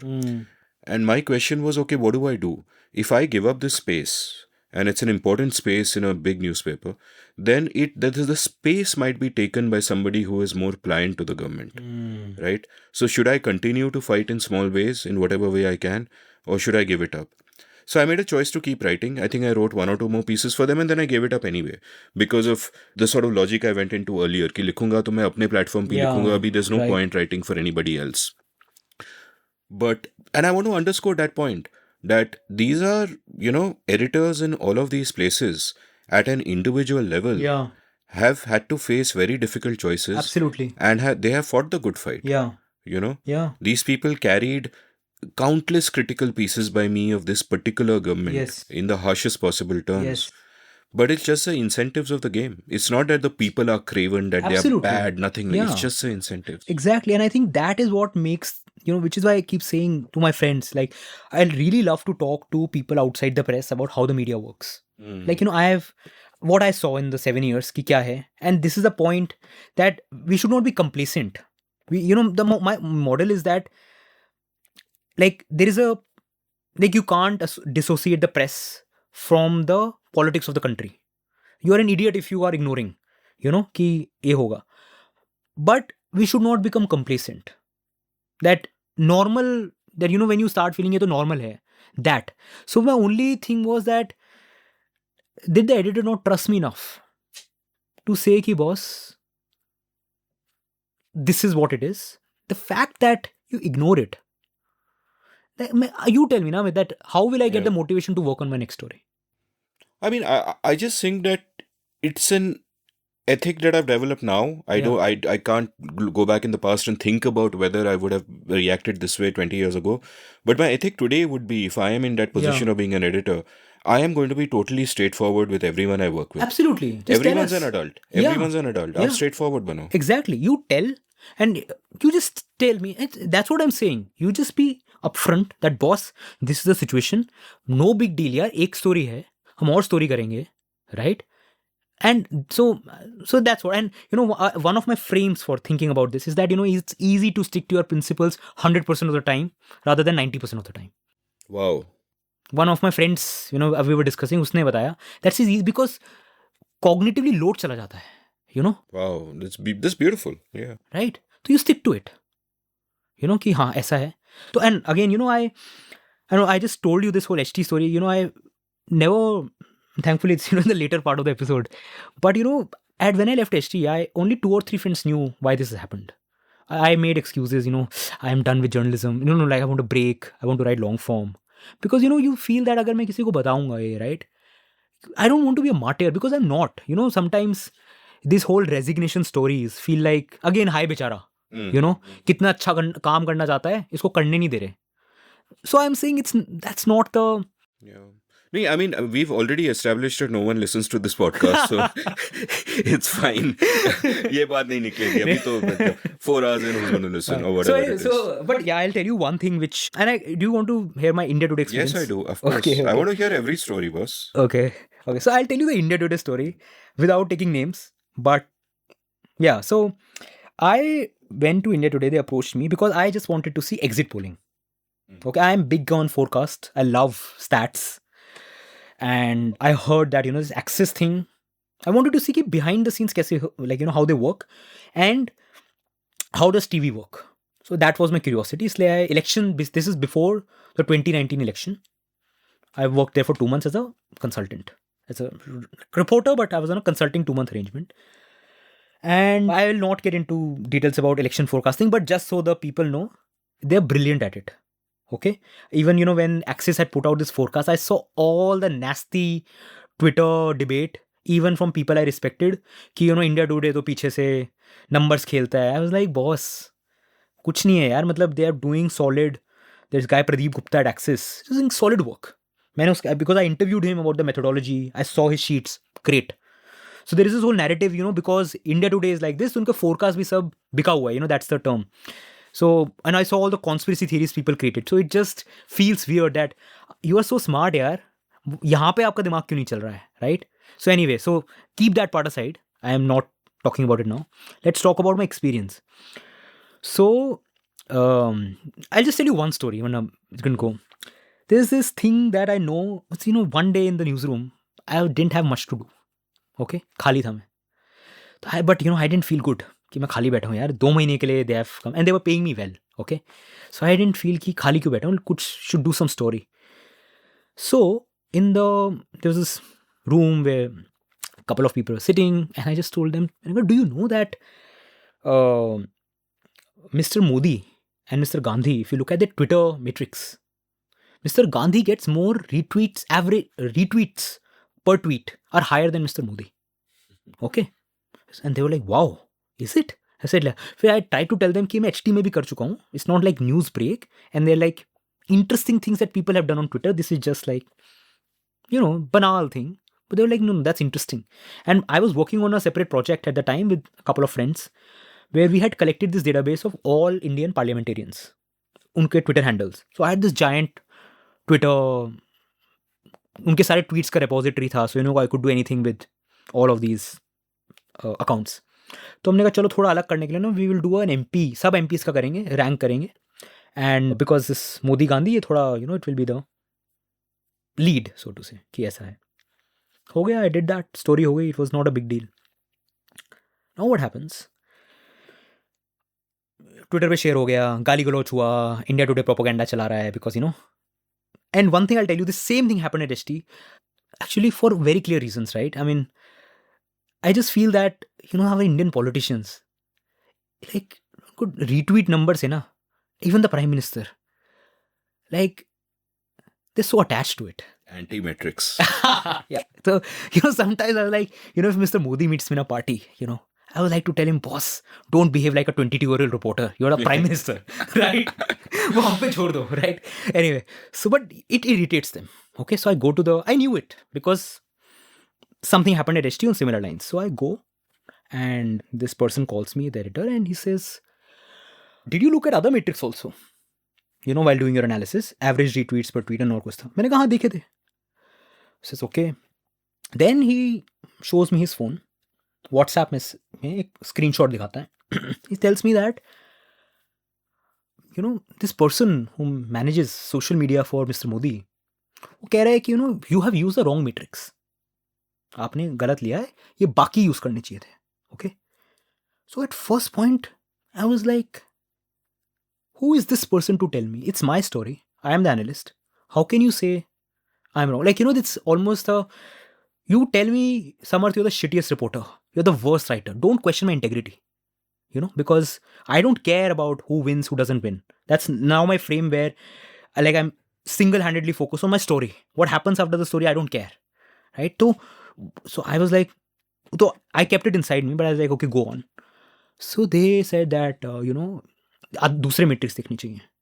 So I was like, did you see other metrics? I was like, मैंने देखा, but I chose these ones. So I said, okay. So I said, why don't you do another story with these other metrics? I said, okay, I'll consider. So मैंने कुछ किया, and then I came back and I asked कि I can do a story with some other metrics. And they said, does that show that Mr. Modi is better? I was shocked. That is not the point why I would write my story. If the data was telling me that, and it was in some cases, but I'm saying the question was inappropriate. Like, how can you ask me that question was my thing. So anyway, they said, ये metrics करके you do एक दूसरा story कर दो. I said, okay, I'll do another story.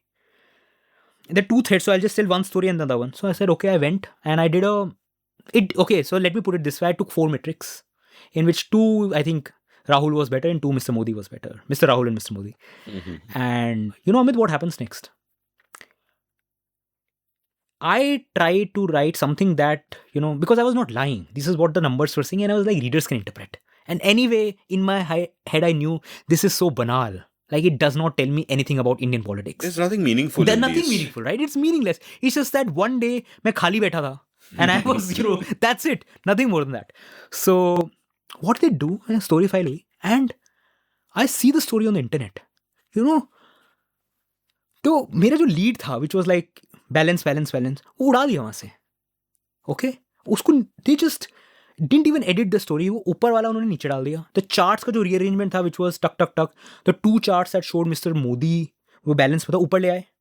Mr. Gandhi वाले they took नीचे. Right? And I was like, what nonsense is this, yaar? Like, you don't even tell the reporter what you're doing. And a byline. My byline was there. तो मेरे को तो बहुत गुस्सा आया. I emailed, मेरा byline हटाओ इससे. Remove my byline. So the person at the desk, he could not understand. Like who asks? मैंने कहा, I can't explain, just remove my byline. They confirmed. I said, हाँ हटाओ. Because Amit, my philosophy is clear. I still have disagreements with editors. होता है. All of us. Headline, angle. एक बार a story is published under your name, then I am responsible. Right? Fight करनी है story छपने से पहले. You do the fight with the editor. But if story is out, and there are stories on the internet which I feel uncomfortable about in retrospection, कि यार, and good stories, I'm not talking in independent newsrooms, right? Where I felt, no, yaar, I am embarrassed. Not with the writing, but my story. But अब तो मेरा नाम है ना, तो just take responsibility. But this is not my consent. So मैंने अपना वहाँ पे, I was very angry कि how can you do this? It's like, did I come here for this? No. Then we go on TV. Okay? TV में तो Amit, it was, I saw what happened. It was just disaster management. The whole show is about how Mr. Gandhi was a latecomer to Twitter. Mr. Modi, who's old, but he's like the star. And this discussion is going on, and I am on TV, on the show. And I was not told what is going to happen. I'm just listening it live. And I was shocked because and they're saying analysis by Mr. Samarth Bansal. And it's just discomforting that I am in a TV show where like there is some disaster management going on. Because of course when the Twitter thing happened, right? TV is the biggest platform. So वहाँ पे disaster management हो रहा है. And वहाँ पे बीच में there was one line, however Mr. Gandhi is better on this one metric. And then I realized that, that like how these things happen. Like if you're on the outside, how would you know? Yeah. This is something I'm observing from the inside. You would think कि समर्थ कैसे story कर रहा है, इसको क्या हो गया? Forget that. Forget that, right? You could just think कि हाँ numbers कुछ बता रहे हैं ना. What is that? It's like more followers, more tweets, whatever. Again, I just want to keep re-emphasizing for such a banal thing as matrix. There's nothing policy, there is nothing nothing. Some stupid social media numbers, like you're being slave to Jack Dorsey, right? Nothing else. Doesn't affect the country in At any all. way. A fight over GDP, यार, ये क्या है? ठीक है, right? So I'm seeing this whole tamasha happening, okay? And I was Amit, and the day this was happening, that was the Press Freedom Day. I think it was 3rd May 2019. I'm remembering from memory. I think Press Freedom Day how. So I was like, now I understand, how TV works. And it's not that people in India today were not smart. Damn smart people. They knew stuff, but this happens. So मैंने कहा चलो, now this thing is over. It was not over. Then उसी के उन्होंने parallelly they asked me to do another story that MPs तो बहुत ज़्यादा हो गए. We should look at political leaders. So why don't pick 10 leaders across the country, one from every party, okay? and have diversity and unpe do a similar thing. So I was like, मेरे पास तो है, I don't even have to put in effort. But I didn't want to take any responsibility. I said, like, how do you choose the 10? India में इतने politicians हैं. So I just had a list कि हर state से you take one and one party, one person. I took the list, went and said, this is a list, please आप बता दो if this is fine. Changes करने हैं, I don't mind, I have all stats. उन्होंने कहा नहीं, this list is fine, go ahead. Story हो गई. I am told next day that, इस list there were 10. Amit Shah को add कर दो. And I was like, no, but the rule was that one politician per party. Mr. Modi is in the list. So why should Amit Shah be on the list, right? And they were like, nee, but Modi is PM.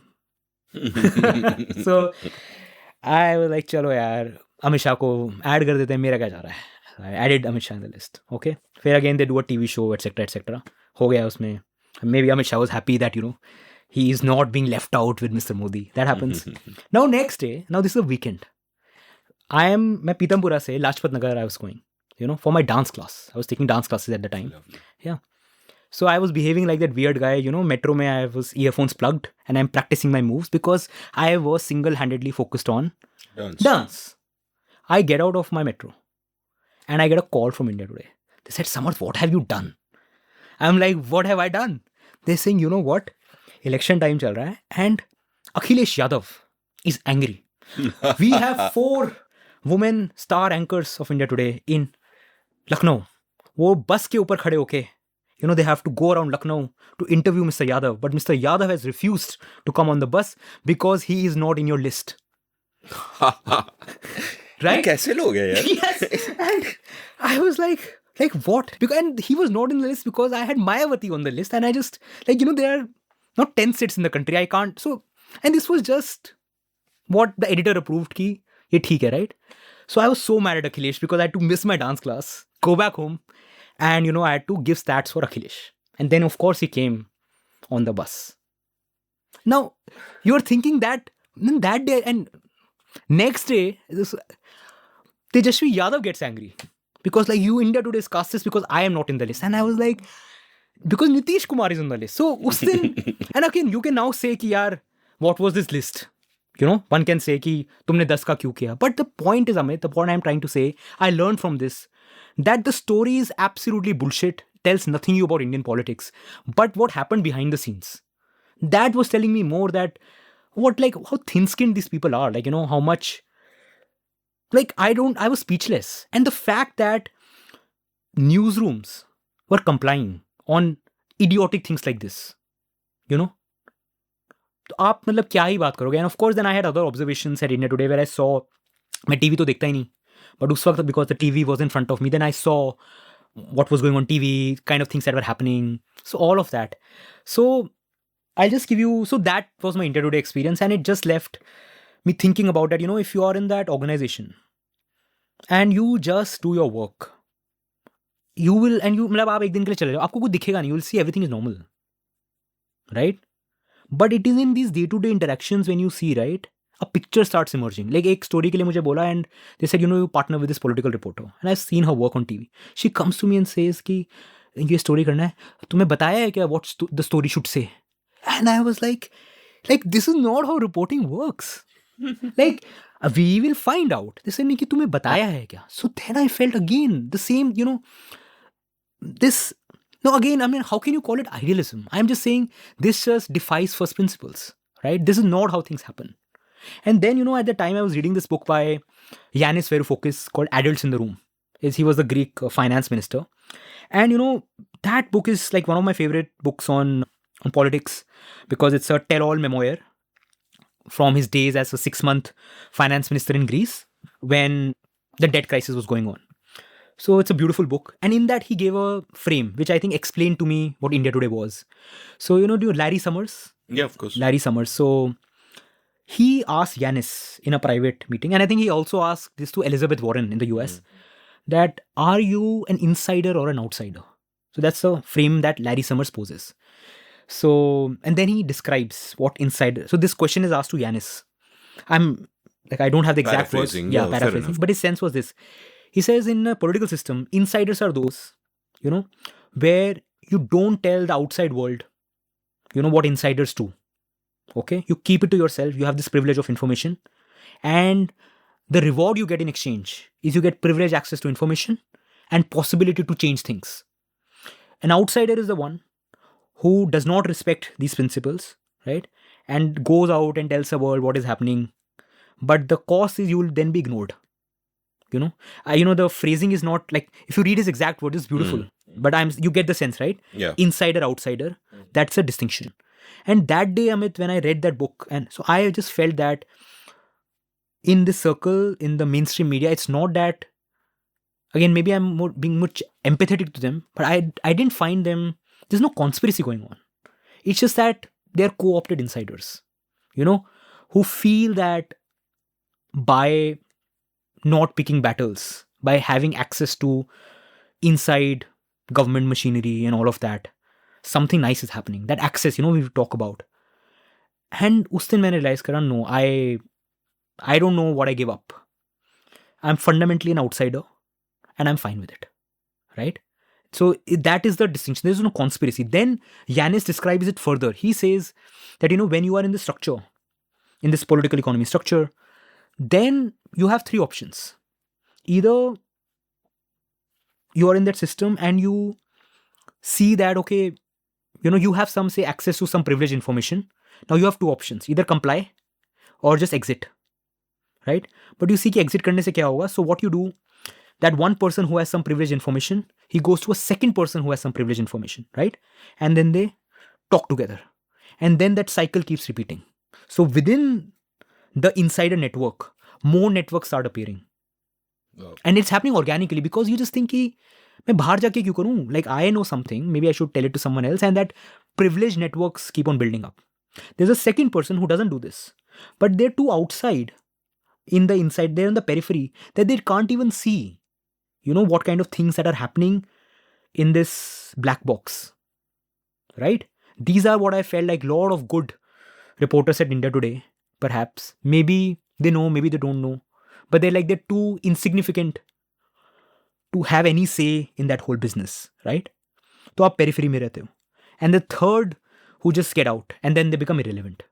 Then Yanis says there are few, like Larry Summers, who actually recognize that this is a structure in which they're operating. So they can at least place themselves. But most people don't even know that this power structure operates, where without any grand conspiracy, where people in power are sitting together to think about, what to do. Organically, things start happening. And that for me was such a good, at least for me, that, talked about incentives. The incentive is just that we have to run this organization. Uske liye ye karna padta hai. But these small actions on a day-to-day basis, there's a compounding effect where the privileged networks keeps on increasing and your co-option just, then you're so seeped in, you're so inside that you don't even know that you're trapped in that structure. So I think that when I saw, that just explained mainstream media to me that this is happening, but not my game. Not my game. Happily an outsider. And it's the age of the internet. Not my circus, not my monkeys. And these, I think these structures apply everywhere. Like I think about, and this used to be a lament, that in every field that I have been a part of, even peripherally, I'm not an insider, of course, and I am and I'm on the outside, so I'm not mainstream. The elites don't want me.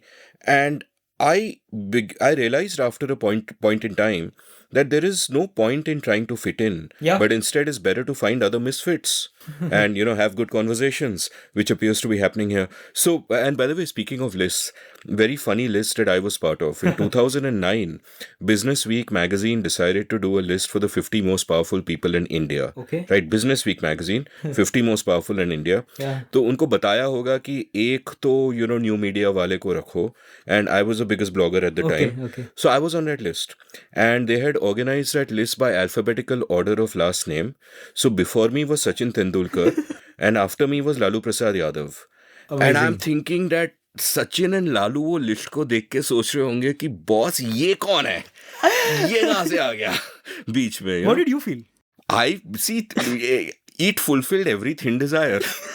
मैं तो खुश था यार, validation मिल Yeah, गई. right. You know, and a shitty book I had written had just come out. My publishers were super happy. Super happy, right. They wanted to put it on the poster, one of India's 50 most powerful people. I Yeah. stopped them. I said, इसका कुछ मतलब है नहीं. Yeah. It's as meaningless as those, you know, those social media Yeah. anti-metrics. Exactly. In It's those- arbitrary. It's random. It has no meaning. Yeah. Which is why also these, Forbes 30 under 30 and all of these things, they're very random, arbitrary. Right? And I think people, like there's a friend of mine who got into this list. Okay. And he was telling me, yeah, this is meaningless. कुछ नहीं है, and you have to apply for, I don't know if application process होता है. No. Business Week के लिए कुछ नहीं था. It was a bolt from the blue for me. क्योंकि कहाँ तेंदुलकर और यादव भी कहाँ apply करेंगे. So it's just, I mean, the more, and I think once you see from the inside, right, how these lists are created, कि कुछ उसमें thought है नहीं. I think this whole thing about being on the cover of a magazine, etc., you just realize that these decisions are so arbitrary. They're not any reflection of anything. So you mentioned first principle thinking, and I want to apply that thinking to journalism itself and how newsrooms work, which you've written about eloquently. I'll link all your posts from the show notes. And one of the there are a couple of revelations there, and one is in something you describe about a newsroom, and the other is in a question that you ask. And you describe a newsroom as essentially being in the content game, producing content all the time. It's a content factory. And these days, as we see, taking ideas from Twitter ke trending dekho, and those become self-fulfilling prophecies, and usme se stories banao. And the other is a question you asked at the start of the episode that you said you asked yourself, and I think you might have written about it in one of your posts as well, that what does journalism write about? What is news? What is worth covering? Which is a great question to ask, because there is a scarcity of space and a scarcity of attention, right? You can't take it for granted that these are the things we will cover, and there'll be one page on this, one page on this, one page on that. These are the specific stories we will cover. It's very facile once people are in that groove to go in those kinds of directions. But I'll ask you to step back, because you've obviously thought about these first principles in some detail. What should a newsroom cover? What is driving it? If it was just supply and demand, you would always have like Prince falls into a well, army is there to rescue him, and it's man bites dog all the time. But that's not it. There's more than supply and demand, and even supply and demand is so often guesswork and thinking along predictable lines. So give me a sense of this fundamental basic, and I understand it's a very large question, but what should a newsroom cover? And at one level, that big meta question, and at the other level, give me a sense of the state of the modern newsroom in India, because the whole system just seems to be broken. In India today, of course, you've described a particular set of incentives in a particular kind of political context, but give me a sense of, these two diametrically different things, sort of how do you ask that philosophical question to begin with, and what are things like now? So let me just try to see how to articulate. So I think let's just describe the problem more clearly. So this is sense of, right, newsworthiness. That this is newsworthy. I don't think any editor in this country, new media, old media, can they write a 1-page, 10-point description ki this is our mental model, what is newsworthy? I don't think anyone can write it. Do you think that there are criteria, what makes news, what doesn't make news? I don't think so. It's arbitrary. At best, you can come up with subjective criteria. That for me, as an editor, this is what I feel our publication should cover. But it's subjective and it's limited. And also, like, very subjective. Also, like, you can talk about, like you say, we want to cover education. But in education, we're like, that's a topic. Yeah. I'm talking at the story level. So news, what is newsworthy is a very arbitrary construct. Right? And I think the whole point when the idea of the mainstream existed, and you have talked about in the show that there's no mainstream as such, if you think about it. I mean, they have the power of amplification, but in the larger scheme of things, right? Like the literal meaning of the word, So I'm saying that is the issue, that newsworthiness, I think, is just a fundamentally arbitrary construct. And it's on the whims and fancies of editors. And what you expect in an ideal world is you expect that you respect the judgment of the editor. That, that the reason this person is leading a publication is because they have some sense of what is important, what is not important, and that drives what is being covered. Now, the challenge here is I think there's a framework called the theory of interlocking public. Have you heard of this term? No. So the big picture of this frame is that, see, you talk about any particular say issues, no, and you talk about citizens. Now, everyone is not going to be interested in every issue. Some people are interested in something and they are completely ignorant about something else, and then the thing will change in another context, right? So the way I think about a lot of mainstream publications is that they cater to the narrow elite about what is interesting, what is relevant. So when you talk about political news, one of the things that again I never understood the logic, reporters take so much pride in quote unquote breaking a story that the government is anyway going to tell you 2 days later. And you say there's nothing that they're hiding, it's just that you read this first in X. So I never understood that. So what? अगर आपने मुझे 2 दिन पहले बता दिया, right? Like, insignificant thing. It's not enhancing my understanding. But that is what the newsroom incentivizes. When they say we want exclusives, we want scoops. So what are is that information that will anyway come out in the public sphere, na? Everyone will get it. So I'm saying this, but this is a metric of newsworthiness that we have it first. Incentives. So this journalism professor, I think Jay Rosen in the US, he gave this very good statement. He said the modern media ecosystem is not designed to enhance public understanding. It is enhanced to manufacture new content. And he included the big publications. So that way, that's a description of the problem that I would want as a reader, that I want to understand India better. I want to understand this government better. But you get into, and you can't even say that the stories that are being reported are irrelevant. But I think that what has happened is that, at least now that I'm outside and I read, you feel so alienated. That, okay, अब मैं क्या करूं, And the conflicting part here is that, sometimes there's a friend of mine, very good journalist, he said, sometimes we write the story because we just want that person in the RBI to know that, we have written this so that a change happens.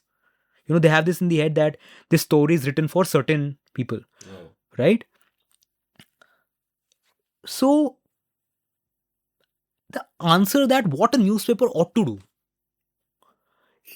I have never been able to crack this answer that, if I'm asked to write guidelines, कैसे लिखेंगे? Remember the conference we were talking about CRISPR? Yeah. Right? So CRISPR, just for context for those who don't know, revolutionary technology in gene editing, right? People should read about it and understand that something big is happening that can change how human evolution happens, right?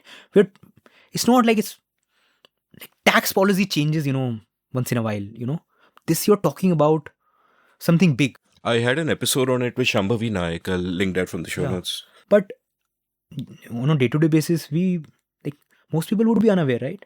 So I'm saying if there is a theory of importance, what matters, what does not matter, right? Does this not matter? I'm saying this is a way that I pose a question, right? That, okay, what is happening? And in the theory of interlocking public, that was the point, that how do you even come up with a list of topics that cater to the masses? Because there is no one public. The public is so disaggregated. They have so much disaggregated interests. So I don't know the answer to the question that what a newsroom should cover. I think of it as a different way that when I say first principles, it's more about that when you have a story, at least that's how I think about my work. You think about, okay, why does it matter? Story, how does it matter? And you report it rigorously and make it relevant. It's not that every story you read has to have some actionable. Do you know what was his name? Aaron Schwartz.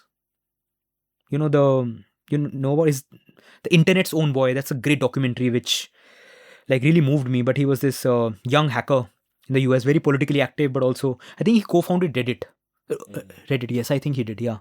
So he committed suicide because of this whole JSTOR thing about academic papers. So he had a great blog, it's still online. And he wrote a piece about why he doesn't read the news.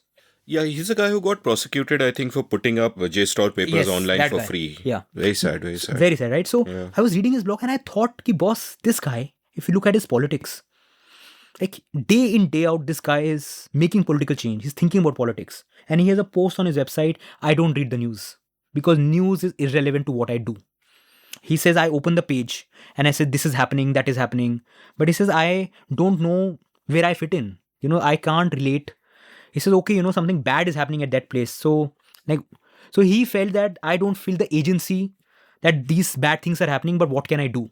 So I'm saying that is one frame of reference where someone can say, it's going in, I'm meandering, but the point I'm trying to make is that everything that largely we are seeing, you can poke holes on why the way we currently think has big issues. Okay, it's broken. And there is no solution that you can say, if Samarth Bansal is tomorrow the editor of a paper, right? I am not saying that I have an answer that I am going to fix it, right? Because the fundamental assumption is that something deserves to be news and something does not deserve to be news. I don't think that distinction is relevant. But on a day-to-day basis, whatever you are covering, right, and how you report and how you tell a story, I think that is where I feel you can list down rules. कि at least अच्छा जो आप कर रहे हो and what are the things that have no meaning, उसको आप हटा सकते हो. Where you say कि and just experiment and tell better stories. I don't know if that answers your question, but I'm saying for me what matters is what stories I choose.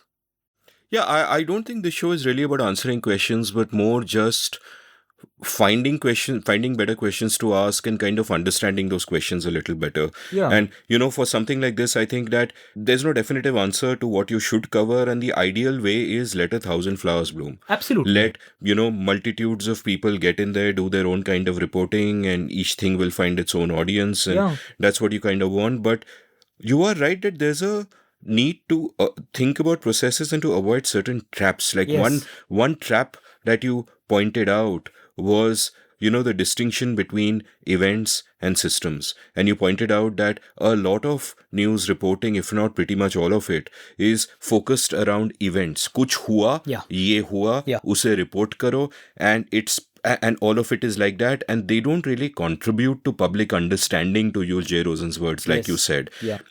So just elaborate a little bit on thinking in systems and thinking in just in terms of events. Sure. So again, I think rather than talking in abstract, let's be concrete. Yeah. Okay.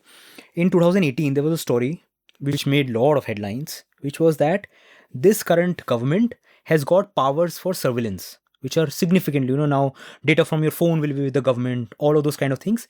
Because there was one circular that came out in the Home Ministry. The Hindu carried something small in the inside page, but next day that blew on the internet. Oh my God, what is this government doing? Modi is coming after your phones, right? Again, I don't know what happened with the Hindu, but it was probably some notification came and some reporter wrote a copy without deep context and people misinterpreted what had happened. Okay. TV pe halla ho raha hai, Twitter pe halla ho raha hai, all of these things are happening, right? Then, because I was covering tech policy at the time, I made phone calls. Okay, what is this? So this is an event which triggered a conversation around privacy and surveillance, which is an important topic, right? But the problem was everyone was talking about, and this is my understanding, about a non-existing issue. Because, Amit, nothing had changed. Okay? There was no new power. The power, jo bhi tha, it was the existing system. It was just that circular, which was some formality. How I knew? Because I made phone calls. I called experts who covered that. I said, look, this thing has come. You have written about it. Can you please help me understand what has changed? I called 3 people, a lawyer, someone at a think tank. That was a unanimous answer. So and then, a colleague of mine who had connections in the MHA, he got like an inside person. And I think that is the way to do a story. You cover all aspects. So I went and explained, ki boss, there is no, there's nothing here. There's no story. The story is that it's just, so this event was the point of coverage, but in the larger level, nothing had changed. So and I'll tell you how it connects to processes. In the press, this issue was reported as Congress versus BJP. Okay. That opposition is saying how bad BJP is doing this. Then you get some context. When 2008 or 9, when the IT Act was passed, okay, Congress was in power, right? And they passed what people were, gali-galoching on the internet. And this law, I think IT Act passed in 10 minutes in the parliament. Could debate bhi nahi hua. Because you know what? Surveillance is about power. It is not about party A versus party B. Everyone in power does not want your life to be private. That's how this power works. Now, Congress, who was in power at that time, is now taking the moral authority कि ये गलत कर रहे हैं जबकि कुछ change ही नहीं हुआ है. So what Congress ही ने किया है. Congress नहीं किया है, right? And the others were कि everyone wants this, because everyone benefits in a way. But you look at the news coverage, that was the story. Congress said this, BJP said this. That's what I'm describing. And I was so sad because my story under page pe tha. Nothing happened. Front page pe story tha, Congress says this, BJP says this. So that day I could not understand how can my paper publish a story saying under nothing has changed, or front page pe you are amplifying Congress, BJP. So this is the problem with event-based reporting, where you don't know at a system level what is happening. When you look at a system on a day-to-day basis, for example, there's a stock market crash, an oil price rises, cryptocurrency, something is happening, or there's a flood there, all of those things. So you report on the event. But the question about why was there a flood in Bihar, right? What are the day-to-day things that have happened in the past 5 years that led to that flood? That is a system. That's a process. That's not an event. And that unfolds on a day-to-day basis. You need to really understand. You need to connect the dots. You need to look at multiple perspectives. And that is the story. The story is not... In fact, P. Sainath, in his book, Everybody Loves a Good Drought, he talks about this distinction in back, I think he wrote his book in the 90s. Sometime around that time. Yeah, sometime around that time. He describes this exact... I don't know if he used these words. Exactly that how we look at incidents in isolation. And that to us feels something wrong is happening. But we have not looked at the deeper reasons why we went there. And to get to this whole process, you can use systems thinking approach, which is just one way of looking at things. And the core idea there is that, even when you're looking at the media, right? I talk to so many people who says, there's this idea that if only good people come together, Amit Verma, Samarth, Bansal, and 20 of us come together and we are given some money, okay? And we will start an organization, we will fix things. No, because we are not operating in isolation. Okay, you can say the problem is the proprietor, the owner is the problem. So you will say, acha, owner ko change kar do, right? No. What about other incentives that drive news coverage, right? The reporter wants to win awards. The reporter wants his colleagues to say, tu acha reporter hai, you, all of those things, right? I'm saying in every action, there's just one piece of the system that is broken. Once you look at the big picture and instead of looking at incidents in isolation, you say, okay, how is the system interacting with each other, right? And how a small change in incident X makes a big change in Y. Then you see the complexity of the system and you realize that the problem is much more complicated. You can't just fix one part and think that isko, in isolation mein 10 part theek kar do, system will... Does that make sense? In a way that about the process, that it's not just one event. Because if you just look at event in that whole system, you're looking at X. You've forgotten how we got to X. And that is the story, not X. Because that will always give you a very limited picture. And Amit, you open a paper any day, you will find it like event. So event aapne pad liya, you go to a party, you will sound smart because you know. But the question is, do you understand things better? Has your understanding about Indian politics, policy, has that enhanced? As a reader, not for me. I have a lot of friends who don't. Maybe there are people who are, but I don't think that knowing tidbits and trivia, you can know a lot of them and you can keep throwing that at people. But base level pe, what have you understood?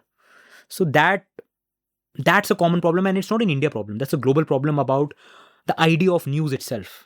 So and again, if you talk at the centuries level, right? News is not, it didn't appear in nature. It's what? 400 years old or something, right? We're living in a different information environment, right? The internet has come, a lot of things are happening. So I am at that zone where I understand why newspapers exist, why the idea of news exists.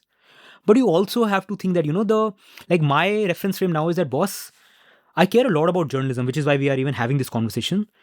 So think about the first principles of journalism. Like if newspapers die, let them die. I'll feel bad because all of our institutions, they have history, they matter, they have something to this country. But in the larger scheme of things, you want journalism to stay, not an entity called a newspaper, right? And I think we are at a time where no one knows the answer. What is going to happen in the future? And everyone is trying to figure it out, and we should take solace in the fact that we don't know the answer, but we should work towards the future. So at least now, after giving all this, big theory, what matters is what I do. And that is the frame in which I operate. I don't know what others are doing, but not news, not newspapers, journalism. And there's a difference. Journalism and news are not the same. News is a subcomponent of journalism. And I think if we make that distinction, it just gives a better frame to think about the solutions. Yeah, and you mentioned reading newspapers and going to parties, and I do neither. So, I don't take a newspaper and no one calls me to parties. So, just elaborate on the last thing you said there, that there is more to journalism than news. Yeah. So, news is something that's decent, right? News is something that happened today. But what is, like, again, I have such an irritation with, this whole thing about newsworthiness. What it is, it does not give you the full picture of what is happening. It's just some non-random sample of collection of events that have happened and given to you with a very deep bias about, there is negativity, there is some outrage, sometimes it's important, some civic role, all of those things. That is, and it's important. I've written in my writing that as a collective, if all of this goes away, we will lose an important part of our information sphere. But journalism is more than that. For me, honestly, Amit, again, journalism for me is no more about making an impact or making a change. I only think journalism is a vehicle for truth seeking, to understand. That's it, nothing else. And there, when you talk about, when we say deep reportage, what is deep reportage? There, where you don't settle for easy answers. You keep, as I think, who's that editor? I've said, keep peeling the onion, And I'm not even saying investigative reporting. I'm not even saying that. I'm saying journalism, news is about what happened yesterday. And we want to report so that you are informed about current events. Journalism is about truth seeking. Journalism is about understanding, and there are so many ways to understand the world. You can become a scientist, but I think that there's a power in the profession of journalism, which like you can be at a think tank, you could be a scientist. The things that a journalist can do that you can't, right? For example, like I was at this conference and people were telling me about the problems with Indian think tanks. Like, how, they've been like they're not free anymore in a way, like there's some decline. So when I asked this person, this is so important, can you talk about it in public? And they said, no, it's too risky. I can't. So Amit, I am not doing anything right now, but it's in my notes. I'm like, okay, that's a story. But this is one person telling me this. So in the back of my head, I don't know if I'll write it, but in my ideas, it's a story that this person can't say this because, society may alienate this person, right? Whatever. But it's a process about how knowledge production in India is being affected. Okay. Am I convinced? No, because this one person told me, but someone I trust has told me this in private. So can I use a journalistic method to find out and connect the dots and talk to 10 people? And I take the risk in the sense of to be the person who brings this to the information sphere, right? The journalists take the risk. We name people about this organization. We, academics generally talk in broad brushstrokes. This happens, that happens. I think journalism, we talk in specifics. We name people. We are not saying, X person is doing something with their taxes. We say this person did this, right? Now you can say, isme bias hai, vagera, vagera. No, but I'm saying the mechanism of accountability, the mechanism of that,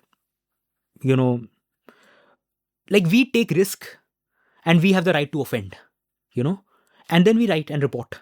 And then I think the society should give us, like, if we are taking that risk, they should insure us. So I think that's a social contract. That's one example where I say that, this is not news, because it's not something that today something happened, like someone will be fired at a think tank. It will become an event. But wo news aaya chala gaya, in 1 week it dies. But what did you learn about the country? So that's why I think journalism, in that way I'm saying, that's the difference. That's one way I think it's much bigger than news rather than... And what I find resonant in what you're saying is the distinction that you're making, though not in so many words, but this is me thinking aloud, between the essence of an act and the packaging of it. Right. Mm. For example, I often tell, people will object to e-readers, for example, and Yeah. say, nahi, book to physical honi chahiye, paper ki smell aayegi, ye wo. And my point is, a book is a words and author rights. That, your paperback and your hardcovers are forms of packaging, your Kindle is a form of packaging, those are all different forms of packaging. Similarly, if you strip down the essence of journalism to the pursuit of truth, to making sense of the world, then we have some antiquated forms of packaging which kind of linger on, like newspapers and TV channels and whatever, and some of them will become artifacts and some of them will morph into other things. But those are not important. What is important is the thing itself, the pursuit of truth, the Yeah. desire to understand the world. And a long form podcast can contribute to that as much as, Absolutely. a pamphlet can, for example, Yeah. from the past. Yeah. So I think that's an important sort of distinction. I mean, for example, when people talk of tech monopolies, ki Facebook has no competition, Twitter has no competition, actually, if you think about it, they all do. In a narrow sense, they're monopolies of whatever specific domain they operate in. But in a broader sense, they're all competing for our time. They're all competing Mm. for our attention. Right. And if you, so it's, I think at some level, sometimes when we think about all of these things, just as it helps to embody the abstract and give it concrete shape, it also helps, I think, to step back and look at the bigger picture. You might do it in terms of time. Look at something over 500 years instead of Right. the last 30 years. Or you might do it in terms of asking, what is the need this thing is, fulfilling? And a need that today, an HT or an India Today was fulfilling, say, in 1990. Yeah. Those needs are not being fulfilled by those institutions today. Those needs, if you think about it, have been completely taken over. Yeah. You could argue that they are, in some cases, they have become event management firms, like, political journalists asked to invite politicians to events. In other cases, they have become sources of entertainment, Yeah. where, all of these events are what? They're entertaining. They're not necessarily casting light on the world. So I agree with you that I'm hopeful Yeah. that in a future of unknown unknowns, different kinds of solutions will emerge. Another thing I want to focus on is that so far in our conversation, I've been, critical, or maybe critical in an understanding way, of mainstream media, Yeah. which almost cows down before, the powers that be. And I almost seem to be valorizing independent media, which is standing up and saying we shall fight. But the interesting thing is, in modern times, a lot of what passes for journalism is really narrative battles. Absolutely. And even within, the so-called independent media, what journalists and editors need to watch out for is they need to introspect and think about whether they themselves have agendas, whether there's a danger of politics kind of getting in the way of that. You wrote a long and lovely critical essay of a story Broken by the Wire a while back, where they perhaps, allowed their desire to break a particular kind of story to cloud their better judgment about whether the story warranted to be published. You've also, criticized the Caravan in the past, and I have deep critiques of them. I appreciate their courage, but I feel that a lot of what they do, I wouldn't call it journalism. A lot of their profiles are really hit pieces where they have decided the conclusion in advance that we're going to take person X down. And, and everything is sort of mediated towards that. So what are your thoughts on this? Yeah, I have. Okay, I'll tell you. But I just want to add a note to everything I've said. Amit, I think I mostly have questions at this time. I don't have answers. I mean, this is a kind of a conversation where all sorts of meandering is happening. But I hope you can see that. I think it's a freewheeling conversation which listeners on of the show at least Yeah. will take in the right spirit. Yeah, because So this is not I'm Twitter. like, I say I'm the most qualified expert on nothing. I don't know, man, but it's just that I think, but it's important to ask these questions. Yeah. That's it. And I think all my thought process is in that frame. Okay. So yeah, so on this independent media thing, that's why I think the Wire piece that I wrote. So let me put it this way, I donate to the Wire. I donate to the Caravan. Okay. I have a subscription, but I don't read either, because I think they need to exist. And I support them because they are among the few who are fighting the good fight. So, so I'm making this distinction that I am critical, but I'm not saying that they don't need to exist. Some people make a comparison between Op India and Wire. I think that's a ludicrous comparison. That's ridiculous. That's ridiculous. It's ridiculous. Like, you're saying, oh no, but so they will tell me, तुमने तो बोला Wire ने hasn't done, ये तो गलत article था. मैंने कहा हाँ, I'm saying I'm critical of the Wire, I'm critical of the Caravan, but that's such an unfair comparison. You should say that how unfortunate it is for from my vantage point, for the larger Indian right wing to not have a publication that they can be proud of. That, that does journalism. Not, so I'm saying that's a distinction. Yeah, that these, these are messy things where, again, when you start bucketing, ये propaganda है, ये journalism है, ऐसे नहीं होता है. Right? I remember, again, despite, like, I left HT. Someone comes and tells me HT is a propaganda. I was like, you are an idiot. Okay? Because you are doing this because your thinking is lazy. You don't want to think deep enough. So you say that the paper has problems. Don't say it's propaganda. So I'm saying that is the frame. Now, in that, what has started happening, I think, in the independent media, like this editor once gave me this brilliant statement. He said, Samarth, we are living in a time when the BJP will give us certificate of nationalism. The Communist Party will give us a certificate of secularism. And the Caravan will give us a certificate for journalism. And I think, again, I say, all of this conversation is from the vantage point of a reporter. I just want to write stories and I report. If you go down to the concrete abstract, right? Forget, like in the abstract, it's very simple. I think what has started happening is that I believe that journalism should be about truth seeking, and truth seeking is hard because, all sorts of human motivations come in that take you away from, not human motivations, human nature comes in that takes you away from the path. It happens with scientists, happens with journalists. Anyone who says that, my only commitment is to the truth, I don't care about anyone else, they're probably lying. I want to believe that. So, like I am there, but there could be, forces that will take me away from that, right? So but in principle, you agree.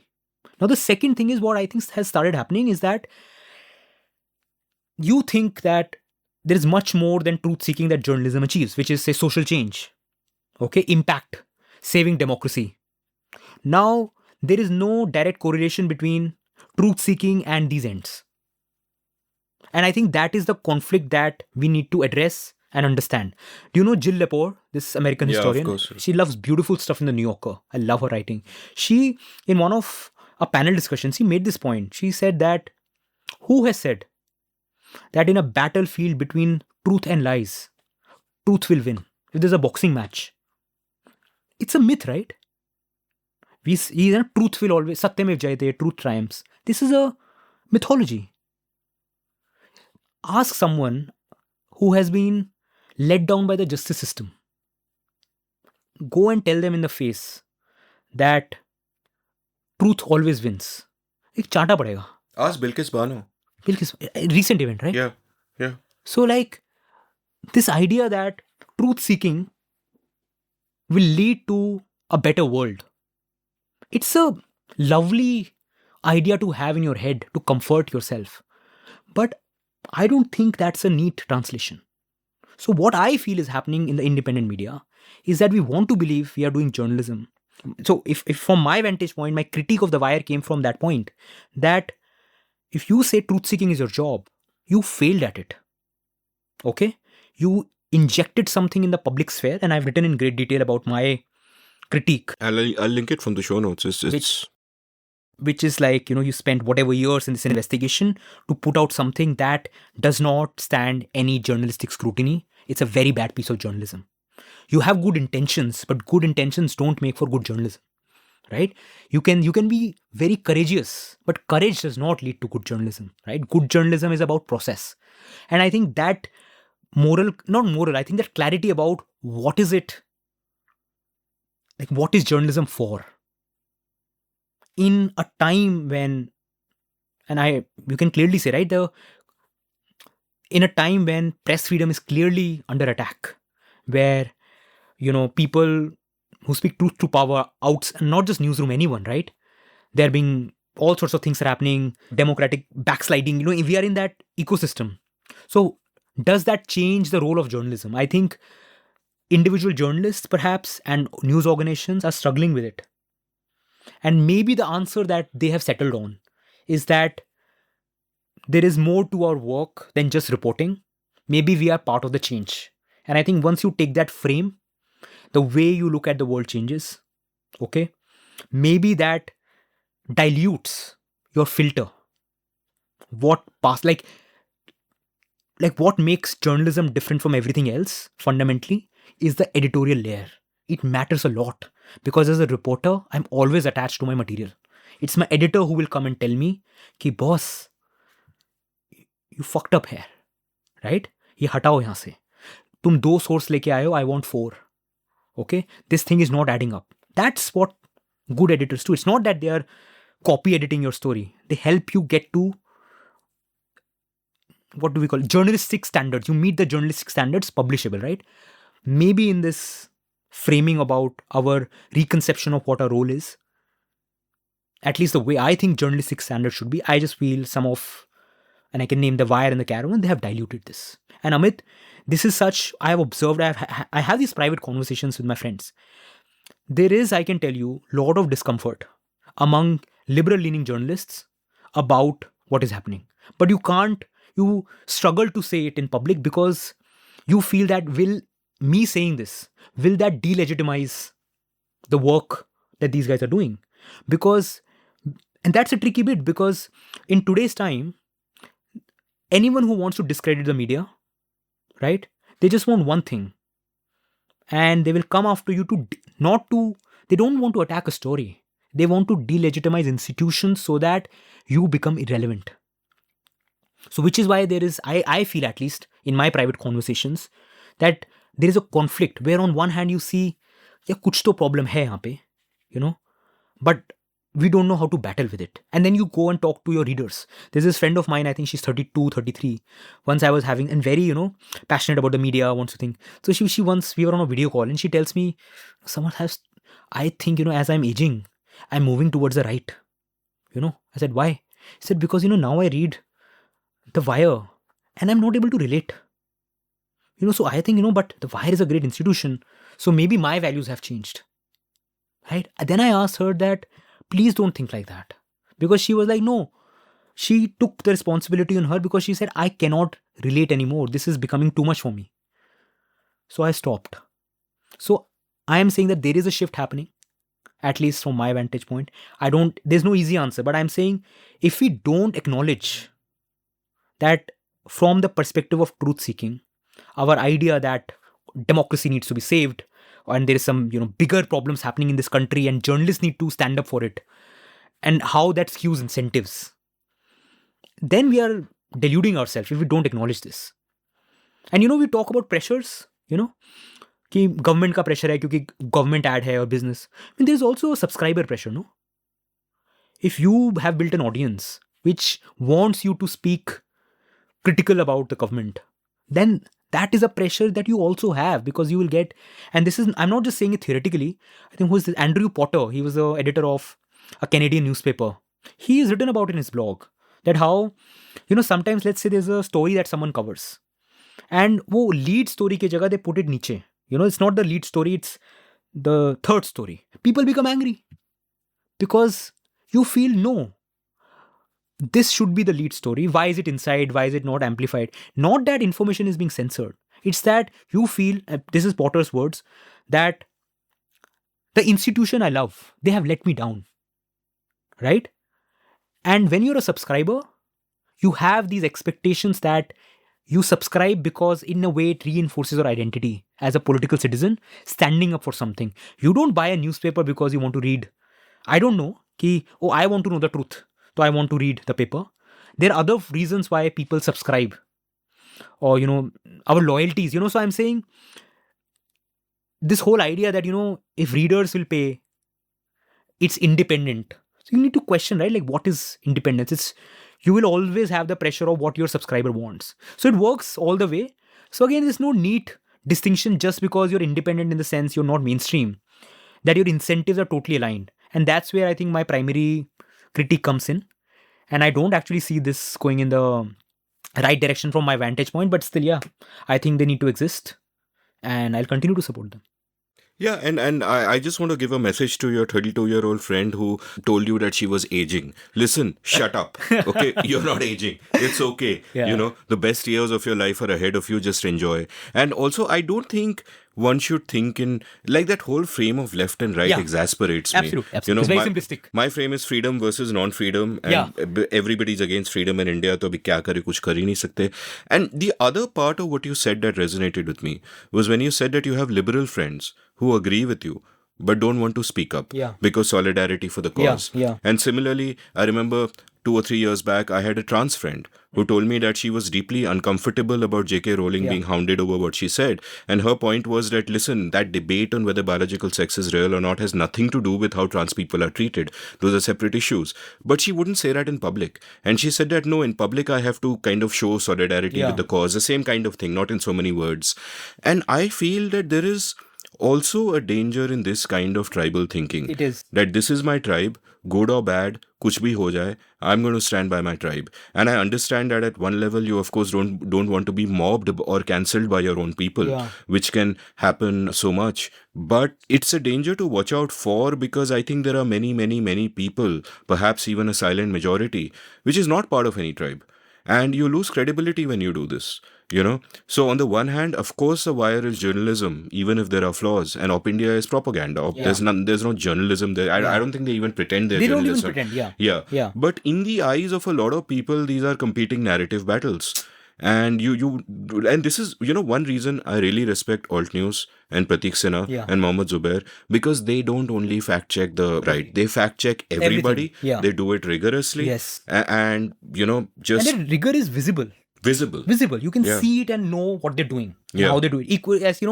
Equal opportunity offender, as one editor used to say. You see their work. The work speaks for itself.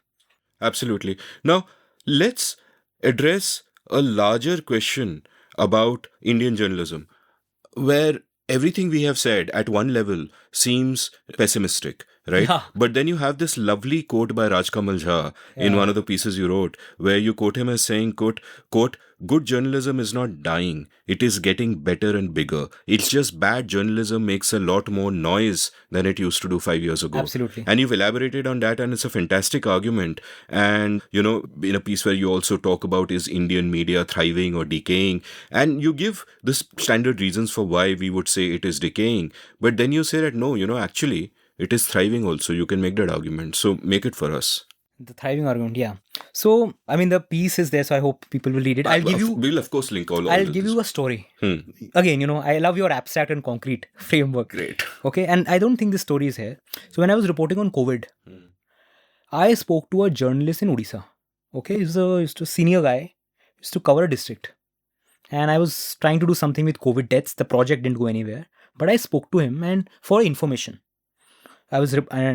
Now this person, in that district, was going, and from inside the government, he had sources. He was getting out the death figures that the government was hiding. And every day he would publish on his Facebook page, and he had a WhatsApp kind of a newsletter, and just focused on one district. Okay, and he would send it to everyone. So on a day-to-day basis, the district administration was confused कि ये क्या हो रहा है, हम number डाल रहे हैं, इसको कहाँ से मिल रहा है, right? No one will know who this person is. Right? They will not, when they say courageous journalist on Twitter, नहीं आएगा. His name will not be there. Going का award नहीं मिलेगा. कुछ नहीं मिलेगा, right? But this person is doing journalism in a Odisha district, which local people and the administration both care about. I didn't dream up of, मैंने तो नहीं ढूंढा ऐसे. There's a person I was talking to. उन्होंने बोला आप इन पत्रकार से बात करिए, because they know the district better. So I called him. So he explained कि कैसे लेके आते हैं information. Then he went further. He said, मेरा WhatsApp पे newsletter है. I send it. उसमें he said, मैं कभी, I'm going around and I see a problem. कि, कुछ project था वो अटका हुआ है. He said, मैं photo खींच के ना, I first send it to the officials. District office में भेजता हूँ. कि देखो ये है, I am doing a story. तो what they do sometimes is they tell him कि रुको यार, हम इसको actually fix कर रहे हैं. तो मुझे 2 दिन दो, अभी खबर मत करो. तो he stops. Okay, because he says, I just want कि problem solve हो. एंड सर अगर वो 2 दिन में कर देते हैं तो मैं स्टोरी करता हूँ ये प्रॉब्लम थी इन्होंने सॉल्व कर दी. If they don't then I tell them कि एडमिनिस्ट्रेशन डिडंट, ये प्रॉब्लम हो रही है यहाँ पे, ये लोग कुछ कर नहीं रहे. ही सेज आई गो, ऐसे कि फाइलें कौन सी अटकी हुई हैं. देन आई सी समटाइम्स अच्छा ये फाइल यहाँ अटकी हुई है, स्टेट ऑफिस में बात करता हूँ. तो if I find out that a problem that was a district problem, उसमें फाइलें अटक गई हैं, तो I send it and broadcast it and then you know the government moves. Amit, when I heard that story, I was so inspired because we have this notion that everything in this country has to be about one man, Mr. Modi. No. Isn't this journalism? Fantastic journalism. Fantastic journalism. And that's what I'm saying, that, you know, there are, if you start going beyond this world of Twitter, you know, beyond this English language journalism, and you start seeing, okay, what are people doing? Right? He is doing, and this, I think, I mean, I don't have a lot of answers, but I think one of the things you can imagine about the future is that accountability will be decentralized, right? That you don't need a Hindustan Times to go and talk about every district and government. Ultimately, it's about, you know, the state and the citizens, in a way, if you think about political journalism. But the state is not just the center, it's happening at all these layers. So I'm saying that is one example where you gives me hope. That, you know, people are thinking, doing stuff outside the limelight. Then I told you this example. I have seen firsthand examples inside newsrooms. The kind of battles people fight to get a story in the paper. When you see that, when you talk to your colleagues, it gives me a lot of hope that despite living in those moral conundrums, right, they are sticking around to make sure कि हाँ, critical things go. And I'm not saying that critical thing is the whole point of journalism, but I'm saying that that's an important part. People stick around, right?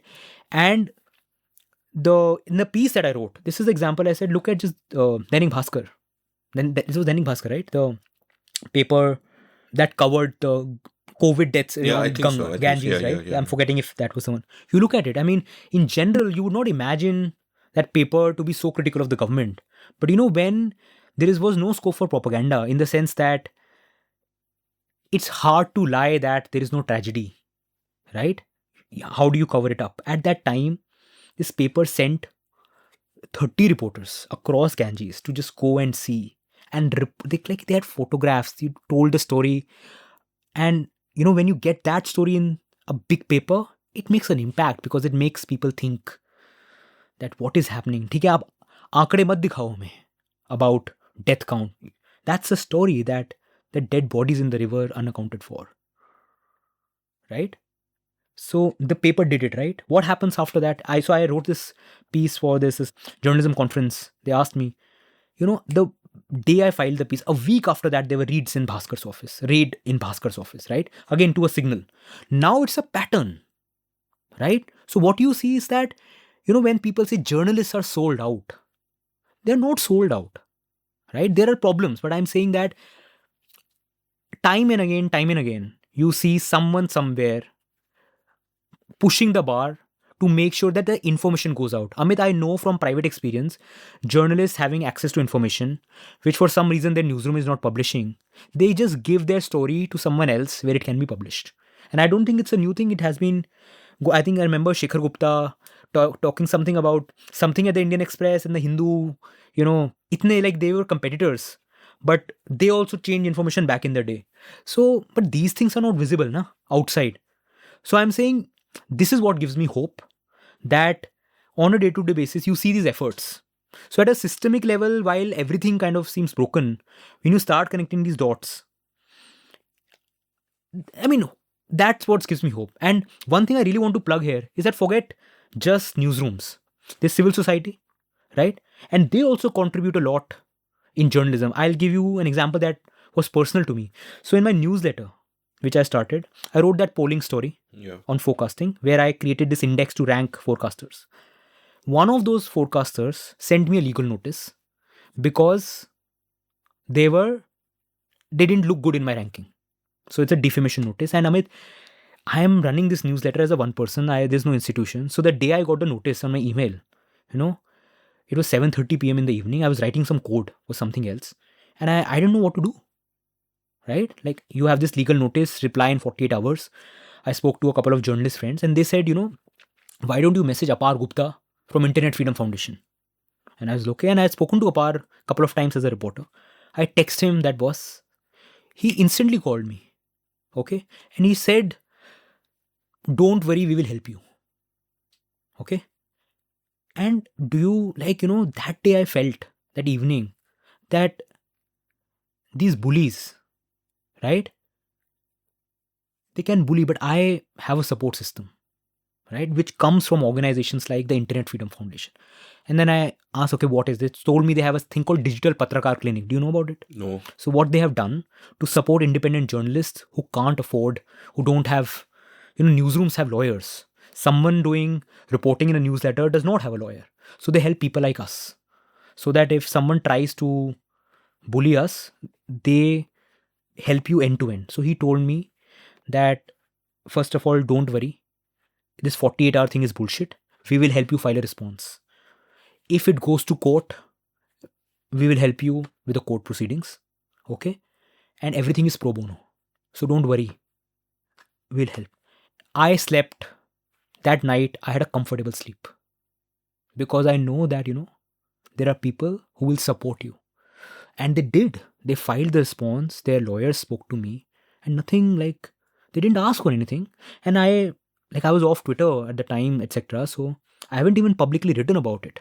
So they don't even get credit in any way. And who cares? It's just, they just help one reporter. But you know how it helps? It gives me confidence that ki haan yaar, tomorrow if I do a story which I want to tell and someone gets offended, there are people out there who will come and stand with you. People like, Apar Gupta and his team. Yeah. Isn't that brilliant? That you have this support system. So this gives me hope that problem hai. But again, this is not that's why I say it's not in my head, fight of one journalist or one organization. Point is, the powerful people want to control the flow of information. That is the problem at a macro level. And as someone who believes in freedom, not a particular political party or B, just freedom of speech, freedom of the press, it's a fight that people who are not in power have to collectively fight to make sure that those information flows are broken. Information should not be suppressed. Amplification is alag. So that's, if you take all of that in consideration, right? I don't on a day-to-day basis, I care about the press, I worry about it, but I'm very hopeful. And you talk to young reporters, they are they're doing good work. You see, on a day-to-day basis, don't you see great stories being broken on an everyday basis? There are stories I won't read because I'm not interested, but across the board, so much good journalism is happening. How do you ignore it? तो आप बोल दो गोदी media है, सब journalist बिके हुए हैं, and then you see all of that. So I think that's my long answer to what makes me very hopeful about future of Indian journalism, that despite all the problems, if people are sticking around, that really inspires me. Yeah, I love reading your essay on this. And what was also a great point you made in that was how we need to think of information production as a collective. Exactly. है ना? Yeah. कि the point that you basically made in short is that, thought experiment, that all journalism ceases to exist tomorrow. The void in our lives will be incredible. We won't know what the hell is going on. Exactly. It is like a fish swimming in water and suddenly all the water is gone and you're gasping and what the fuck happened? And it's exactly like that. Yeah. And the thing is, we bemoan कि 99% news आ रहा है लेकिन वो 1% क्यों नहीं आ रहा है. But sometimes, as you've pointed out, in the real world, to get that 99% out, some people choose to compromise on the 1%, and sometimes वो 1% आएगा, कहीं और से आएगा. Yes, कहीं और से आएगा. Civil society है. That gives me great hope also that civil society is there. I believe in people. The reason I believe in economic freedom is markets are one mechanism for people to express themselves, but there are other ways. Yeah. And, technology is empowering individuals, and there will always be voices, there will always be dissent. You can't shut everything down. You can't shut anything. In fact, thank you I forgot almost this point, but this, so sometimes when I a lot of times wonder कि यार ये truth seeking, ये journalism, does it matter? So my answer to that is, अगर answer नहीं मिल रहा है, it's a math problem. You go for the counterfactual. There's nothing.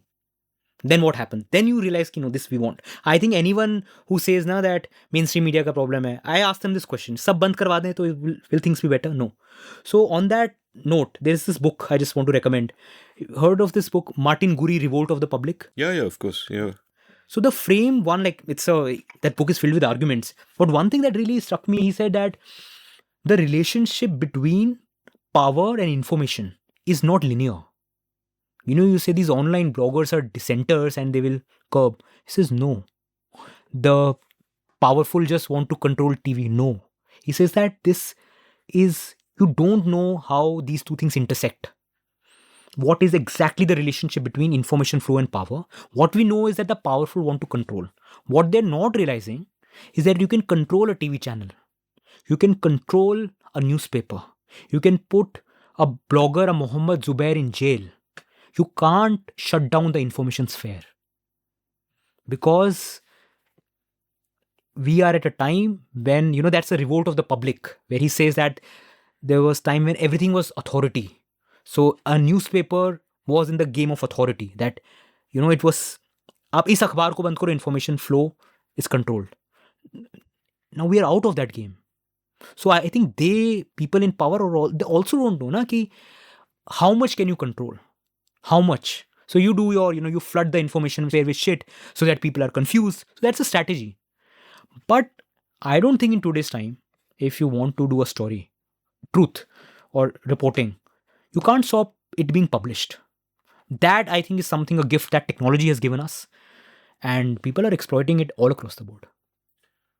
So, we've spoken for almost 5 hours and we haven't mentioned data journalism yet, which is, of course, a pigeonholing term that slightly irritates me. Like, even when I, recorded with Rukmini, for example, or, Pramit, I felt kind of guilty. I said, ki mujhe ye term use nahi karna hai, because these guys are just proper journalists, as are you. And, data is one tool that you have among many to tell a story. Yeah. So tell me a little bit about what is wrong with the way people think of data journalism, and what are the appropriate ways to think of data, both for journalists and for readers? Because पहले क्या था कि when the term was new, तो हम Hans Rosling की graphics देखते थे, and for us in our heads, data journalism was all these funky moving graphics and, but that's not it. That's just one way of packaging it, as it were. But there's a lot more to that. So tell me a little bit about this. I feel you have a lot of harass that you're happy to let out. So, no, first of all, I think Rukmini and Pramit are both, in a way, friends and mentors. Like, Rukmini hired me in journalism. Okay, I didn't know that. Yeah, she was my first boss. Yeah, and Pramit, when I was at Hindustan Times, he was at Mint.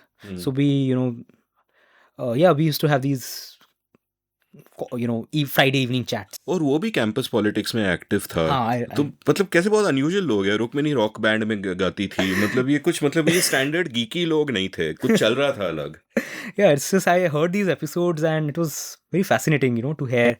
So, I mean, you have had the pros of the profession on your podcast. I mean, I learned from them. But still, I'll just tell you what. So, I think when I got my first job as a data journalist, I used to proudly tell that, I use data to tell stories, right? But then you realize that what a limited way to think about a story. Why?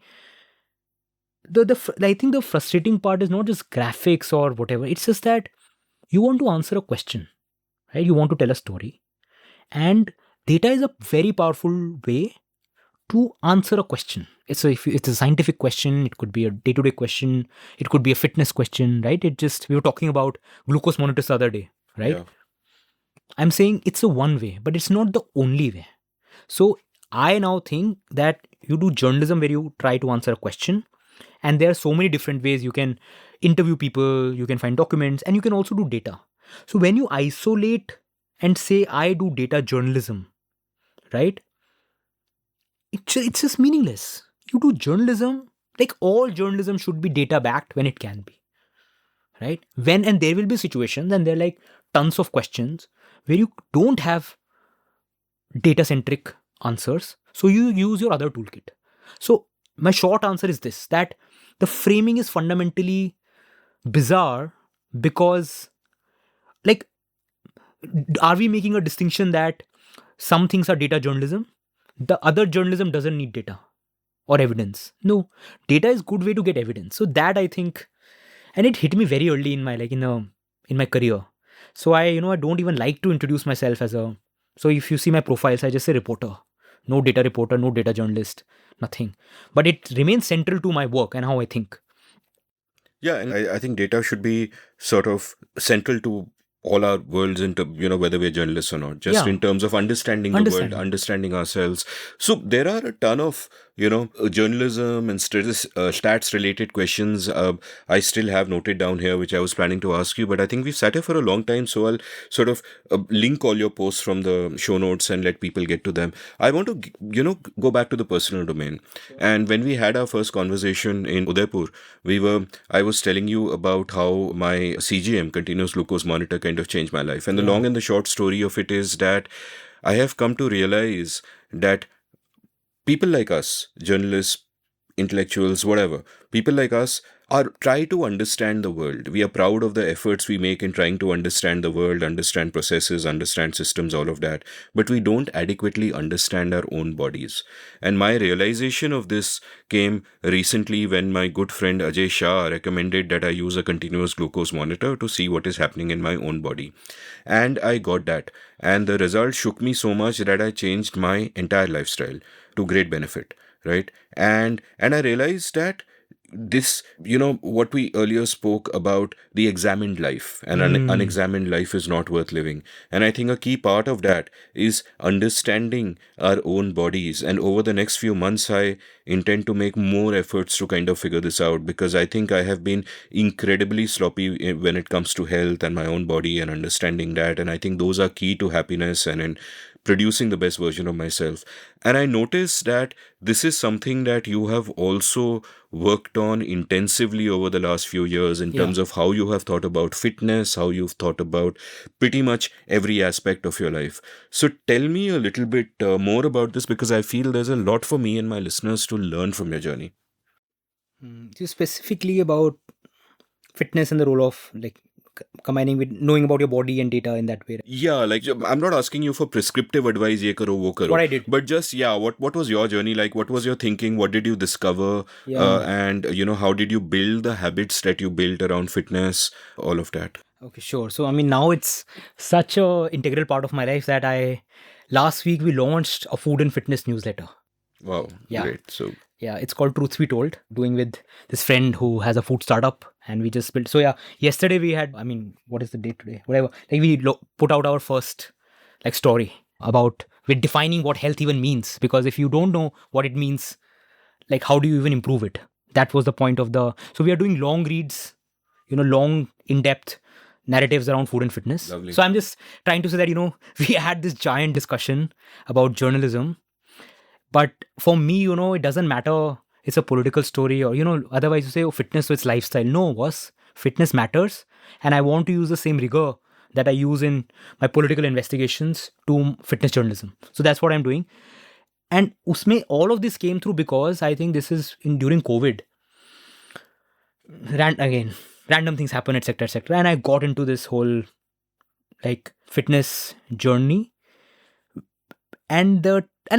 So I grew up as a overweight adult since teenage, right? And all through my early adulthood, that was the case. And I think like many people, you feel that, you need to lose weight, you want to exercise, but nothing happens. At least for me, you try to do something and then it falls apart. And you don't know what is happening. You consult someone and it's just so bizarre. It's just so confusing. And you start feeling that koi point hi nahi hai, chodo, jo chal raha hai, chalne do. What happened, Amit, in 2020, there was a month. I'm a nerd. So I just read fitness literature in and out, whatever I could. And weirdly, for me, it just felt like this is actually just a math problem. That I just have to monitor. I have to build good habits.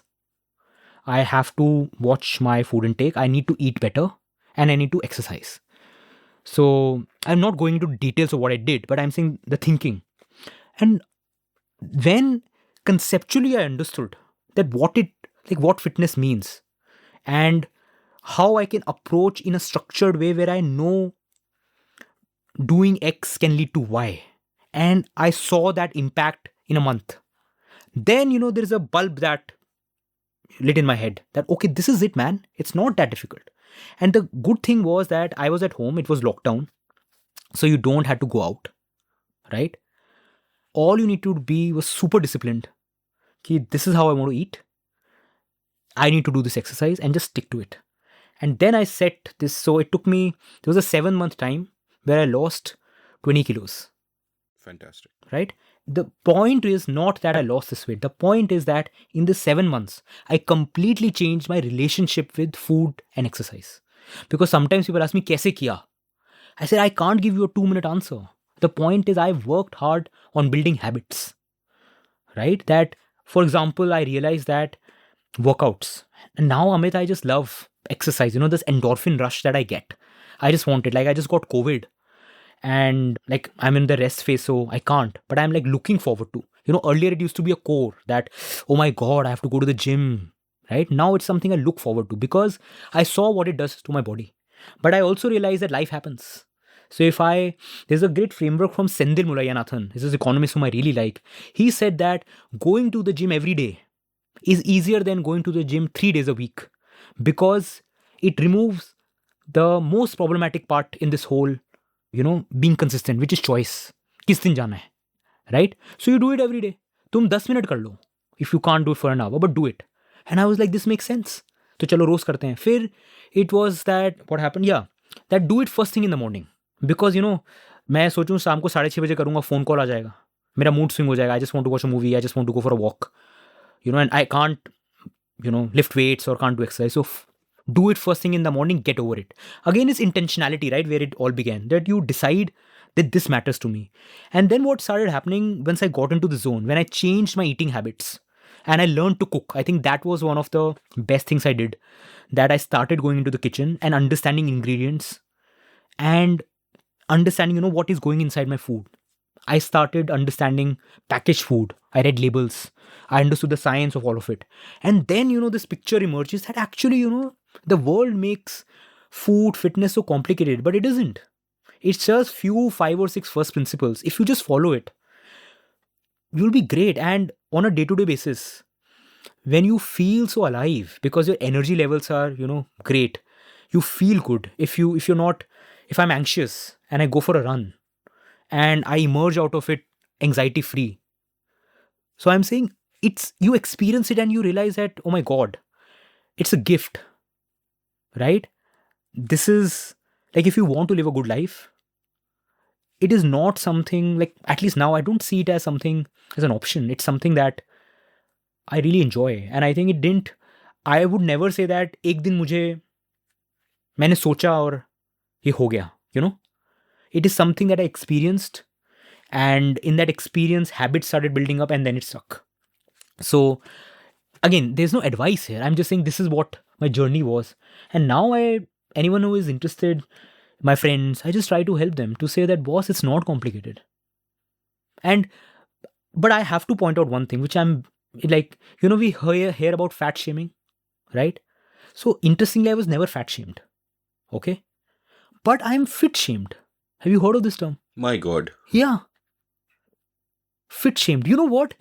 It's like somehow, I don't know, I think you go and like, when, I told you come to Delhi and people start commenting on your body that, oh my God, you're losing weight, your body has changed, what are you doing, why don't you eat?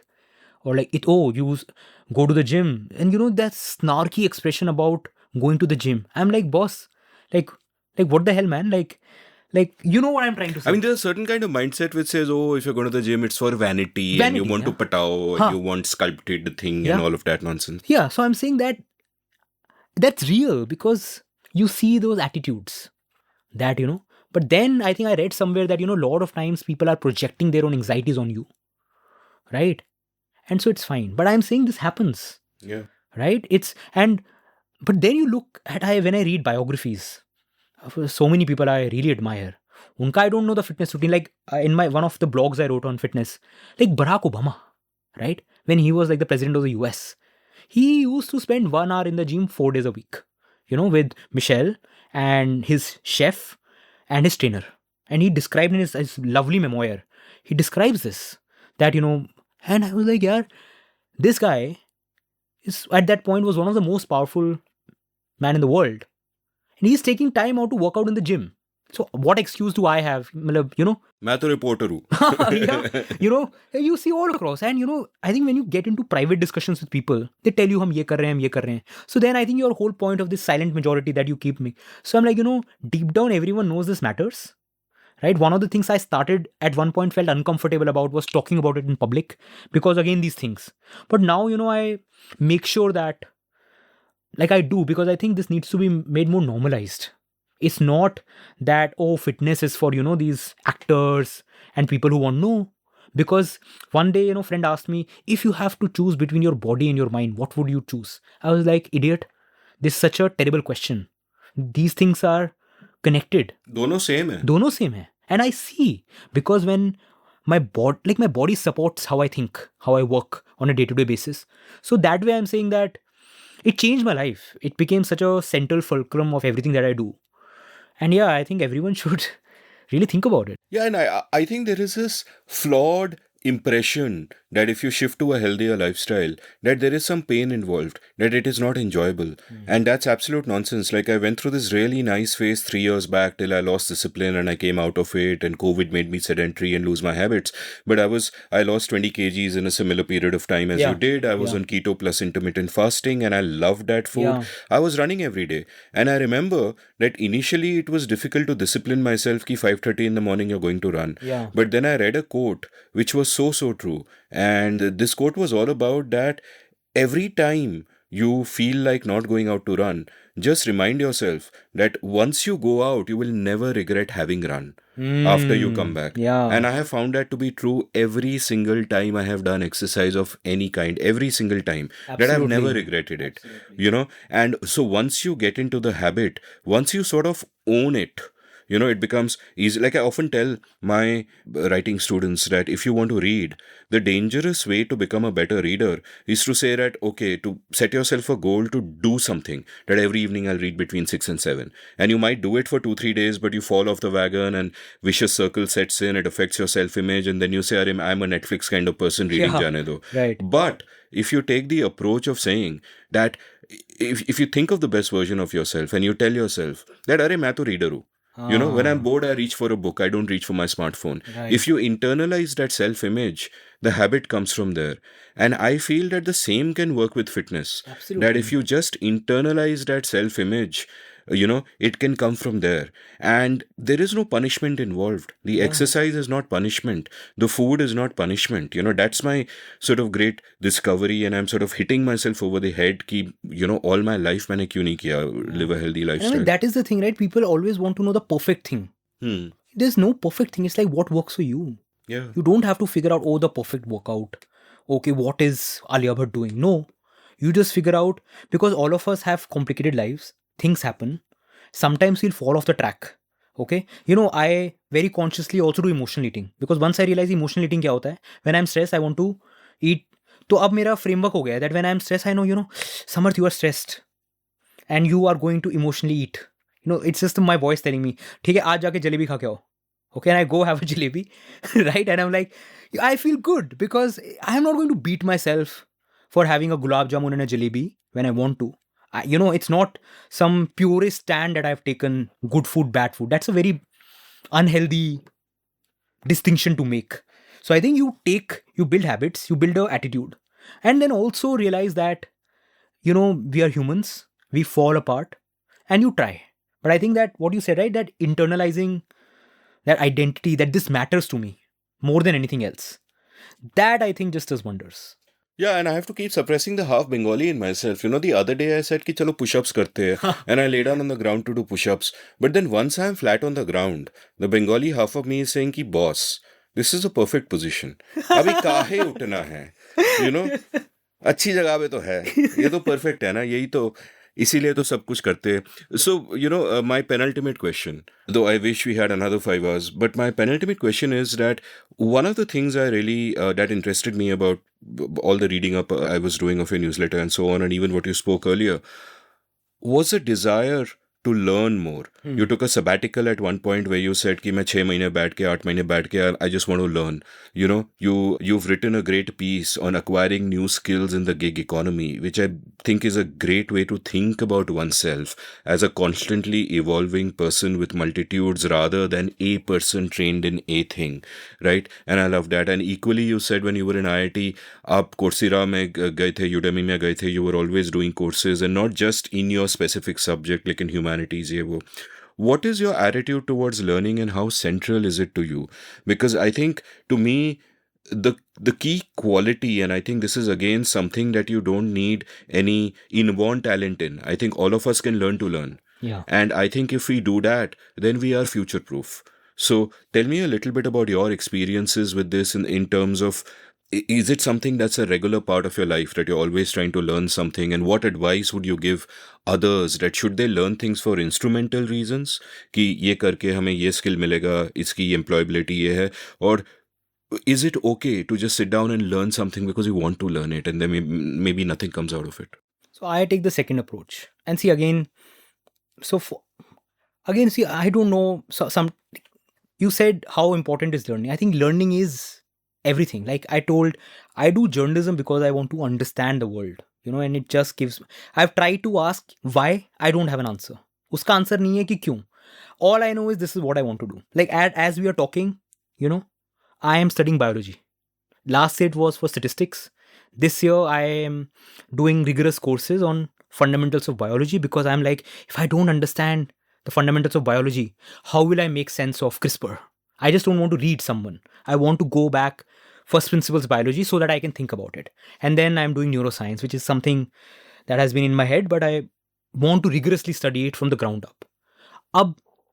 I don't have a story, as a journalist, I don't have a story that I want to report. It's just that in my framework, this is something I feel is important for my growth as a person who just wants to figure out things. And I think once that hits in, this will enhance my understanding.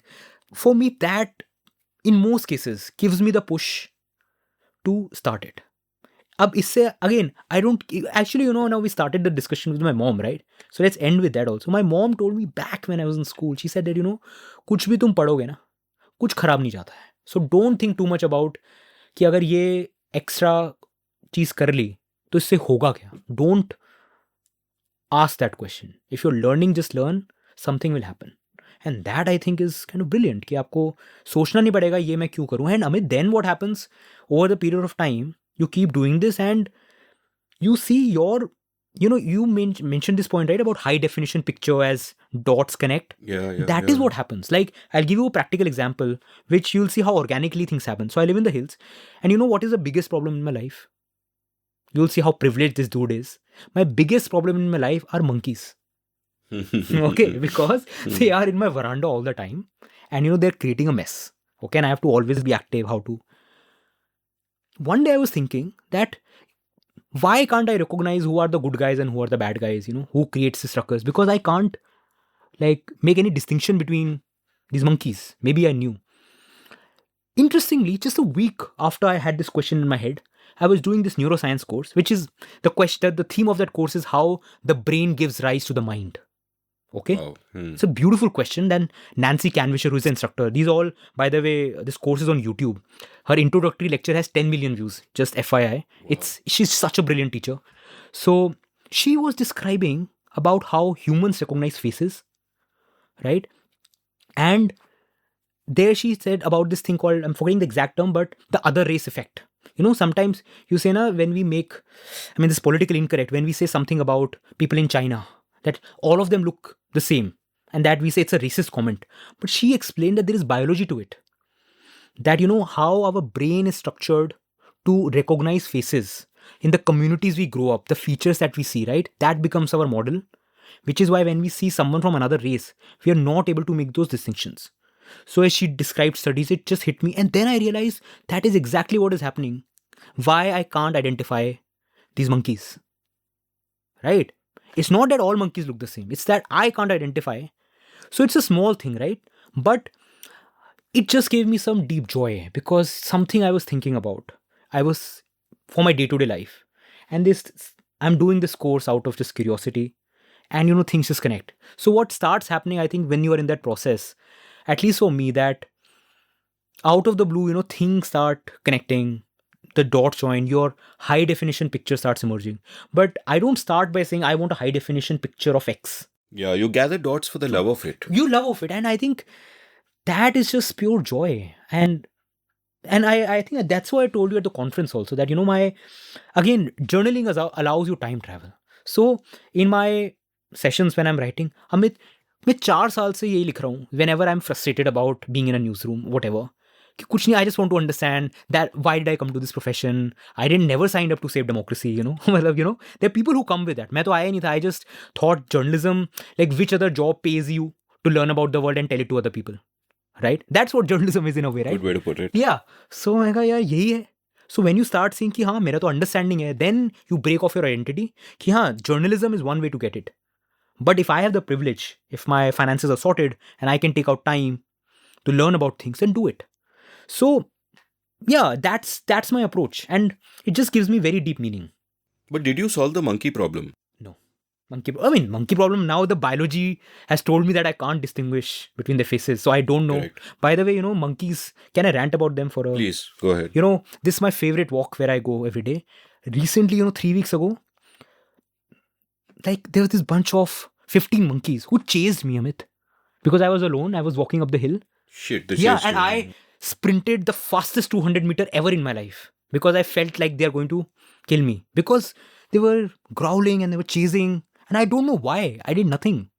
So monkey problem can't be solved. It is something, when I went to the hills, I was like, Samarth, humans need to coexist with animals. This is not your home. Then that the is monkeys what. chase you.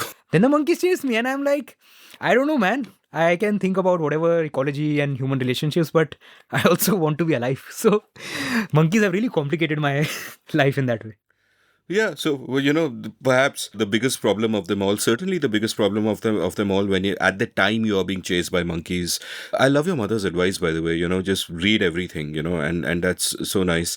So I'll end this episode by asking you for recommendations for me and my listeners about books, films, music, whatever you feel like, any category that you really love and you want to share with others. You love it. You love them so much. Sure. So I think the book is a no-brainer. I try to plug it at every possible event. Is Neil Postman has written a book called Amusing Ourselves to Death. Have you read it? You heard of I it? haven't read it, but it's been in my show notes, and I have bought the Kindle version, and I have intended to read it. But it's one of those things, no? I know. All the books that pile up. But I think that book, when I read it, in a friend of mine at the Hindu, he recommended, because I think that was the point when I started asking these questions about the press and the media, and I could not understand. So he said, start with this, and it just changed the way I like it. होता ना आपको हिला देती है किताब. For me, that तो मैंने वो 5-6 लोगों को गिफ्ट करी. I don't think anyone has read it, but it's a beautiful book. And I think all of us who at some point are struggling to understand social media, because that's absurdity of modern life, right? What is happening? This book was written in 1985 when there was no internet. It the thing was TV, and you read it.